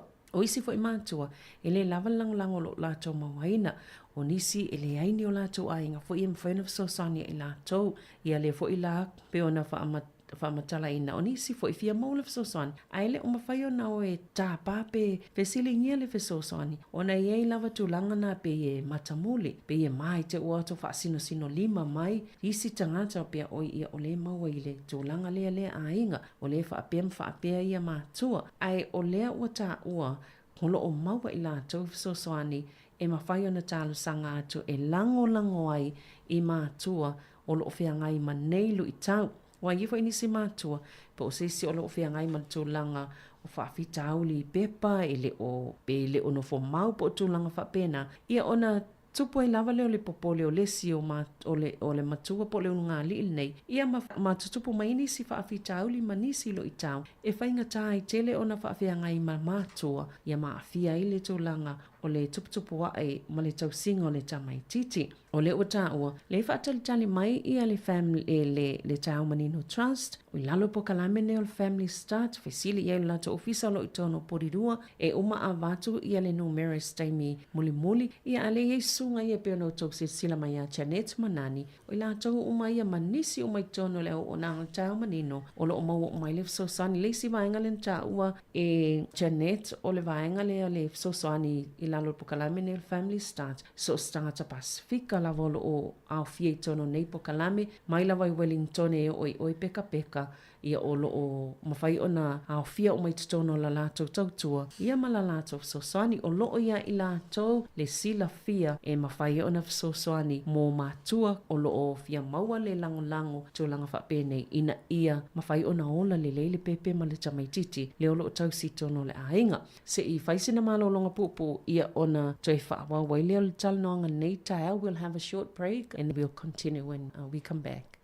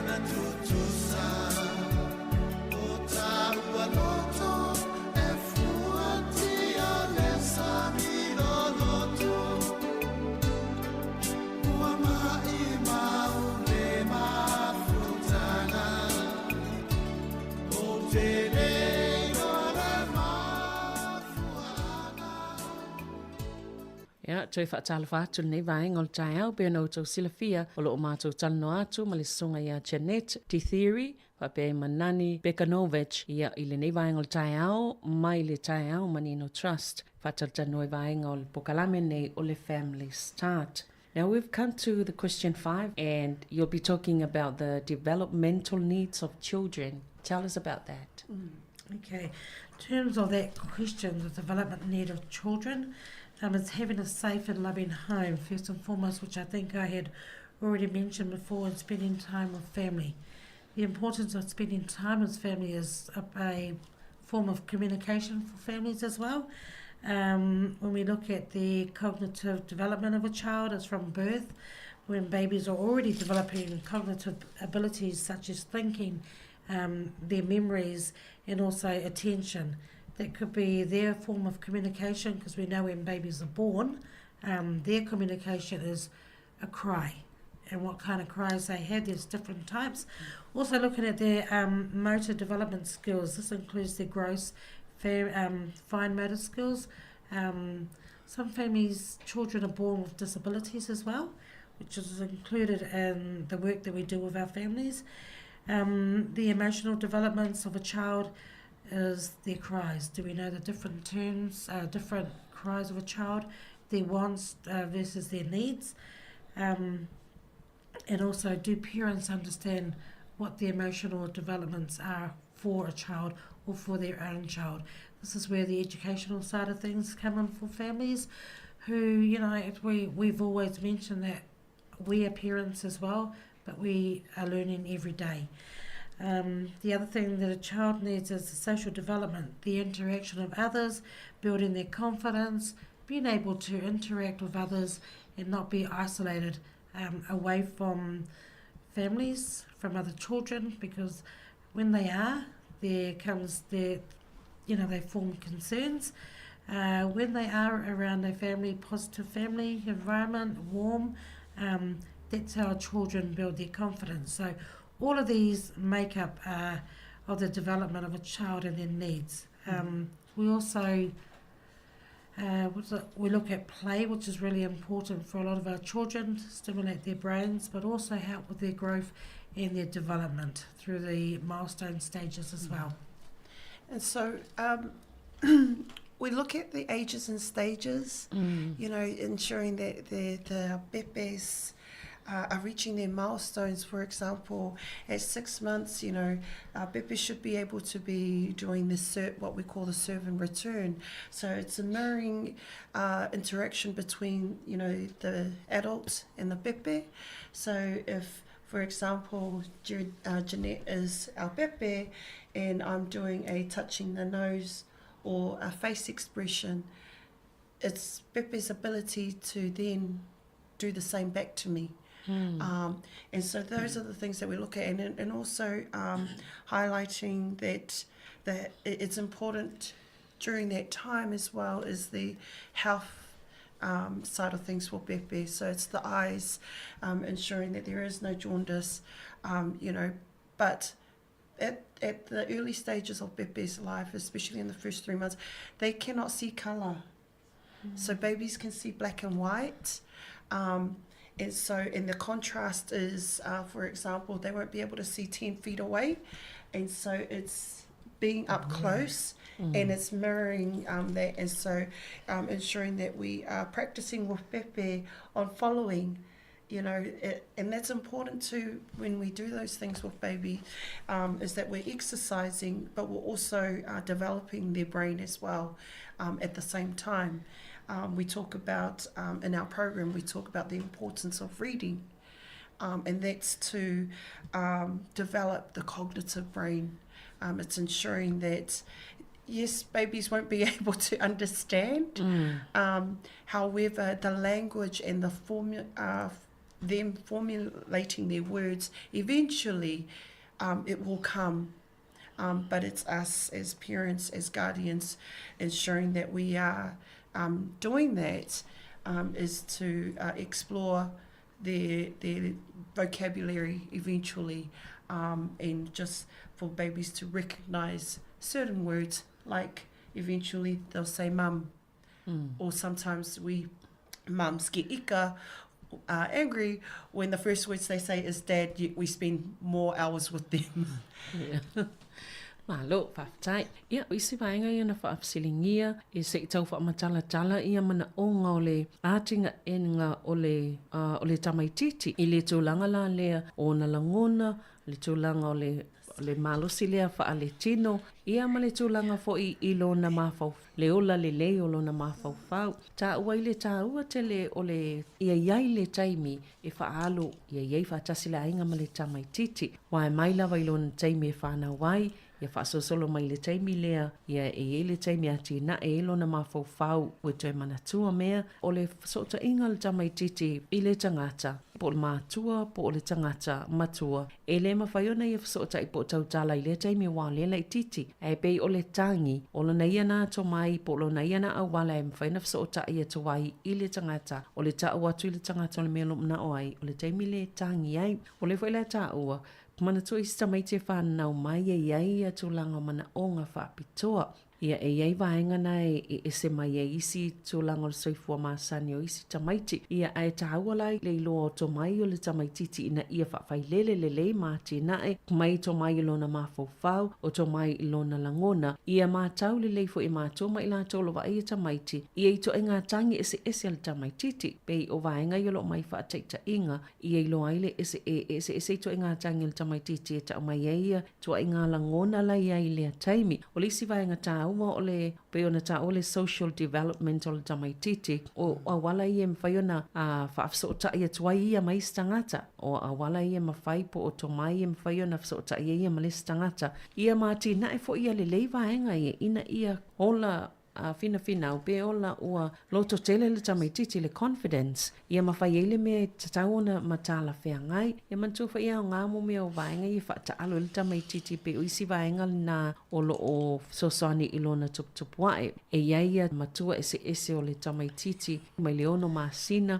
ia o le fuita ua o le tolo masina o le tamaititi na tele iloa whaabasenga po le alia lanu o le alia lanu paulava lanu o iena te ilona o le pae ma le uli na te lo fo ile se fulu futu le mamao le ia mai le taimi lea ai pe o le taua lai o vaenga ia ina ia whaileelelelei mati na ele ile taimi lea o le lai titi o le tamaititi le pe ona iai tonu lava le pokalame leo le family start ia ina ia manino i fo ia tūlanga mai taua i fo ilale langolango le ainga ia wai whaasolo tu lava leile atina engol tamaititi i isi vaenga se whaasolo tu lava ina ia iloa i le lei ilo na mawhauwhau ia mawhaawasenga i tūlanga o le whaitau ma tūlanga whapena ngia pe ale leile a whaafailelenga maile a ola i titi. What is the most important thing for a parent to remember? Again, having a safe and loving home, spending time with family, playing, singing, reading, and talking are very important for our child's development. Having a healthy development in children of all abilities. This includes those with special needs and care needs, where they are able to grow up where their social, emotional and educational needs are met. Some of the things that we also talk about, we highlight in our home visits is immunisations. They're really important for our children being up to date if they need to if say parents don't have a kawale, we're able to assist them to take them to their GP. This can be arranged through not just through myself but through our whole team. Oral health for every child to have the best start in their life is we encourage for our parents to take their children to see a dentist. They are free, and we at Tamanino we give out the free toothbrushes and the free toothpaste for families. Child education. So when we talk about this, we talk to parents on how we can support them by doing home activities, interactive play with the parents. We have reading materials that we can also leave for our families. When we have finished with them, we do leave resources for them to read. However, we do understand that some of them don't actually like to be reading the resources. So when we do hands-on activities, vision for a lot of our families is really important. on how we do things and how we explain the activities and how it helps the babies develop. I think it's really important having a positive role model amongst your family for our children to copy or, you know, shadow parents. Well, it's our parents and our adults, our grandparents. They're the ones that are that our children look up to. And I think those are just some of the things that are important. Nani might have some more to add into that. Yeah, and I think it's also important for parents to remember it's okay not to know everything. Yeah. You know, don't be too hard on yourself. In that it is okay to ask for help. We highly encourage that at Taua Manino Trust.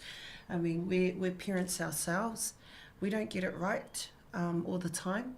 But the good thing about it is that I can openly share with Jeanette experiences, you know, that I'm having with my own children, and seek advice from her as well. And I think that's important for parents to remember, is that we're all in this together. We're all there to guide and support each other. Just because Jeanette and I are social workers, it doesn't mean that we know everything and that we're not going to learn from you, because it's actually a reciprocal relationship, and that there are things that we will learn from you as parents, and there are things that you may learn from us, and it's having that open relationship, honest relationship too, that when you are struggling, and we all struggle as parents, that you know that you can come to us, and that it, you know, whatever you say to us, we know that it's coming from a good place of need and support, what you're looking for, and that's what we're there for. Yeah. Yeah. So what can people expect to gain from engaging with these programs? I think, like I've mentioned before, support, but I also think talanoa is really important for our families. The values that they hold, their identity of who they are is really important as well. In a home, families have to remember that we're coming into their space. We come in respectfully, we come in with no judgment, but we also, we talk highly of talanoa around our families. Some of the things that I also just wanted to reiterate with, some of our families feel that they can't read. So I use the metaphor as, do you have a Bible? A lot of our families say, oh, Lee, we don't read to our kids, but they actually do. So a lot of our families, Pacific families, do attend church, and I use the Bible because it's really important for a lot of families. And that's a form of reading to our children. That is in teaching. That is a big value in a lot of our Pacific families, spiritually, but also in our own identity. A lot of families turn to, to God when they're feeling down and hard, but also they want the best for their families too. So the expectation of when we go into homes is we are in their space. We're there to respect them, but also listen to them. For them, what are they expecting from our program is that we are able to support them. We are able to advocate as well. Giving words of encouragement, there's no judgment, like we've said before, that children will have improved health, education and social connections, but also parents and caregivers will have improved their personal and family circumstances too. Parents will also have a positive parenting capability and will be able to practice what we share with them once we leave their home or once they leave the program. Honesty and transparency amongst all our workers, that when we are working with our families, our clients, is that we are honest with them. We are being transparent, that there is no information that's being withheld from them, especially when we have families who may be working with other services, for example, rangata mariki, or, you know, working income, that we are there to support, guide and advocate, but also to ensure that our families' voices are being heard, but that they feel that our workers are in that space, leading them, you know, in hopefully a successful outcome for our families, not just the services that are working with them. Yeah, right. Yeah.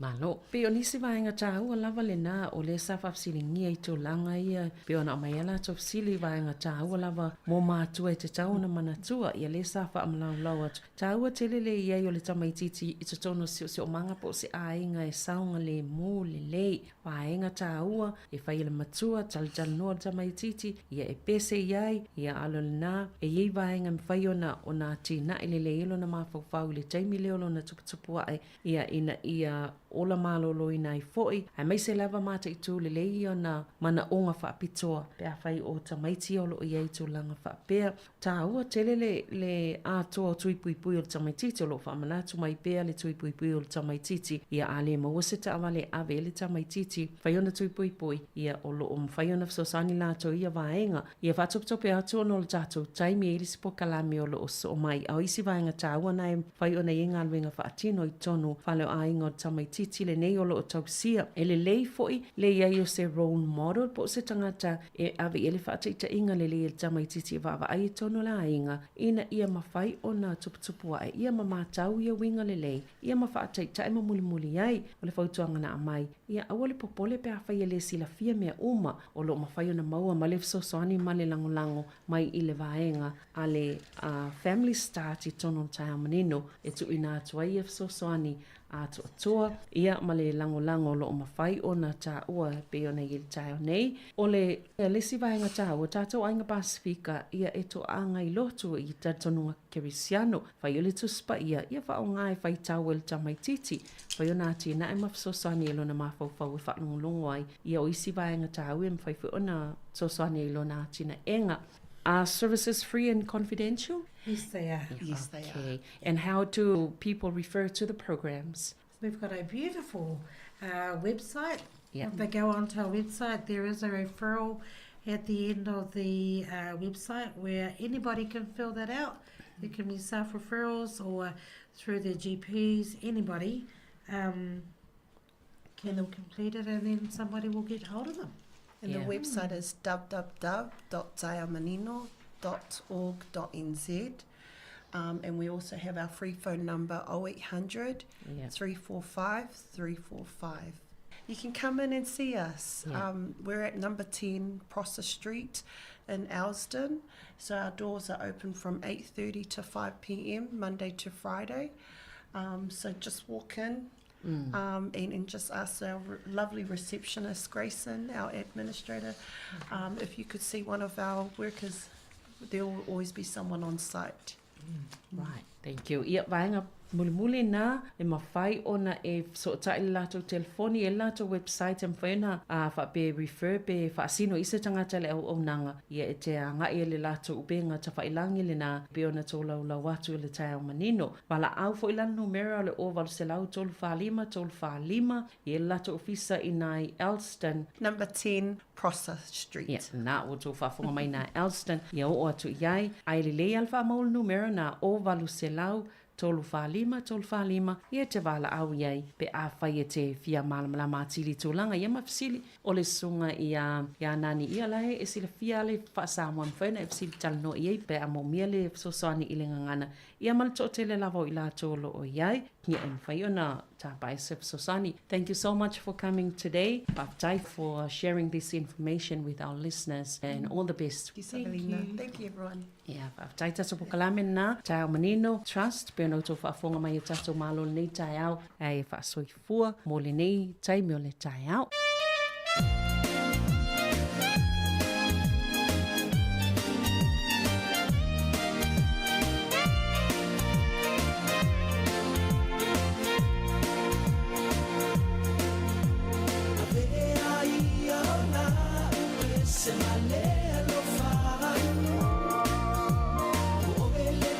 Mama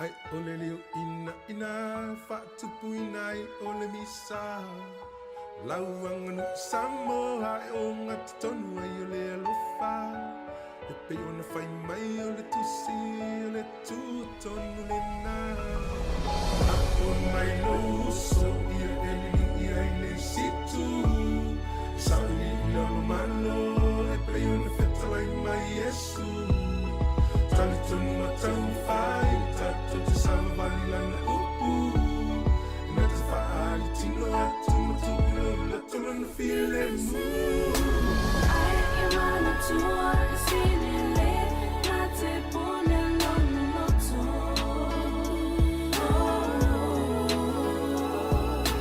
Nai lole Na te fia e apene ono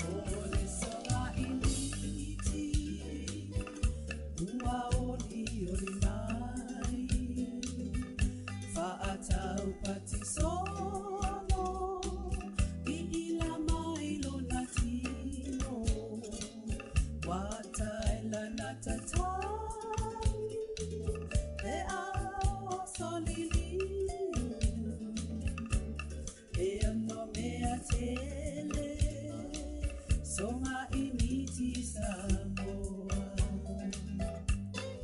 Tangolo alaga ila uniflo oti na teulo laulu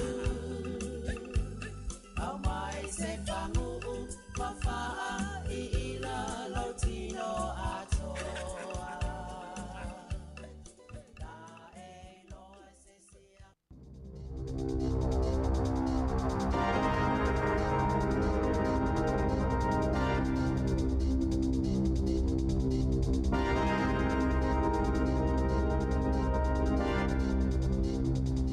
Toi whaatalo wha tol whaapoponga o talafou mai le si ufonga le laumua mo le nei au auli.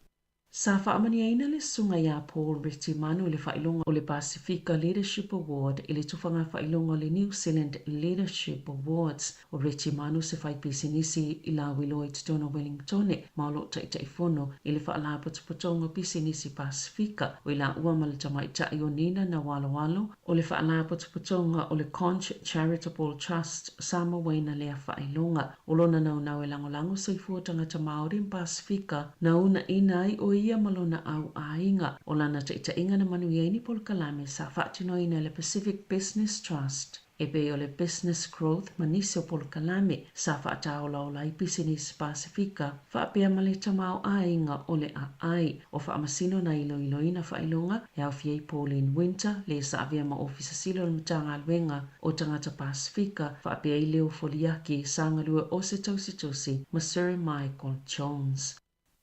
Ile o ano te lili taitai o le actor David Seymour i finangalo lo ufunga ina le wha mamalunga ma pati patinga o le wha anofo tupo le tupo Māori a maise o vaenga wha upwhai o lo lato whai paanga le whainga malo so wha tasi e winga ili Treaty Principles Bill po le tulafono tau wha o fiota i ala wha vai o le whianga inga i Waitangi na fola el Balimia Christopher Luxon wha pia fo i ma Shane Jones o le New Zealand First i lumo le tupo Māori pati patinga i le asonga fua i le ausia le pili lumatu le whaitonga mo le pale mene. Aina saunua si moa, e le mai ona tusi aina le tu la fono, mai le itangatanga i ai vaenga whaupwhai o lo o ngā lulue, i le whainga malo so whaatasi, mai le iwa ai fo i le tali le atunu o lau tele, o lo malo si pe le tali tonunga o le taitai o le act. E mawhai lava ona ia whaasufina na paanga o la lato whainga malo so whaatasi, e lango i le pili, a o le i folasia ina, i le pale mene i nei masino lo manai. E vai aso a tolo o whaia ia wha mamalunga o le wha anofo tupo Māori, ma o le sfulvalu ai fo i leo tausanga, talo na tu umalo le tupu tamaitai Māori, Dame te atairangi kahu. O le saili linga le TVNZ o le One News variant poll wa whaama wina ile si iti o le langolango mo le Balimia Christopher Luxon ai o le langolango mo le National e tolu valu pasene po le fast fluiva no foa Labour e tolu sfulu pasene tasi le pasene o si iti ai po le tolu sfulu valu no foa Queens e sfulu tasi pasene e lua ua pa uai po le sfulu fao no foa Act e fitu pasene po le valu no foa New Zealand First e ono pasene po le fitu no foa te Pati Māori e 4% e tasi ua whaaupopo ma waile ono no foa. E 5% na se iti aile lango mo Luxon e le tuwhinga Balimia tu lai mai i le 2% taitai o le Labour Chris Hipkins e 10% Chloe Swarbrick o le isi taitai o le Green e 5% mai tasi ua whaaupopo ai wa wasa mana i Winston Peters e 5% e tasi ua whaaupopo David Seymour e 4% Hana Rafiti mai Bi Clark e tasi le pasene o le saililinga o finangalo sa whaia i le vao le aso se fulu male se fulu male whao au kuso. E tolu se la wano sifulu afe tala na whaasalaina i le company whaatawia a le Sea World Limited po le Sea Mart ai whaasala le whalipui mako tau ka te lata o se tangata whainga luenga o le company mo le tolu tau sanga ma le fito masina o na ile ngata o le maua le whaitau afe ni tupe ai sa whaasoa atu fo ia tupe na mauma i le whaatau ngoni ia na maua ni whainga whaasoli tu la fono sa whaasalaina fo i se tasina avea ma whaatono o le company hai hong leo ini molianga se lua ma e se fululua masina e whaanofo wa ai ilona ainga. E au fieli tau mawhainga e whaalawlawe le whaangasolonga le whaangasinonga. O le vaote se malua fes fuluvalu mano ve malua fes fuluiva. Na tuina atu ai whaasolito la fono i le Sea World ni ai silia malitolo se lau fast fuluvalu afe tala lo la tau tau au whai. Isi company o tau mawhasami ele i whaamaumawina le leile au whainga o ia mai le i lipu tia fo ini ana tuina atu ele Sea World e to sai maala o le to la fono. E na o le fitu se fulu pasene o le numero maasani o taawale le St. John o le awha atino ina le au nanga i taimi pito pisi o te ea tangata whainga luenga e whai tūla o le awha ili te ea sui o le unia le sosi o taawale whalema i New Zealand ma le First Union mai le amatanga o sifi te itasi sa amata mai le tūla e whai le wawea o le asolua o le asolea ai mai ai le whai le wawea o le asolulu o no tui wha awaule le whai le wawea o le astounai se ia o atu le whai le wawea o le asosa. Na whailua le asosiata a wale wale mai i New Zealand e leo ausia leo fole ana tu ina atu i le stofi talwai le mana onga o Iuni wa uma ona lato fiso o ta iatu i le St. John o le ao lato whiloa i fisanga i iso o se taimi mua au le i whaia le titee ina i tau mu whaia maua se tali o na o le ua maua sina vai ngā tupe mai le soi fō malolo i nā New Zealand e au ona wala au pēr tangata i le tasi pe atu la e maini tō langai mo mi ina wawese fiso soani pe ona whaalia le whaala potopotonga. Ua whaalia i se saililinga fō, e mawhai ona tumu le awhalwhai numero atoa moenga o whale mai umale i tu malo Wellingtone, i tangata na tau o toi whale mai ona o le awa malosi, i le atu no atoa le tau sanga le wafes fulvalo, o whaamaunga pitala tamai o le wafes fulvalo, o le awa malosi le mafua anga o tangata mali liu e silia malito a iwa se lau, a fe lua se lau lima se fulu, o ngase i kānesa, lua se fulu i wafi, lua se lau valu se fulu lua tangata na whaata o lia i whale mai. Ma le se lau lua sefulu walu afe iwa se lau on sefulu tolu o talo sanga i le ACC le tau sanga i tasi ona o le awa malosi. Ma ia tangata na mali liu e wha lua pasene o ena mau soifua ona o kānesa tolu pasene e mai manuanga ma le lua 5% ma ia afianga i peo ni whaafi tauli ia te pili o le ngā autele se itu lau mga ngase e peo le mai lili e pito to o tele le itu pawa li i ia afianga ma manuanga o le soifua malolo ai whaaluaina pē mawalunga atu le numero soifua mali liu ona o le awa malo simo Māori. Na whaalia Dr. Anna Mestak mai le University o Otago i le tūtau le soifua maloloina lau tele e le whaate ia i lātou le unga o le asuenga ona o saililinga talwai nei sa whaia le ngata i tutono New Zealand ai whaapē mātuno i whafo o lo whaelo ai lava le tele o le sao le awa malo si whaamai o le asuenga na whaatupeina i le la mo le whaalauloanga le soifua maloloina le ua amea nei o se vaenga o le te whātu ora.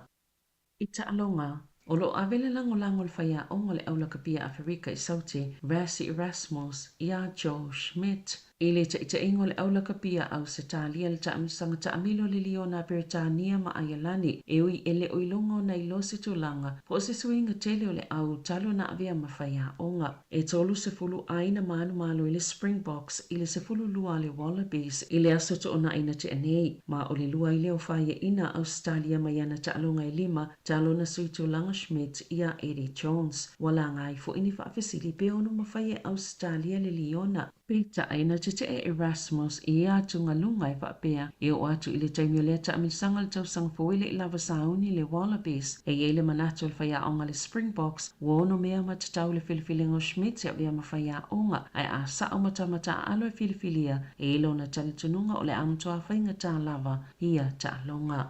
Ua filifilia le tamaita i o Teme Barra Bailey e avea mawhaia onga fau ale Northern Stars. I le taamirasanga ni tipolo i le atunuu o le asu i tūlanga i a Kiri Wills. Le na whaasilsila le masina faula na whaamāwaenga talu mai le fitu tausanga o ia tau aveina le Stars ai o le aia whaia onga le Queensland Firebirds. I le taamilasanga o le Super Netball League a Ausitalia. E valusfuluiva taalonga a Bailey mo le Silver Ferns, masalongolongo ai le tūlanga le Centre i le awa New Zealand. Sa taalo Bailey i le Stars i le lua se fulufito.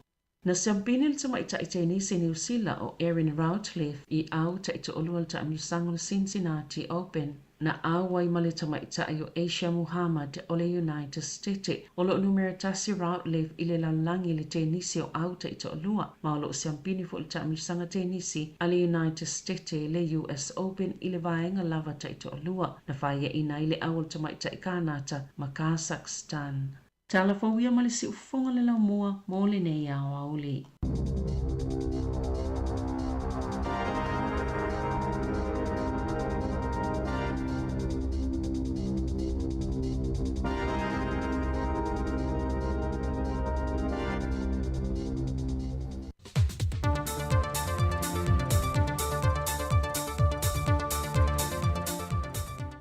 Fatalafatu telefou le au whaafonga nei fo ia so fou, anu mai e so na wha o poponga nei I mea lo te tupu I Samoa. E toa se lau fitu se fulu alo ma whanau le atu noo, wa wha uina mai a o onga Australia wha amtata SSE e lona la le APTC Samoa. O loo au fie matamaitai e iwa se fun malitasi, wa tofu ma wha ai longa mo vaenga mua le vaenga lona lua, ma o ongal vaenga lona tonu. Le ua latu umia neitu si pasi mo vaenga le palama, ka muta, to mai mo le whaata whauino ni malo, o le kuka, au nanga lau tele, tali malo, o le waino la au ta vale, au nanga I vaenga tau turisi, o vaenga le elitise maisi. Ma o whai longa fo I o latu umia, e ma whai o na sa ili ai na ngā ruenga ia tunu o I whawhoi pe anu sila ma au Sitalia, pe a whai e sa ili ngā ruenga iai. Na mori maule tamaita ianga le leila pepe lupe soli ai o se tasia le au wha au. O le tusi pasi lo na tonu le wa ia mawaina mo le waina leo la au ta vale. O se tomai na ia pue na mai lon te maa a o ngā lue ai le ngā ruenga e le kampania le Eskomoto ia pia. Ma en whanau nau na ia maulo na avano le APTC. E whaalau tele ai se mana o ngai lona loto e whaawau le tā leni ma le mea alofa lona tua a. Ma ia tali tonu ai, e mawhai o na ia lui ina tupulanga tala vauta maitai, e mawhai so o se mea pe a whai e nau ma loto ia I ma le wha maoni, e fesoa swani e fo I motu pe maua e le tausinga o hainga. O le toa whasa fun ma le lua le isi vaenga le au whaau, o lima ta maitai mai matanga ruenga SS le malo, na tu ina tu yeis kol sipia au ongai, e yei I le vaenga o le fui mu, matanga ruenga leo fal pui mil toi fuata ina, malo si anga tau el tise, mal vaenga o pulenga o le suavai, mal pulenga o ta avale a fi lunga al te tele, le ua wha amni eina foi, ma umia whaai longa. Wala patai le vaenga o le tine mu le mamano le atunu, e tau fia lo le sunu ino ni lampisi I le tau le nei o loo angi le tua o loa, ai maise o le tau mātutu wa tele ina mango le vau. O no ia vaenga lo fesoa swani le sao le sosolo se mu e tula I mai. Ma whaafai tai le au whainga luenga le tine mu na tau mawhai atu I te pē se afi. Le aswana nafi e le I mawhai on whaasau ina e le vaenga le tine mu. Le mota a le home timber hardware I le pēr. Le na whaatama ia ina le afi masanu mio se la pisi na se sunu. O le fale na whai loe kom sino le tine mu I atana vasa pe tone maunga. E le o iei ni mea fale ai o loo whao ngai na mo le pinko. Mai o na o vaenga o loo toe wha le leia. Na wha manatu e tanu vasa e le lewa atu nei foi. O na mu se vaenga o le tonga vai tufta foi sa vai. O le vaiasun te nei le official sports loto I san lolonga ma se fale sui sa so. Au le foi wa toe alia I mai se tasio mu le mai so nei. Fautua ina ma toe wha manatu fo e tanu wasa I le atinu e mise I mātua, e mata I tū whanau I le taa alo I a fitusi, mo li ngao ia po o se tainafi foi, e ono tū lai mai ai se mo tele, ona e vave le sa sao le afi le teimile nei, o le tau mātutu o iei le atinu. Ua au whaantasi le malo Samoa, malona malo tua o ia Amerika Samoa, e toe wha au popo le isi tonu aso I lunga le pēmita fitu aso mo fe malanga inga a tunu e lua, le na amatai le amatanga le masila nei o au kuso, o na aloa ia le pēmita se fulu aso, e malanga ai o tātou tangata ngai Amerika Samoa, e whapena fo I le motu I se sae. O se tasi o mafuanga na sila ile atua Samoa le nei swinga, o no le tūlanga mo mia e tangata o Amerika Samoa. Le ua whaamawina e o atu i le se lau fasa fulmale limo lātou tangata, le na malanga mai i Samoa e whaonga i nai le pēmita fitu aso. Ai mo Samoa, e lata i le lua se lau tātou tangata i le masina, na whaonga i na le pēmita fitu aso e malanga i tutuila. Mai ua whātau nu i nai se tasi o vaenga o talanoanga, ma visota inga o mata opu o whonoa e le ato o Samoa. Ua taliwaile whionga le te whono o le lakapi Samoa, i le mata opu o le whaamalolo ai o le whaia onga malipulenga o le au o le manu Samoa te to fitu o le atanu. E lua vaenga na ia whaai loa na whaavai ai le whaai unga. E lua la mea e afo i e whaavai ai le whaawau pēo tangata. Mua. E le lele performance. Mau au sia ia fuafuanga me mao na whata oto. Ma le lua. Alai e ye peku pe whakinga. E le lawa wa kakia mangele a kolmea. E umar kaimi o le avo i o le tatu olimpeka. O le mea mo ia. Na matu loaina. Wale se hopo tato le olimpeka. E lua la mea na matu manatu iai. O le whaamuka pea. Whaamuka lola. E por whaamo pea kau ngā o e whaakingo. Au makaulo ale i unga e o iai. Wa kipi kupe. E ora kipi ngalaga kupe. Mai o ile avo ile World Rugby. E umakongu ai kaimi ole. E umorale olimpeka. Ma umakwa ia. E le mwhai koe whawau ea whawau. Wale wakawhi kupe ka wale koe. Koe whai waka koe kaloka. E le tūlanga lana. E si wai whaka miro solo. Al tūlanga. Wale ausia le whamoi moe. Ma ua kipi le World Cup kupe wale mwhai koe amina. Onga ua le whamalia inga ele kako. Ele kako e kofiku ia tūlanga oia inga o tālonga whape. Na whai loa te whono, o lo mālamalama le leile tō whai a muliang Tele Brian Lima, e le taunu unga le wo o atu iei le tau whai a le au le manu Samoa te ito fitu, wo o le tūlanga se teimi mua lea, le a lema whai ei o le toi tau vai se ta amila sanga lalangi, se i vanga nā i ta alonga le nei tūlangi, ma nisu ta amila sanga i mawhai o na awai iai, e toi sa ili e so nā vanoa, a ngā ili ta amila sanga a le tai toa fitu a lalangi. O tala fauia i mea lo te tūpusi o tātua tunu umone nei aso, manuia Tele Samoa, whasoi foia.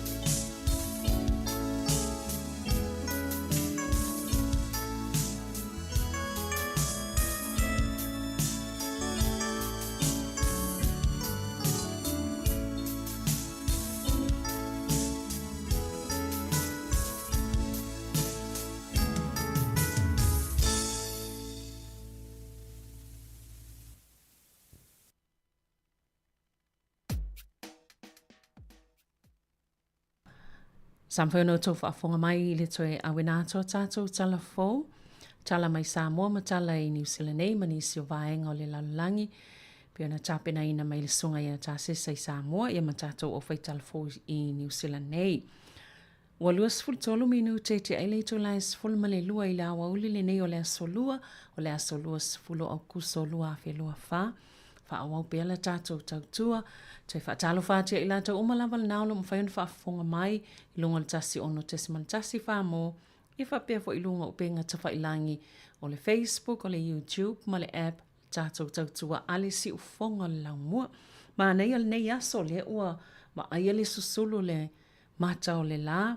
Ai whaia si malulu le mata watu fo I le tūlanga o le tau New Zealand nei ia ua tele lava le kiona I loe le motu I saute le I kalai stete whasolo atu I o tako ia maisi vaenga o Dunedin ia o o atu I lalo I le minus 5.6 ia tikeri ia le malulu peila wa fo iona ia nei vai aso atua ia sa ti monga fo ila so sa whasolo mai le aso nafi ua whasolo ina le leile tūlanga le tau ai ele o te aile malulu o le kiona ia o le palasi I vaenga ia o le motu I saute e fo inisi vaenga o le motu I matu le nei e Wellington pe a whai oi whaafonga mai whawhata New Zealand ia tūlanga na o lo I le tau I la tō malanga I ta avale malanga I atu leile pe la wana I lapta inga masani le Desert Road ia o ina tele ina ia I fo I vaenga o le anafto ato I tatala I le tai ona leila ina ua tapunia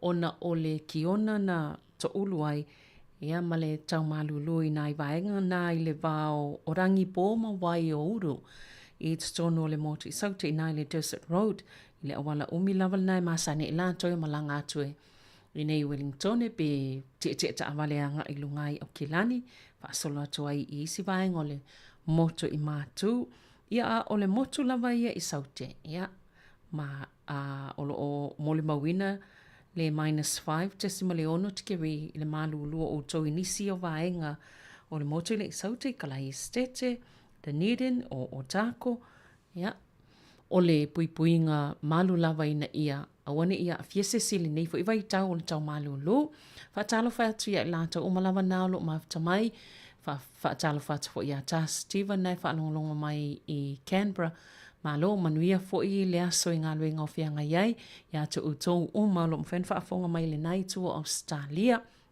ia whaapia fo I maso se vaenga o New Zealand nei whaawau pespesenga e isi whaasisilanga tāua lea a whale sfulma le luana tu ina atu lea ia mo loutou a sila fia e me se fo isa whaamanianga o se aso whanau stasi o tina matua lava tele nei tau sanga wau lia mai ilona soifua ile nei lalolangi.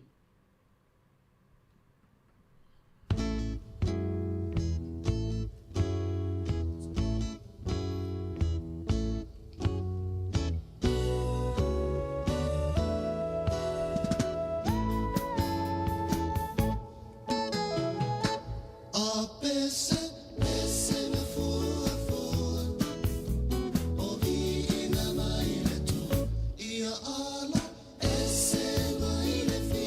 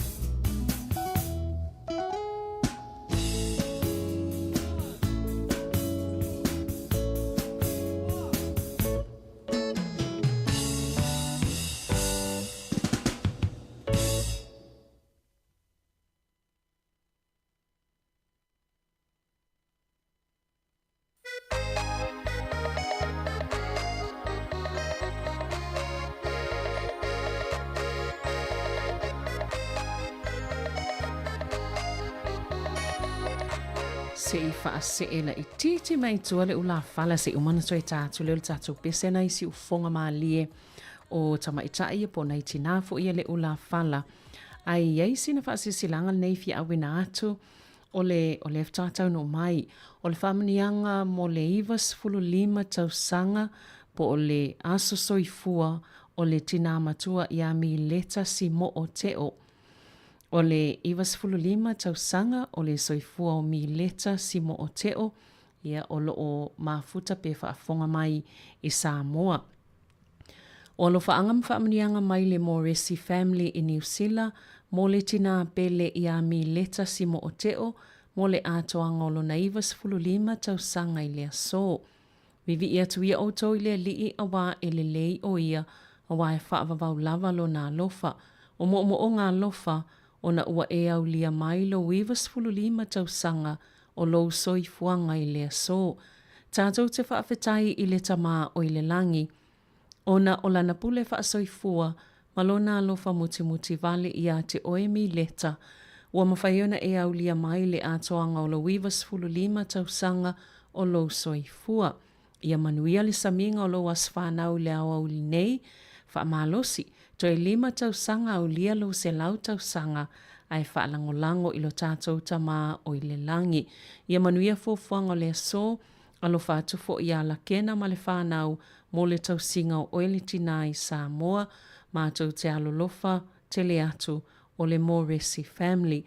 Ia o whaamnianga na mo le asoifol tina matua ia mi leta simo o teo leo lo whailonga ina I leo auli o le so I Samoa lo naiva se fulu lima tau sanga o ka amu ia tina ia mi leta ia aulia mai nei tau sanga I tele ia alofa le atua whaapopo atu nisi tau sanga o lea a watu le tau sanga le whanau whaamalosi ina ia itoia ina I mwhaiona aulia atu se lau tau sanga ia manuia tele lava le whailonga ngau lo Ivas fulu lima tau sanga I lea so, malo lava leo nsai, malo fo ile au tausi, le lei fo ile au tausi, ia ua malo si fo ile tina. Ai o le whawhiwhianga nei, mai le ula whala mo le atoi fo ia lo whaanga o le Samoa Capital Radio, ia po o le siufonga lau mua, le tina I lona aso soifua I lea so, ia whapea mai lato umalo wa o lo o whailonga ina o lato a soifua I le nei aso o le aso lua se fulu le nei, o aukuso lua whelua wha.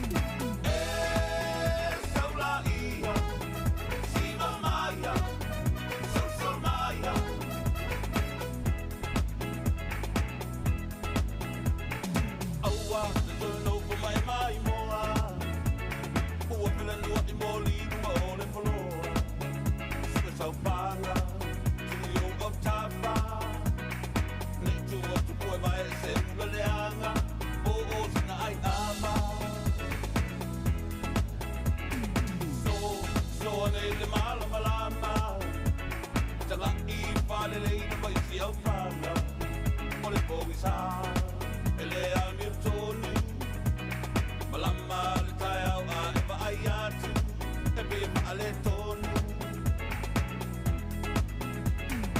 e saula ia si va maya sa maya e saula ia si va maya sa maya e saula ia si va maya sa maya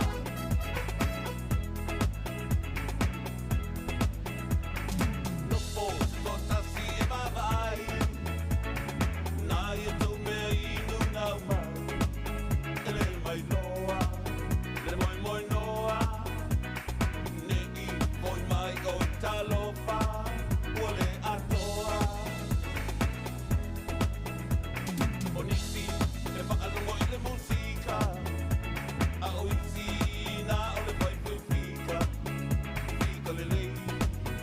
fica le anga pagu le tele meno pomanava ai le vai tentala e saula ia si va maya sa maya e saula ia si va maya sa maya e saula ia si va maya sa maya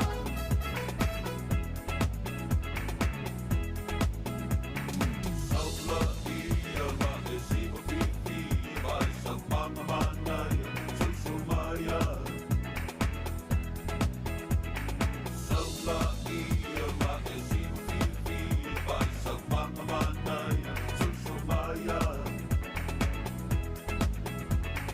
saula ia va si va fifi vai sa mama manaya sa maya e saula ia si va maya sa maya e saula ia si va maya sa maya e saula ia si va maya sa maya saula ia va si va fifi vai sa mama manaya sa maya saula ia va si va fifi vai sa mama manaya sa maya saula ia va si va fifi vai sa mama manaya sa maya e saula ia si va maya sa maya e saula ia Ia ele umale si ufonga mali o le sunga ia swao Felice Mikael le beno tau whaafonga mai ai se tasi nao ana whaatunga mātango fia. Whapea fo ia le pese na tau whaafonga momo ato le kolisia le fifi ile nei fo i wahenga o le awauli ia whaano file moila o le o whia ngai matau mawhitanga. Whaawau pia tātou pese ngā tāli to lai tasi ia ona mai ale o tau tua ilunga tasi ono tesiman tasi whamo ai whaawau pia ilunga o le Facebook, ia whapea i male YouTube, ia male tātou app ale si ufonga o le laumua. Malo lava le whaafonga mai ata uta oma lava, po whia lava lo e whaafonga mai ai, ia whaaftai tele lava i lo whao ngā mea le tātou tautua ale si ufonga o le laumua.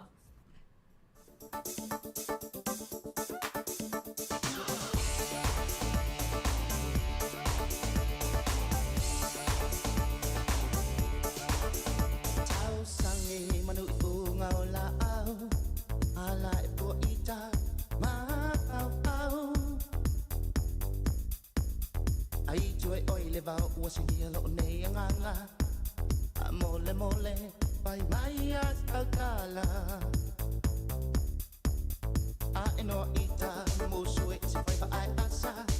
Ine yulange ita, suanga le topolanga. You kiss a lip so what's on my mind. Shine like a bird when the sun don't shine. Real as a dream, really is someday. And I'm not sure, buddy, baby, that you know what I mean. Line, line, leo, salty, I follow my lolo.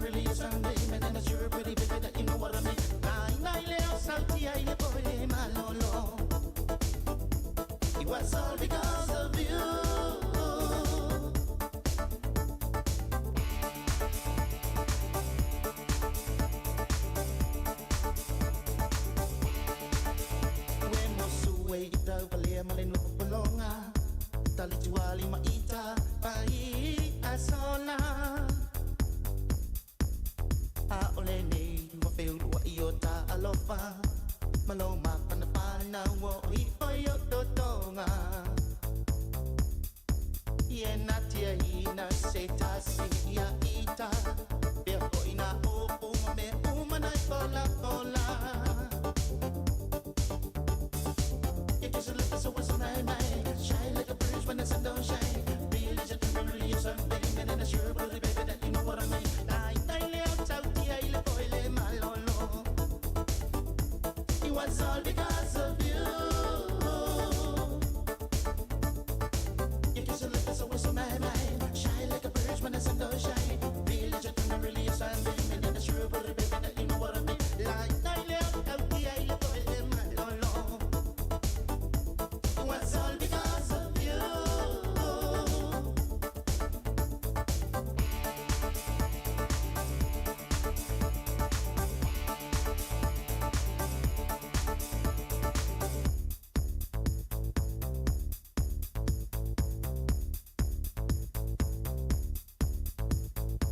You kiss a lip so what's on my mind Shine like a bridge when the sun don't shine Really just really is something And then I sure believe baby that you know what I mean Like I left out the idea toilet malolo Was all because of you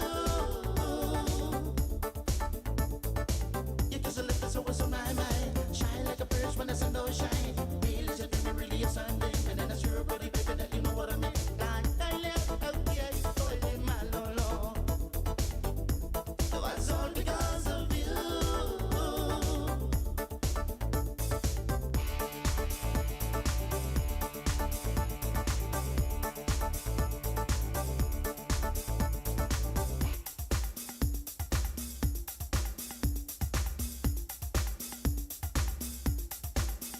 Tau sangi manu ifunga ola au Ala ifu ita ima au au Ai toi oi le bau wasang yelo ne yang apa Ifa mole mole ai ala A ino ita musui pai ma ai asa Ini yulong ita suwanga le tu bulanga You kiss a lip so what's on my mind Shine like a bridge when the sun don't shine Really just really a Sunday And then I sure would have been that you know what I mean Like I left out the isle of oil malolo It was all because of you You kiss a lip so what's on my mind Shine like a bridge when the sun don't shine Really just really a Sunday And then I sure would have been that you know what I mean Like I left out the isle of oil malolo It was all because of you. You kiss a lip so what's on my mind Shine like a bridge when the sun don't shine Really just really a Sunday And then I sure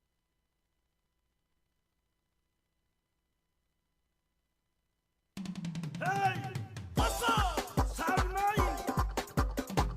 Tawala ulima! Lima iluma! Sao kibigo! Almewa kayo tino! Oi se kula imai oi sunga sole! Toko nga ifato so yang ai mai ifale! Sa ile lang sa pamama nai mai no laba iluma!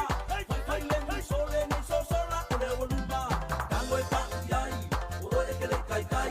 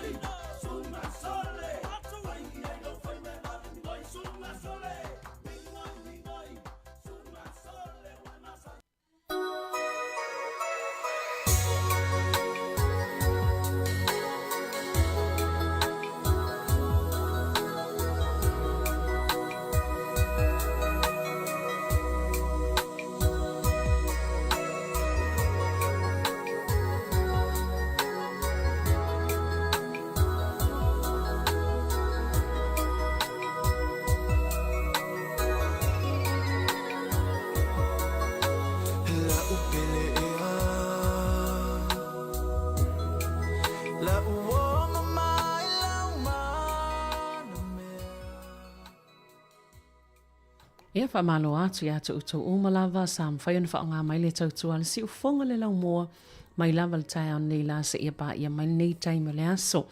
Wa mai el tatu tautua lunga le tasi ono tesi man tasi whamo ia ai ole a whaawau pia i lunga o a tātou upenga tawhailangi i lunga o le Facebook ia whaapea ma le YouTube ia whaapea ma le app ia e mwhaiona mau el tātou tautua whaawau se ia pa ia le tu lai lua i lea wauli nei ai e toe mole a matanga o tātou whaasalaunga le tu lai fitu tai au lunga le tasi ono tesi ma le tasi whamo tasi ona toe awina atu lea o a tātou talafou pe ona whaafonga iei mai le tai au ana le la.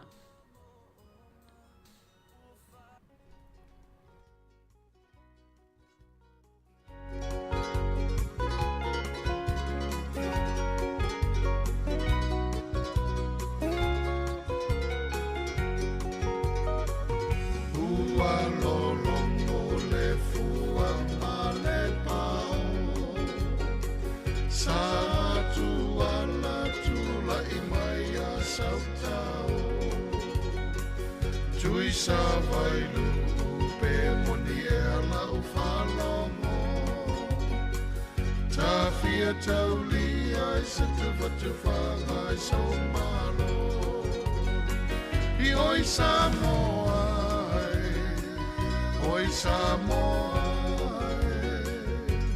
e a sa u fa fo to a fi mali si o i tulangi ua e masani le ai niu sami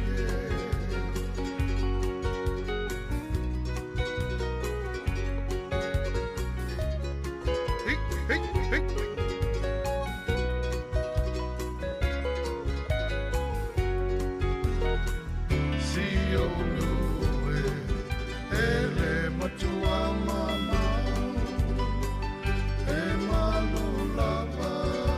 savili I le tafao o le ai ua e se le ova male mala e pa e pei o le kiona I oi Samoa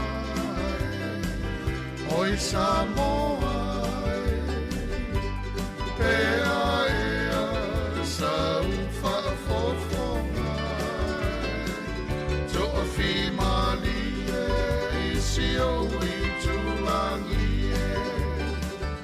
ua e masani I le ai niu sami I oi Samoa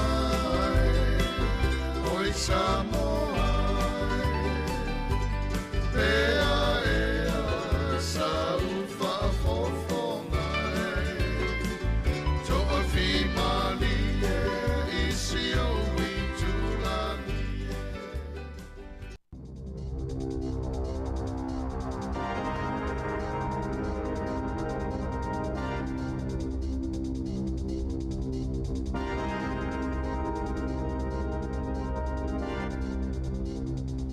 Toi whaatalo wha tōl whaapoponga o talafou mai le si ufonga le lau mua mo le nei au auli.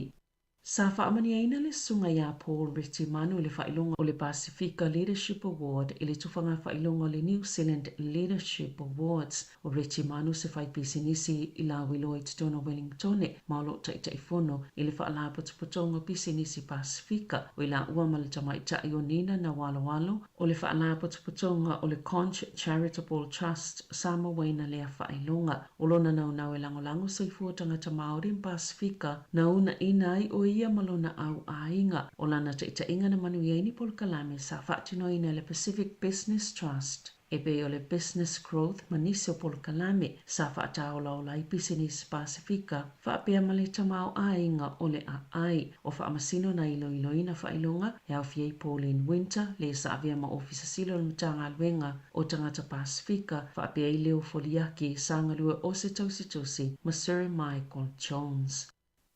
Ele o ano te lili ta ita o le act David Seymour finangalo lo ufungaina le wha mamalunga ma pāti patinga o le wha anofo tupo le tupo Māori. Ai mai se o vaenga wha upwhai o lo lato whai paanga le whainga malo so wha tasi e winga ili Treaty Principles Bill po le tulafono tau wha o fiota i ala wha vai o le whianga inga i Waitangi na fola el Balimia Christopher Luxon wha pia fo ima Shane Jones o le New Zealand First. I lumo le tupo Māori pāti patinga i le asonga fua e le ausia le pili luma tu le whaitaunga momo i le palemene. Aina saunua Seymour e le imai ona tusiaina le tulafono mai le itangatanga i iai vaenga wha upwhai o lo o ngā lulue i le whainga malo so wha tasi mai le iwa ai fo i le tali le atunu o lau tele o lo malo si pe le tali tonunga o le taitai o le act. E mawhai lava ona ia wha asufina na paanga o la lato whainga malo so wha tasi e lango i le pili o le ifola siaina i le palemene i nei masino lo manai. E vai aso a tolo o whaia ia wha mamalunga o le wha anu tupo Māori ma o le sfulvalu ai fo i leo tausanga talo na tu umalo le tupu tamaita e Māori Dame Te Atairangi Kahu. O le saili linga le TVNZ o le One News variant poll wa whaamawina i le siiti o le langolango mo le Balimia Christopher Luxon ai o le langolango mo le National e 12% po le fast fluiva no 4 Labour e 12%, tasi le pasene o siiti ai po le 12% no 4 Queens e 10% e lua ua pa uai po le 10% no 4 Act e 7% po le valu no 4 New Zealand First e ono pasene po le 7 no 4 te pāti Māori e 4% e tasi ua whaaupopo mawai le ono no 4 e 5% na siiti ai le langolango mo Luxon e le tuwhinga Palemia tu la i mai i le 2% taitai o le Labour Chris Hipkins e 10% Chloe Swarbrick o le isi taitai o le Green e 7% mai tasi ua whaaupopo ai wawasa mana i Winston Peters e 5% e tasi ua whaaupopo David Seymour e 4% Hana Rafiti mai Bi Clark e tasi le pasene o le saililinga o finangalo sa whaia i le vao le aso se fulu male whao au kuso. E tolu se la wano sifulu afe tālana whaasalaina i le company whaatawia a le Sea World Limited po le Sea Mart ai whaasala le whalipui mako tau ka te lata o se tangata whainga luenga o le company mo le tolu tau sanga ma le fito masina o na ile ngata o le mau le whaitau afe ni tupe ai sa whaasoa atu fo ia tupe na mau mai le whaatau ngonia na mau ni whainga whaasole tu la fono sa whaasalaina fo ise tasina avea ma whaatono le company hai hong leo ini mo lianga se lua ma e se fululua masina e whaanofo wa ai i lona ainga. E au fieli tau mwhainga e whaalawlawe le whaanga solonga le whaamasinonga. O le vaote se malua afis fuluwalu mano ve malua afis fuluiva. Na tu ina atu ai whaasolitu la fono i le Sea World ni ai silia malitolu se lau fast fuluwalu afe tala lo la tau tau au whai. I isi company o tau mawhasami ele i whaamau mawina le leile au whainga o ia ma e le i lipu tia fo ini ana tu ina atu ele Sea World e tu sai mala o le tō la fono.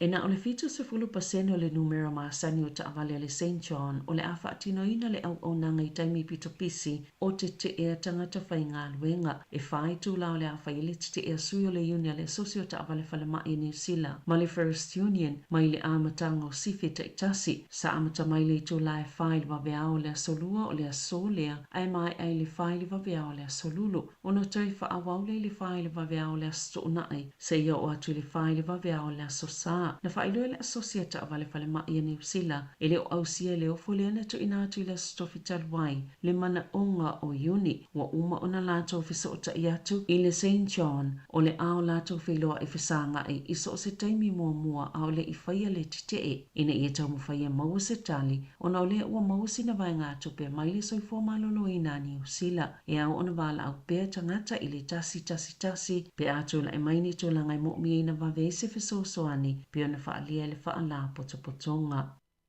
Ua whaalia i se saililinga fō, e mawhai ona tumu le afol fai numero atoa moenga o whale mai umalei tu malo Wellingtone, I tangata na tau oto I whale mai ona ole awa malosi I le atuno atua le tau sanga lua fesfulvalo. O wha maunga pitola tamai o le lua fesfulvalo. O le awa malosi le mafua anga o tangata mali liu esilia malito o iwa se lau. Afe lua se lau 5 se fulu o ngase I kanesa. Lua se fulu I wafe lua se lau valu se fulu lua tangata na whaata oto lia I whale mai. Male se lau lua se fulu valu afe iwa se lau on se fulu tolu. O talo sanga le ACC le tau sanga I tasi. Ona ole awa malosi. Ma ia tangata na mali liu. E whaalua pasene o ena mau sa ifua ona o kanesa. Tolu pasene e mai manuanga. Ma le lua 5% ma ia afianga I peo ni whaafitau li ia te pili. O le ngā autele se itu lau mga ngase e peo le mailili. E pito to o tele le itu pawa li I ia afianga ma manuanga. O le soifua maloloina. Ai whaaluaina pe mawulunga atu le numero soifua mali liu. Ona o le awa malo simo maori. Na whaalia Dr. Anna Mestak. Mai le University o Otago I le tu tau le soifua maloloina lau tele. E le whaate ia I lātou le unga o le asuenga. Ona o saililinga talwa I nei safa I le ngata I tutono New Zealand. Ai whaape mātuno I whafo. O lo whaelo ai lava le tele o le sao le awa malo si whaamai. O le asuenga na whaatupeina I le la. Mo le whaalauloanga le soifua maloloina. Le ua amea nei o se vaenga o le te whaatu ora. I alonga. O lo avele lango le whaia onga le aulaka pia Afrika I saute, Rasi Erasmus, Ia Joe Schmidt, I le ta ingo le aulaka pia au se talia le taamisanga taamilo le Liona Britania ma Ayalani, e ui ele oilongo na ilo se tulanga, po se suinga tele o le au talo na avea ma whaia onga. E tolu se fulu aina manu malo I le Springboks, I le se fulu lua le Wallabies, I le asoto ona ina te anei, ma o le lua I leo whaia ina Australia ma yana taalonga I 5, talo na sui tulanga Schmidt ia Eddie Jones. Wala ngai fo ini whaafesili pe ono mawhaia Australia le Liona. Pita aina te Erasmus ia tunga lunga I whaapea. E o atu I le taimio lea ta amisanga le tausanga fōile I lava sauni le Wallabies. E ele manatu le whaia onga le Springboks. Wono mea matatau le filifilingo Schmidt ia vea mawhaia onga. Ai a sao matamata alo e filifilia. E ilo na tali tununga o le amtoa whainga ta lava ia ta longa. Wa filifilia le tamaita I o Teme Barra Bailey e avea mawhaia o ngā fōu ale Northern Stars. I le taamirasanga ni tipolo I le atunuu o le asu tūlanga I a Kiri Wills. Le na whaasilsila le masina fōula na whaamāwaenga talu mai le fitu tau sanga o ia tau aveina le Stars ai o le aia whaia o le Queensland Firebirds. I le taamirasanga le Super Netball League a Ausitalia. E valus fuluiva taalonga a Bailey mo le Silver Ferns. Masalongalongo ai le tūlanga le Centre I le awa New Zealand. Sa alo Bailey I le Stars I le lua fe se fulufito. Na siampini le tamaita I tenisi New Zealand o Erin Routliffe I au ta ito olua le taamisango le Cincinnati Open. Na awai ma le tamaita I o Asia Muhammad o le United States. O lo numero tasi Routliffe I le lalangi le tenisi o au ta ito olua. Ma o lo siampini fo le taamisanga tenisi a le United States le US Open I le vaenga lava ta ito olua. Na whaia ina I le awal tamaita I Kanata ma Kazakhstan. Tala fawia ma le si ufonga le lau mua mo le nei au auli.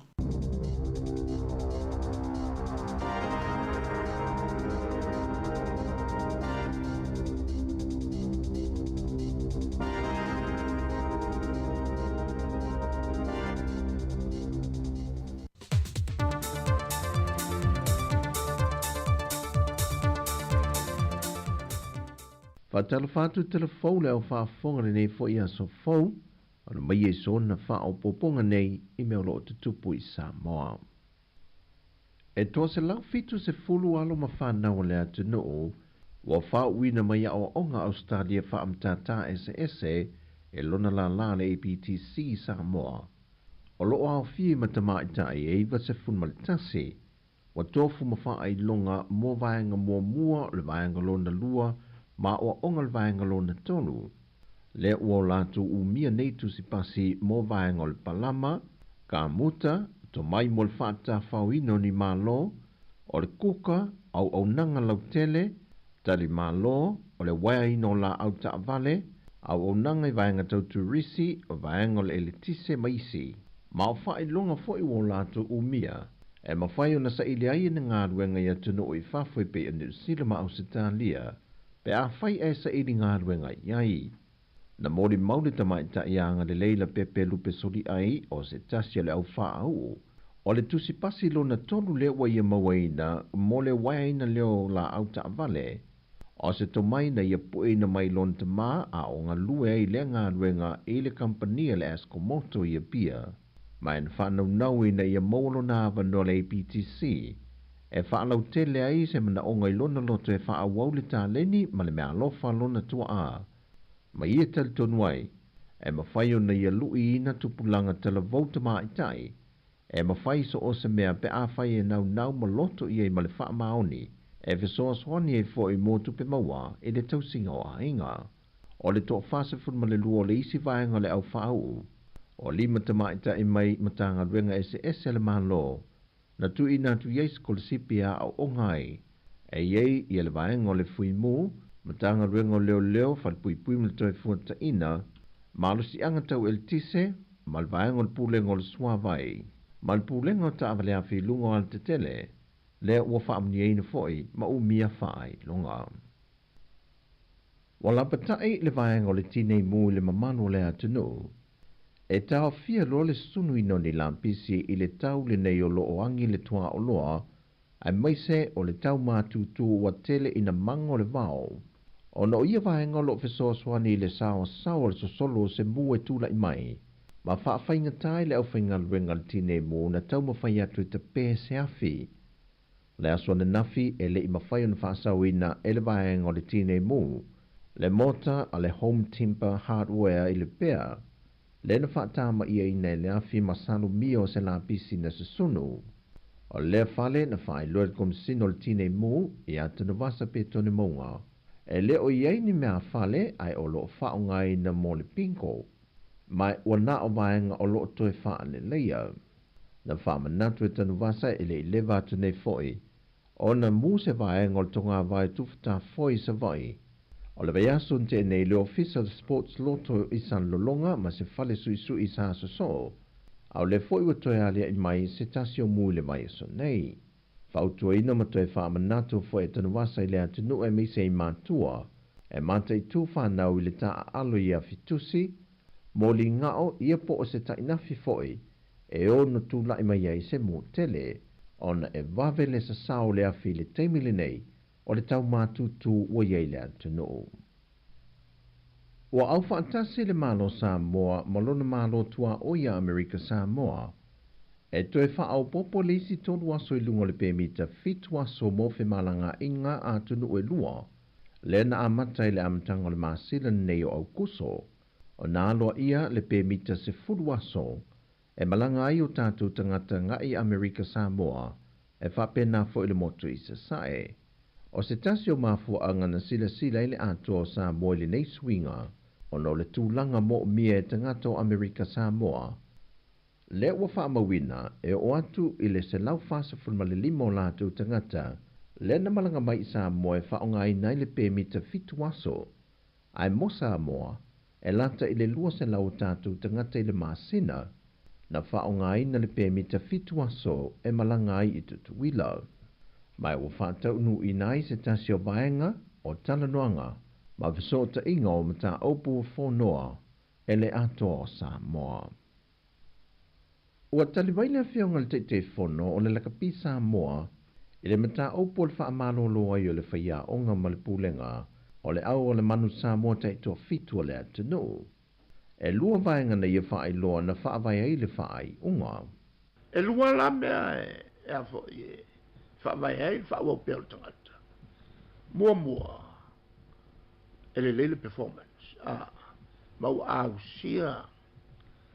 Ia fuafuanga me mao. Me whata oto. Ma le lua. Alai. E ye peku pe. Whakinga. E le lawa. Wa kakia mangele a kolmea. E umar kaimi ole. Ole avo i ole. O le tatou olimpeka, o le mea mo ia. Na matou loa ina. O le se hau po tatou le olimpeka. E lua la mea na matou manatu iai. O le whaamuka pēr. Whaamuka lola.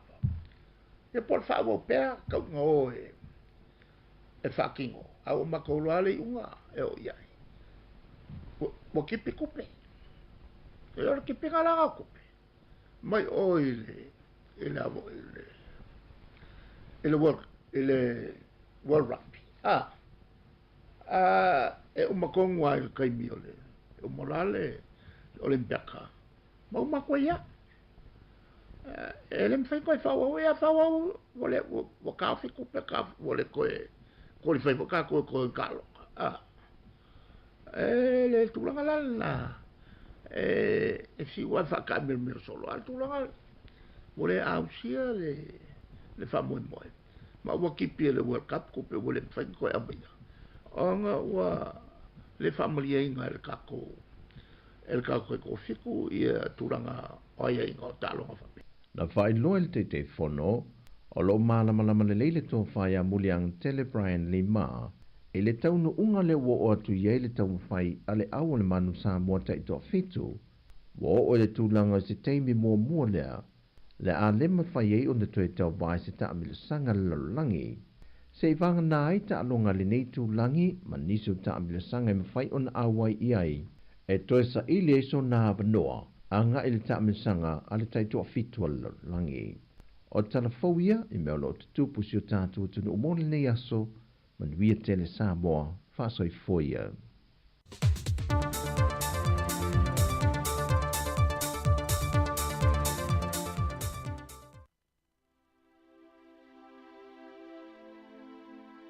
Yo, it's your boy King Nato,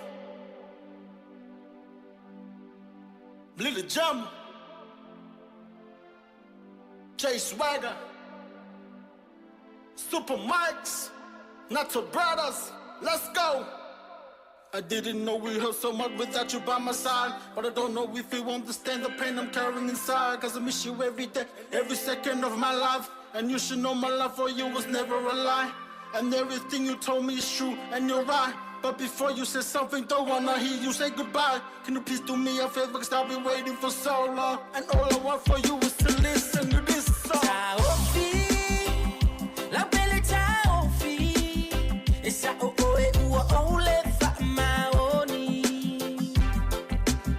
Ai ona ola lo langi, maona tu ina na una si se ai lo unei ma fa fa.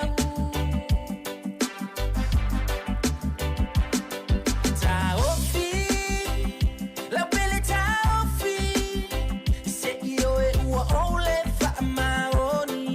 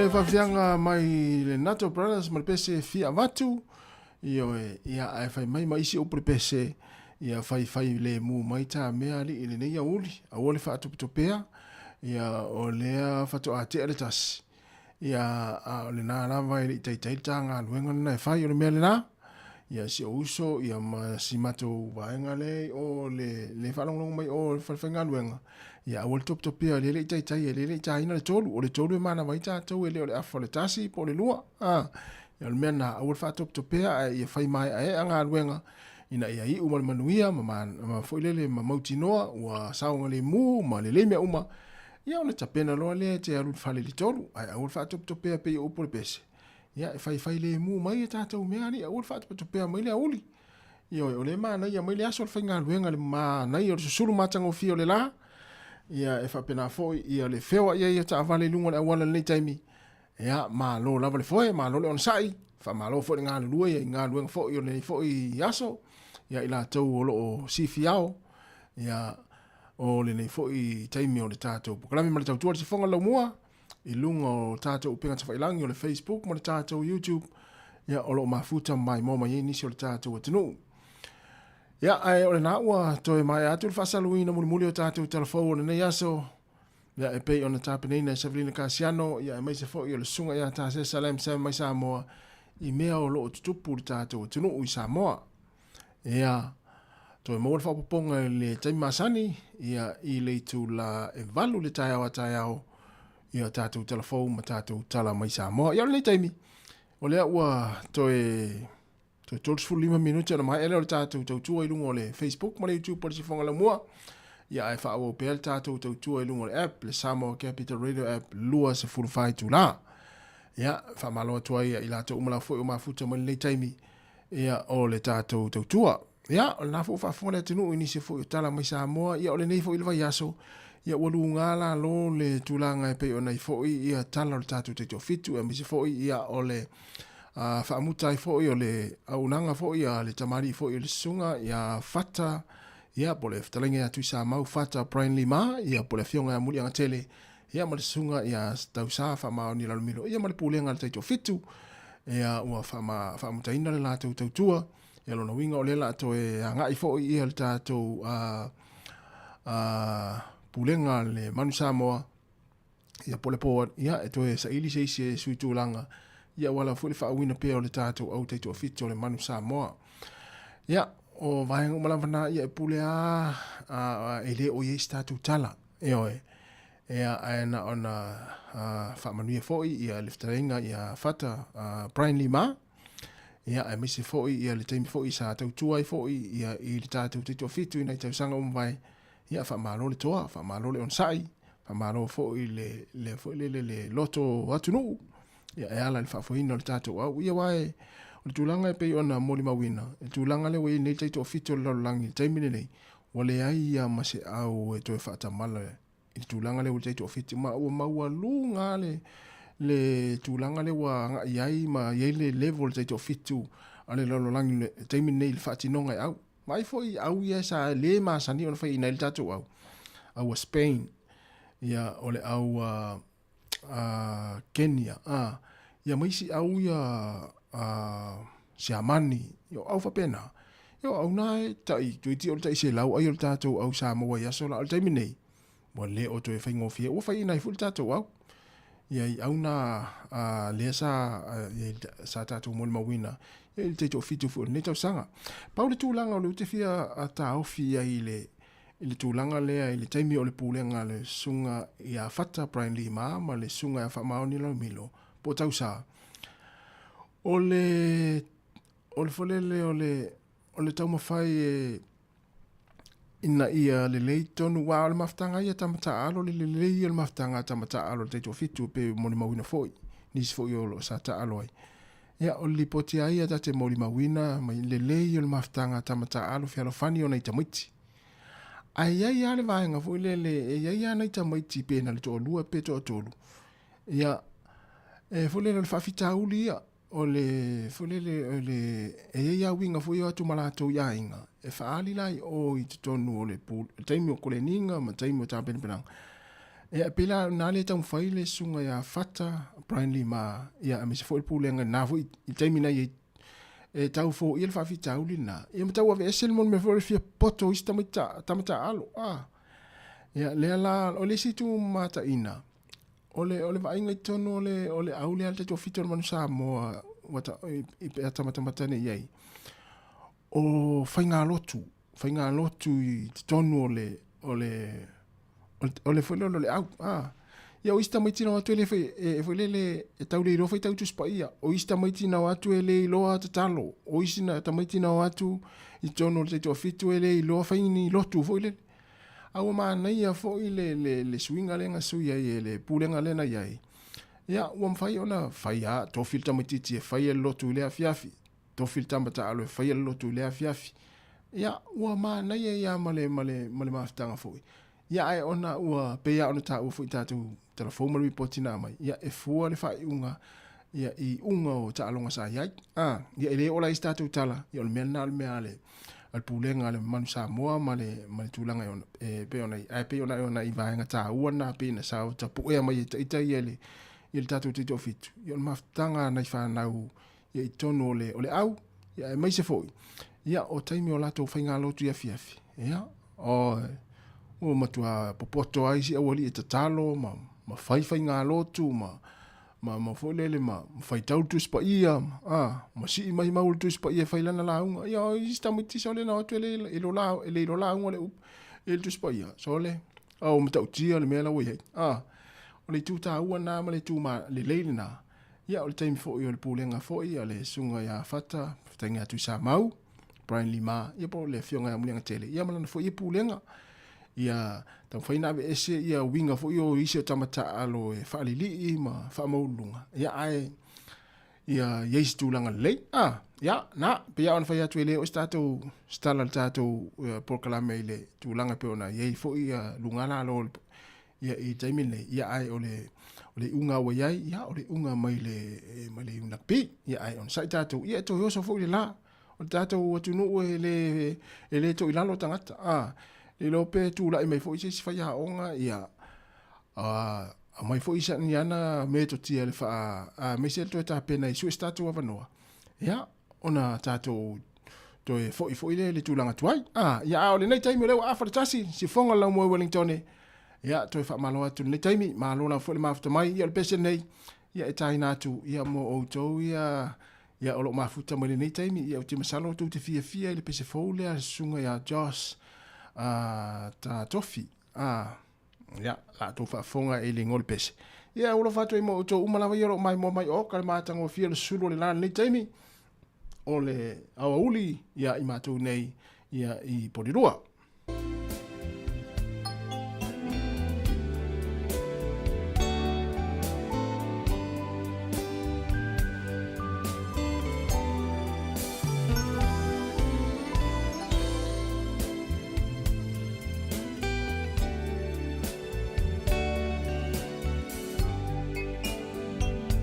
Tala fatu le Fatua Lupe Malinowski mai Brisbane. Manatu le mafutana o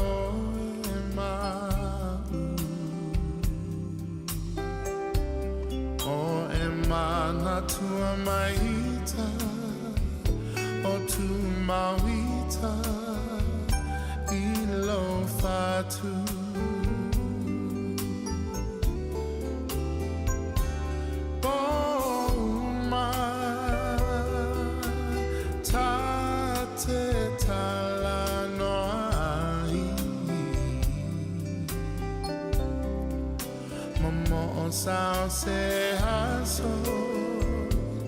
Sao se aso tato e fiava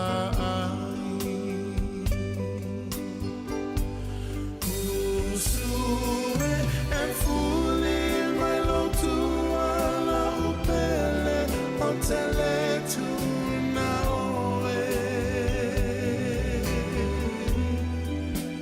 tamo sao songi mana tuai usue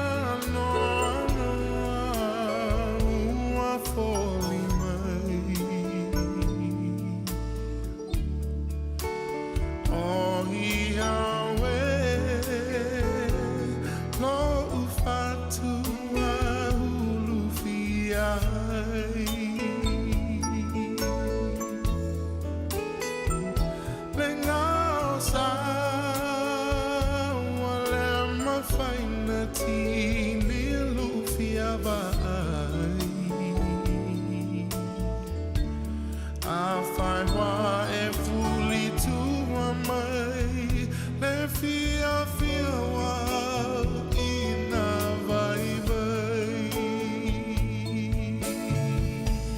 Nusure e fuli mai lo tua la opele o tele tu na oe.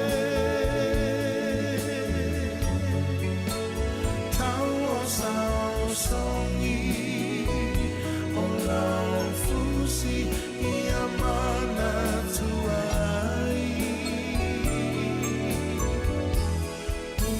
Usue e fuli mai lo tua le polonga tale lava.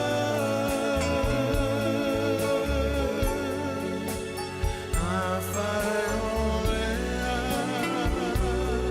la upele la balena.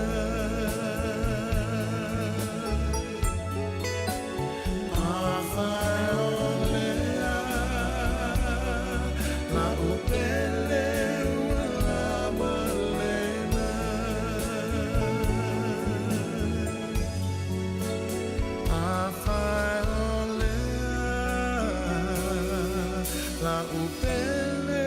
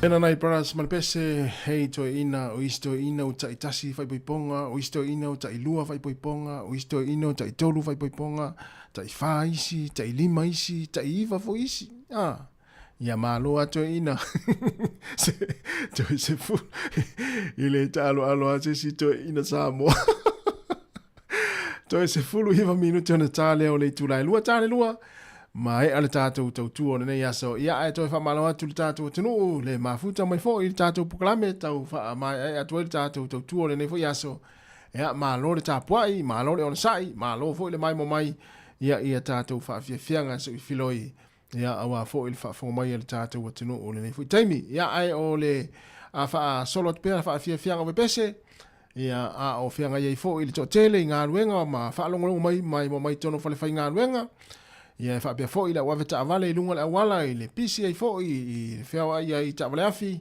ia o i so se ta vale afi la fo i o e mafuta ma e felo ia ile nei taimi ma e mafuta ma ile tatu tu nei ia na na fa mna tu pelo sa ngale mu a o vai fo i o tauna lu fale tatu le taxi ia pol vaenga le o le upa o tau fo ona o le fale faise malo longa i ona toi a matai fo ile o ngile afia na nei ia au le fosia le malosi ia taimi fo le vai ai ma le ilo taimi mo e lunga la wala ia le fa manatu la vai ia wa fa pe te mo e la velo ta vale ia e tau fio lolo la pe fa pe afia na o e la ta vale ia afia ilo la ma ni soi fuonis ia o se tulanga e le tele na tulanga ia na fa manatu tu pe ia te o la ta vale me se la vai la to lo fio ai ta vale afi mai nga ia lo le pasi o ava taxis o opa o couriers o loli ia ma so se ta'avale afi lava lo e ngalue ai ia na fa manatu tu pea ia te oe ia matutu watu ia o tafa ia matu aki lunga lau telefoni ia lau leitiona te mafuta mai ai ia ile nei te mi tatu poklame ia fa te ai foi ia le vai ia le fenga ia foi au mga luenga ia le tapo inga mau foi tono ainga na matua fa malo atu le tatu poklame malo le on sai malo le talo ia ai mai se foi o lau tapo inga a o nga i foi fa na nga luenga foi ma o nga foi o le nei yaso ia ele o te ma foi atu ua na fa na ia ona nga ia te foi le ainga ia ma futa fia na i matua tausi ia o lo fa fo mai ia i tono ainga ele fa ngalina foi ia na i matua ma ila tolo foi o lo fa ta otolia i motanga se ngase fela fa foi se motanga se ngase o lo a ma futa mai ai fa ta lo fa tu si fonga la mua e me se foi tono fa le tanga matua nei mutu tausi o lo ia foi ia mai se ila tolo fa nga luenga manga lue nga luenga nei ia fa malo atu malo le tausi matua malo fo le fa maoni nga luenga ia ma fa fia pe ila tau ia i taimi fo ia no foi na lato ia ai pe tate mai tawina nisi fo o tato o tino fa nga luenga ia o fa le tanga matua ia pe ila tau te fa fia ma tata to kitara ma usu la to pese ia ma pepese mai ia manai tina matua ia ilunga o lato moenga ia o le lolo tato tino tato mafuta pese i pa ia le tulai lua ia ona tato fa mai lo le mo le ia so lo fa tel mo tato tino le nei taimi ia o le ala vala nga luenga i tono fale ia manu ia la fo ngone foi taimi le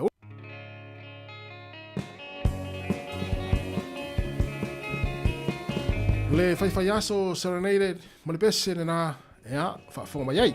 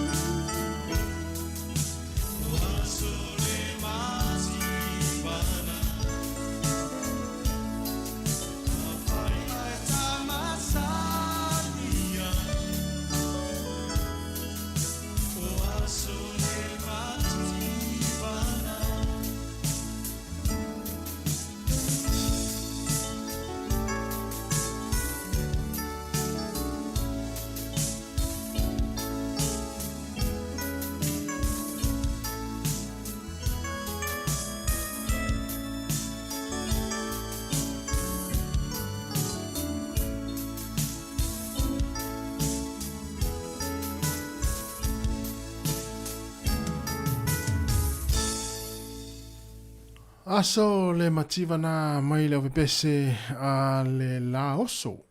Ioe. Ina ua toe 5 minuti ona tā leo le tū la e lua, ia ua iei fo i marimanatu o lea ua mai ane tātou tautua o nei aso. Ia e momone atua ilo mātou nganga whaaftai tere lawa le tātou atino. Ia ona o le tātou maaftanga mai lama fo i le tā ona leila i lungo o tātou penga te whailangi. Ia se ia pā ia mai nei taimo le tā o le tātou tautua leo wha mai nai i mone atua ilo mātou nganga whaaftai tere lawa i lo tō pa ia ma lo tō malu. Ia tu sai o lau lango fo ia mai se fo ia o lau fa so mai lungo tato penga te failangi ia ilo mana tawala mai ilo mana tu fa alia ia mau langona fa alia mai ia o mana ia fu tato maftanga ne ia so fai mal fia ia le o fai una fo i male nganga fia ia le li o mai le tau tua di fonga lau mua ia fa malu luatu a wa sala fo isa mato upule tau tua ia mato te fa malu luatu tato tenu ma ia manuia la fo ia fo fango toil ne yaso ia manuia fo ile anga ia inga ia pe atu ua onga mga ngaluenga manuia fo le tapo inga nai matua ia lo tapo ia le alo faivo le tatu atinu ia i faiva lo filimo le ne yaso e misia onga nai whanau feloi tai hao tai masani le tu lai fitu ia ai mai le si ufonga la moe Wellington matou te whato whafa so i fuore malo le tatu atinu fa so i fuwa ia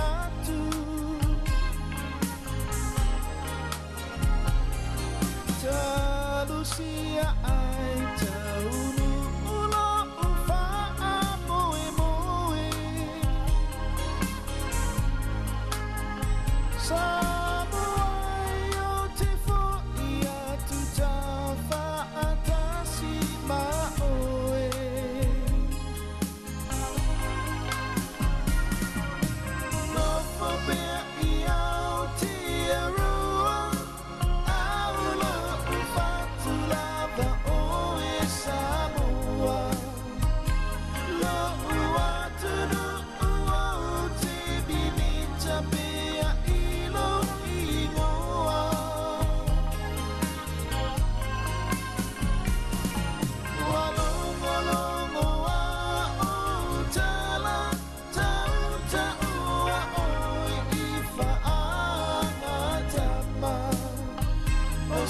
mano